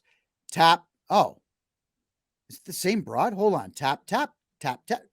It is kind of the same broad. So why does she look so great in the first one? And why does she look like an elephant's ass in the second one, and the third one is from 10 years ago, and the fourth one's from 25 years in the future. It is weird to have that much inconsistency in your image. Yeah. Yeah, it's very, very strange. So don't be deceptive. Why don't you just take 10 photographs of you over the course of a week and put those up there? Because that's the person that your man's going to meet, or the man is going to meet. Here's another one, Melanie. Pictures of you as a kid. Oh. Why? Well, I wouldn't put that up. I think that's crazy, but I've seen it. I've seen it on some dating sites. Yeah, it's an odd choice to me. Well, yeah, I mean, I'm a heterosexual man looking to date women over 40. Yeah. And there's a kid on a Tinder no, swipe, I'm done. I'm not even looking at your secondary photo. I'm out. Because I think it's gross. It's gross. Yeah, let me just tell you, ladies, I'm going to tell you a little thing here is we went for dancing lessons on Friday of last week. And the only partner that was left for me to dance with was a 23-year-old. Now she was a nice girl, but I'm thinking, I don't even want to touch her. It's a kid. I'm 23. That's way too young. So imagine you go to a dating profile and there's a 10-year-old girl on it. I know it's 10 years old in 1977. Okay, but it's still a kid on the profile. Yeah. And a lot of men are grossed out by that. Like grossed the F out. Don't do it. Yeah. Okay. Messages. If you really are serious about being in the dating game, ladies, reply. Yeah. Reply to them. Yeah. If he's saying something like, hey, I noticed that you ride horses. I ride horses as well. I noticed the breed you're riding is this. That's pretty interesting if you're riding horses, don't you think? So this guy is engaging with you on your terms, essentially. Yeah. Reply. Yeah. Say something. Yeah. Not hi. Oh, or thank you. Yeah. That's boring. Don't be boring. Reply with a message that's at least 3 sentences in length. And keep in mind, ladies, if you're doing it on the phone, 3 sentences is only about 5 words. That's all that fits in a sentence on the app. You can't come up with 15 words. It's pathetic. That's how you're going to be seen. So the guy is going to think, all right, well, she's not interested, and block you. Because with men, it's like fast. Yeah. Yes, no, yes, no, yes, yeah, okay. Oh, she messaged. Brrr. So you ladies need to understand also that with men, I know some of you think that if he answers you within 5 minutes, he's desperate. That's not true at all. We're men. We forget the stupid menial crap out there. So if we don't reply now, while the ping is fresh in our heads, we're not gonna. We'll forget unless we're already engaged with you in some way. It's not desperation. It's just, it's a task list. Men think differently. It's a task list. So we cross that off. Okay, replied, good. And then back to what I'm doing here. Oh, there's another ping. Yep, reply, good. Back to fixing the fridge. That's how men think. So I'm not asking you to give us a break. I'm telling you that if you don't see it that way, you're going to be alone. You're not getting anywhere.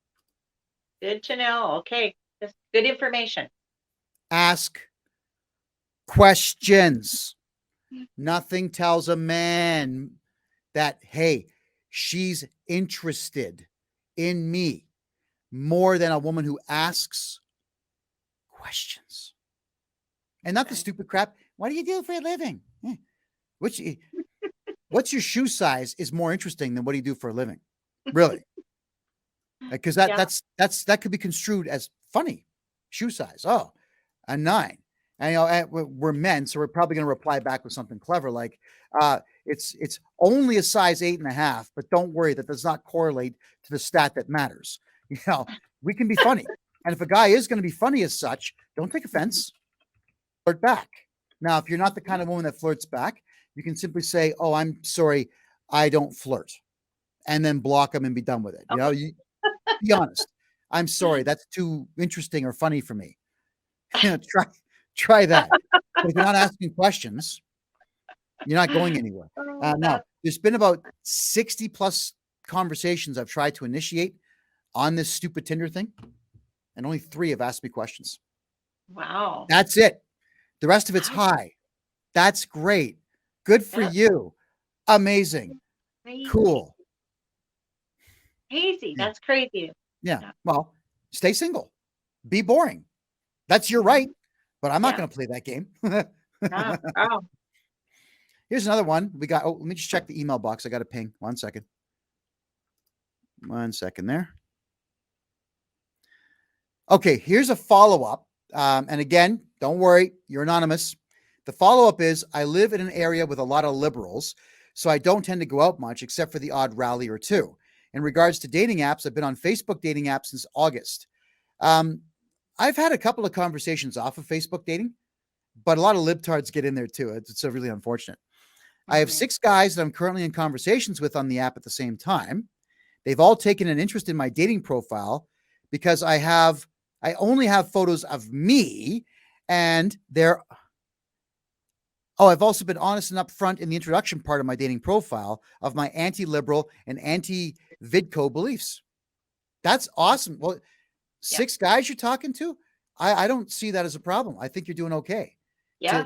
And keep talking to all of them. The way I've said here, be interesting, engage, ask them questions. But keep in mind, when you're talking to 6, you'll start to crisscross them. Yes. Maybe get a dollar store notebook, or in Quebec, they're called cahiers. Get one of those and just keep notes. Honestly, just keep notes of which guy is which and what you've said and what you've talked about, because it is a little embarrassing to talk to the guy about, oh, how's your mom doing? And it's the other guy whose mom is dead. This is not good. Right. So, but yeah, ladies, you should be honest in your profiles. And I wish that these dating profiles would let me be more honest. I would be honest telling women that I am a fiscal conservative. I despise liberals. Go Trump, die Biden. Trudeau should be hung upside down. And I've got a massive libido. If you don't like it twice a day, just fungu. I would love to be able to say these things, but you can't on the app, because I'm willing to bet that I would get a lot less of these matches with one-word answers. I would tell you, don't be boring. If you're not going to type at least 20 words, piss off, right? But you can't put that on Tinder. There's not enough room to be that descriptive. You can do it on other dating apps like Facebook dating and so on. See, I've never tried Tinder, but it sounds pretty vague, very hookup-y. Yeah. Well, yeah, it is. It is hookup-y. It's, I just wish that more people were more creative more often. It would be so much more interesting for the guy who's swiping. I mean, sometimes I'll go a couple of days at a time without even looking at it because I'm thinking, boring. Now, and right now, you know me, Mel, if there's something cool to do outside, I'm going to do it. And right now, if you look at my Instagram page, I was able to walk across the Bow River here in Calgary, which is about 400 feet across. It's a long distance. Why? Because the river's down 5 feet and all of the concrete barriers that they've built to create artificial rapids, there's no water. You can run on these things across the rivers. That's cool. I'm outside all day, jogging with my buddies, and I'm not fooling around on Tinder. But you ladies out there who like to jog and do outdoor stuff, you could be doing that stuff with me if you were more interesting on Tinder. All right. Never mind one-word answers. All right. There's a bit more to cover here. Women are asking me in email, why is it? Oh, by the way, Sarah, if you're in Calgary, let me know, because you're a good-looking gal. Yeehaw. Woo. All right. But no last names here. All right. So we'll get into it. Men are not making the first move. And women apparently are very upset about this. Melanie, are women upset about this, or am I reading this wrong? Maybe some women are. I just feel like it's a change in our culture, and it's okay for women to make the first move. But we got to be careful, because women tend to step more into their masculine energy right now because men are not doing their job being masculine, as we discussed earlier. So I think it's okay to make the first move, but don't be too assertive. But you got to get your point across, because men might be a little more standoffish and shy. I mean, the older we get, we've all been hurt at some point. So even though we want relationships, we're all subconsciously slightly guarded at the same time. I'm not into that guarded crap. I don't get No? it. Well, I'll tell you why, Melanie, because if I'm going to be dating someone new, they're not the ones that did any of that ugly crap to me in the past. Not a one. I mean, Yeah. I will be vigilant, but I won't be holding anything that someone else did against the new partner. They didn't do anything wrong. Yeah. And that is something where I actually, Good I attitude. understand the guarded thing, but if you're not getting into new relationships and meeting new people and letting your guard down and trying some stuff out, you don't grow. Yeah. You don't grow as a person. You're going to remain stagnant. So whatever you are today, you'll remain that and worse for the rest of your life if you're not taking chances. So I'm not guarded at all. Yeah. And because I'm a public figure, how many of my personal stories have I shared with 1 million people? I'm not saying you should share your personal stories with 1 million people, folks, but I am saying that being guarded, especially at our age, 40 and up, yeah, who are you hurting? You're hurting you, because eventually, if you stay guarded the whole time, that person that you're dating is just going to walk. And I'm not saying totally guarded, but I think that some people are just subconsciously a little bit afraid of getting hurt again. So yeah, slightly safely guarded, but when you make a decision based on fear, it's 100% wrong 100% of the time. Yeah, that's all. Right? If the person you meet's a psychopath, okay, be afraid of that and leave. Sure, but yeah, you're not going to know until you talk to them. Yeah, and it's pretty tough for a psychopath to cause egregious harm to you in a Tim Hortons or a restaurant, or a public setting. I wouldn't say go meet the guy at the peak of a mountain. I wouldn't say that. That's kind of dumb. Right? But there we go. So men are not making the first move because widely, especially with the younger guys out there, they've given up. And I really hope that they don't stay in that mindset. They've quit. One of the biggest things is that friggin' Me Too movement. Yeah, okay, Harvey Weinstein, bad guy. Jeffrey Epstein, bad guy. O.J. Simpson, bad guy. But they represent less than 1% of men. Yeah. So this Me Too movement comes out where women start making all kinds of false accusations about sexual harassment. And they would call things like some guy is talking to another guy about how good his wife looks, and the ugly woman in the studio there is saying, "Oh, I'm offended. This is not a harassment-free environment. He's talking about sex." Now what happens? The boss has got to make a choice. Now, I would make the choice to throw her out. If some woman complained to me about that crap in my place, I'd throw her out. But I'm a rare cat, it would appear. A lot of men, because of Me Too and other movements like it, they're actually thinking that the cops are going to be involved. So you make a first move, you go for the kiss. In the old days, remember the old days? It was a slap in the face. And as men, we would accept that as no, I'm not interested. Don't do it again. That's what the slap in the face meant. And we just, sorry about that. Now, if you're a cool guy, it's you buy her dinner anyway. And converse. If you really got your head together, that's what you do. If you're not so cool, then you tuck tail and leave. That's what it meant. Yeah. But we don't get the slap in the face anymore. We get the cops called. And police in North America are not that smart. They just arrest everybody now. And if a woman says it, it has to be true. And that's what men are terrified of. So ladies, blame the feminists for that one. And Hollywood. Blame it all. Women are interpreting this fear that men have of incarceration as no spark. Like they're saying, oh, there's just no spark. Well, he's friggin' terrified. And the other thing too here is that you ladies think to yourselves that you're like, I gave him signals. I did this with my fingernails and he didn't know that that's what he was supposed to do. Kiss me. Really? If you're giving signals and the signals are shit, what do you think a man's going to pick up on? We don't notice that stuff. We're men. You know what we notice is you're hot. I want you to kiss me. Like that. That's how you talk to a man. But you don't go, what the fuck does that mean? That doesn't mean a damn thing. Not to men. To women it does, but not to us. So if you're giving out bad signals, Mel, and he's not catching, it's because your signals suck. That's why.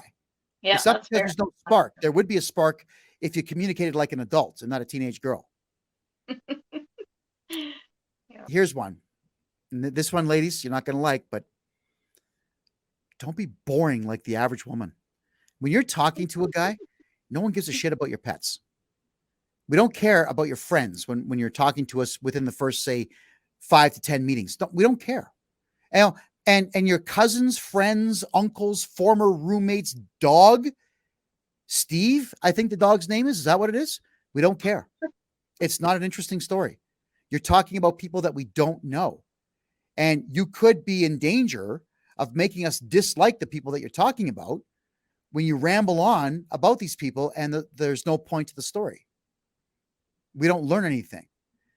We don't care about the cute thing that your dog did. We don't care about the meow that your cat made. We don't want to see photographs of your kids, your nieces, your nephews, your pets. We don't care. It's not interesting. Do you know why? Because you're not focused on us.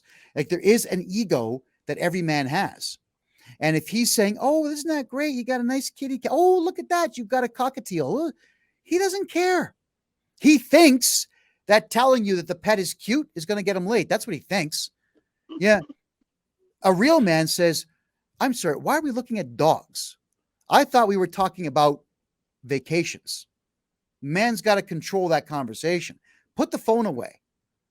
Right? And then lead by example. Watch this. I'm turning mine off right now. Turn it off. Put it away. And then keep the conversation going. You guys out there have got to say no to this shit. And ladies, don't do it. It sucks. Mel, I've talked for 5 minutes. What's your thoughts? Oh boy. Okay, you covered a lot there.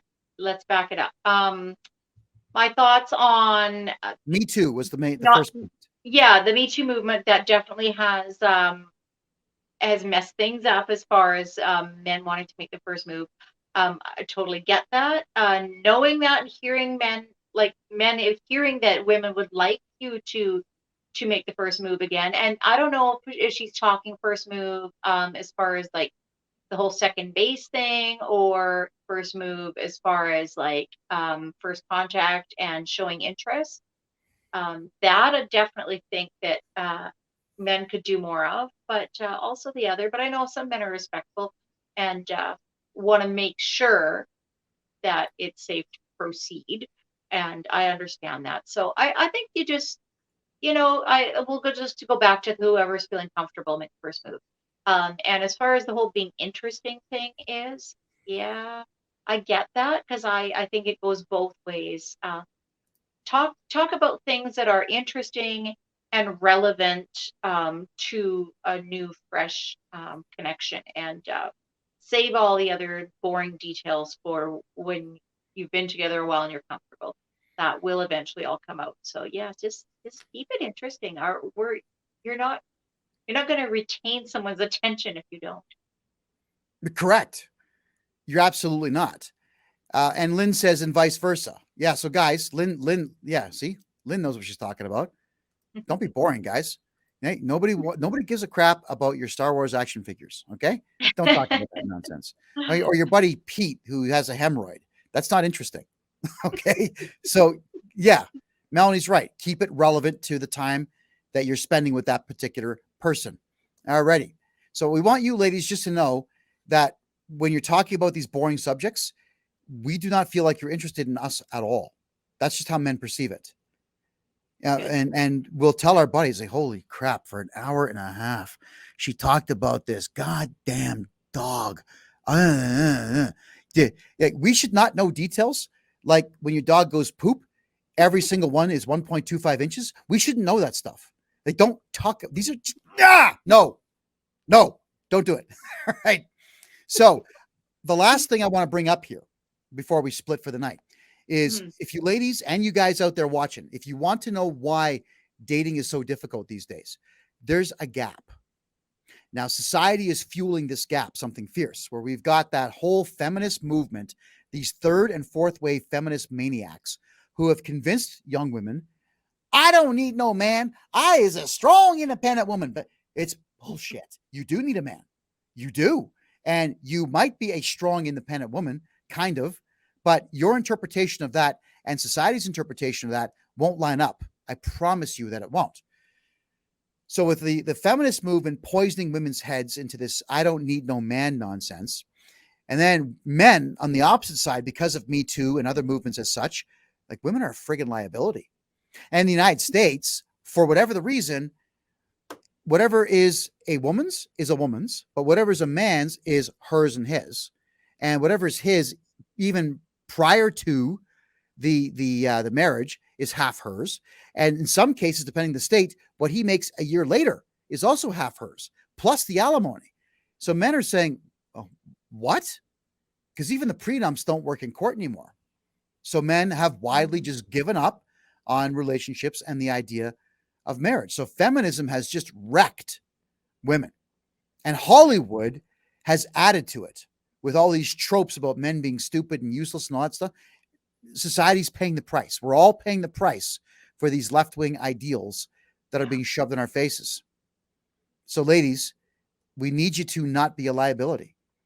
And we need you to recognize the feminists hate you because they hate themselves. And the average guy out there who's looking for a woman to give his love to is exactly opposite what the feminists are. He's someone he wants to bare his soul to you. He wants to give you everything that he has. And when he's done giving that, he wants to give you more. Whereas the feminists want you to be alone and miserable like them. So pursue a healthy relationship with a man and don't be a liability. Melanie, you've got the last word there. Go ahead. Yeah, well, that is that's good advice. And we have seen the crumbling of the traditional patriarchy, and I think we need to bring that back. And that takes men stepping up to the plate, and that takes the women backing away from that role and living their feminine beauty. Like, we are nurturers and the peacemakers and the doers, and that those roles. I mean, those roles work harmoniously well. So let's bring that back. And I know we're at the end of our 8 weeks here, and I just want to wish everyone good luck on their dating adventures. And I hope if they have some cool experiences, they'll send an email and share that with us. It'd be cool to follow along. Yeah. And to the nice lady that sent those 2 emails to me, keep me posted on how that's going for you. We'd certainly like to know if you're having any luck with anything that we've suggested here. We obviously want the best for all of you. We truly do. There's one question that we did not address yet. So Cheerleader in the Rumble chat is asking, should you buy gifts on the first date or not? Well, I'm the one that leans towards no, because the gift is the meal that you're buying. That's how I see it. Flowers are okay, I guess. But Melanie, maybe you could tell us what ladies would like to receive on the first date.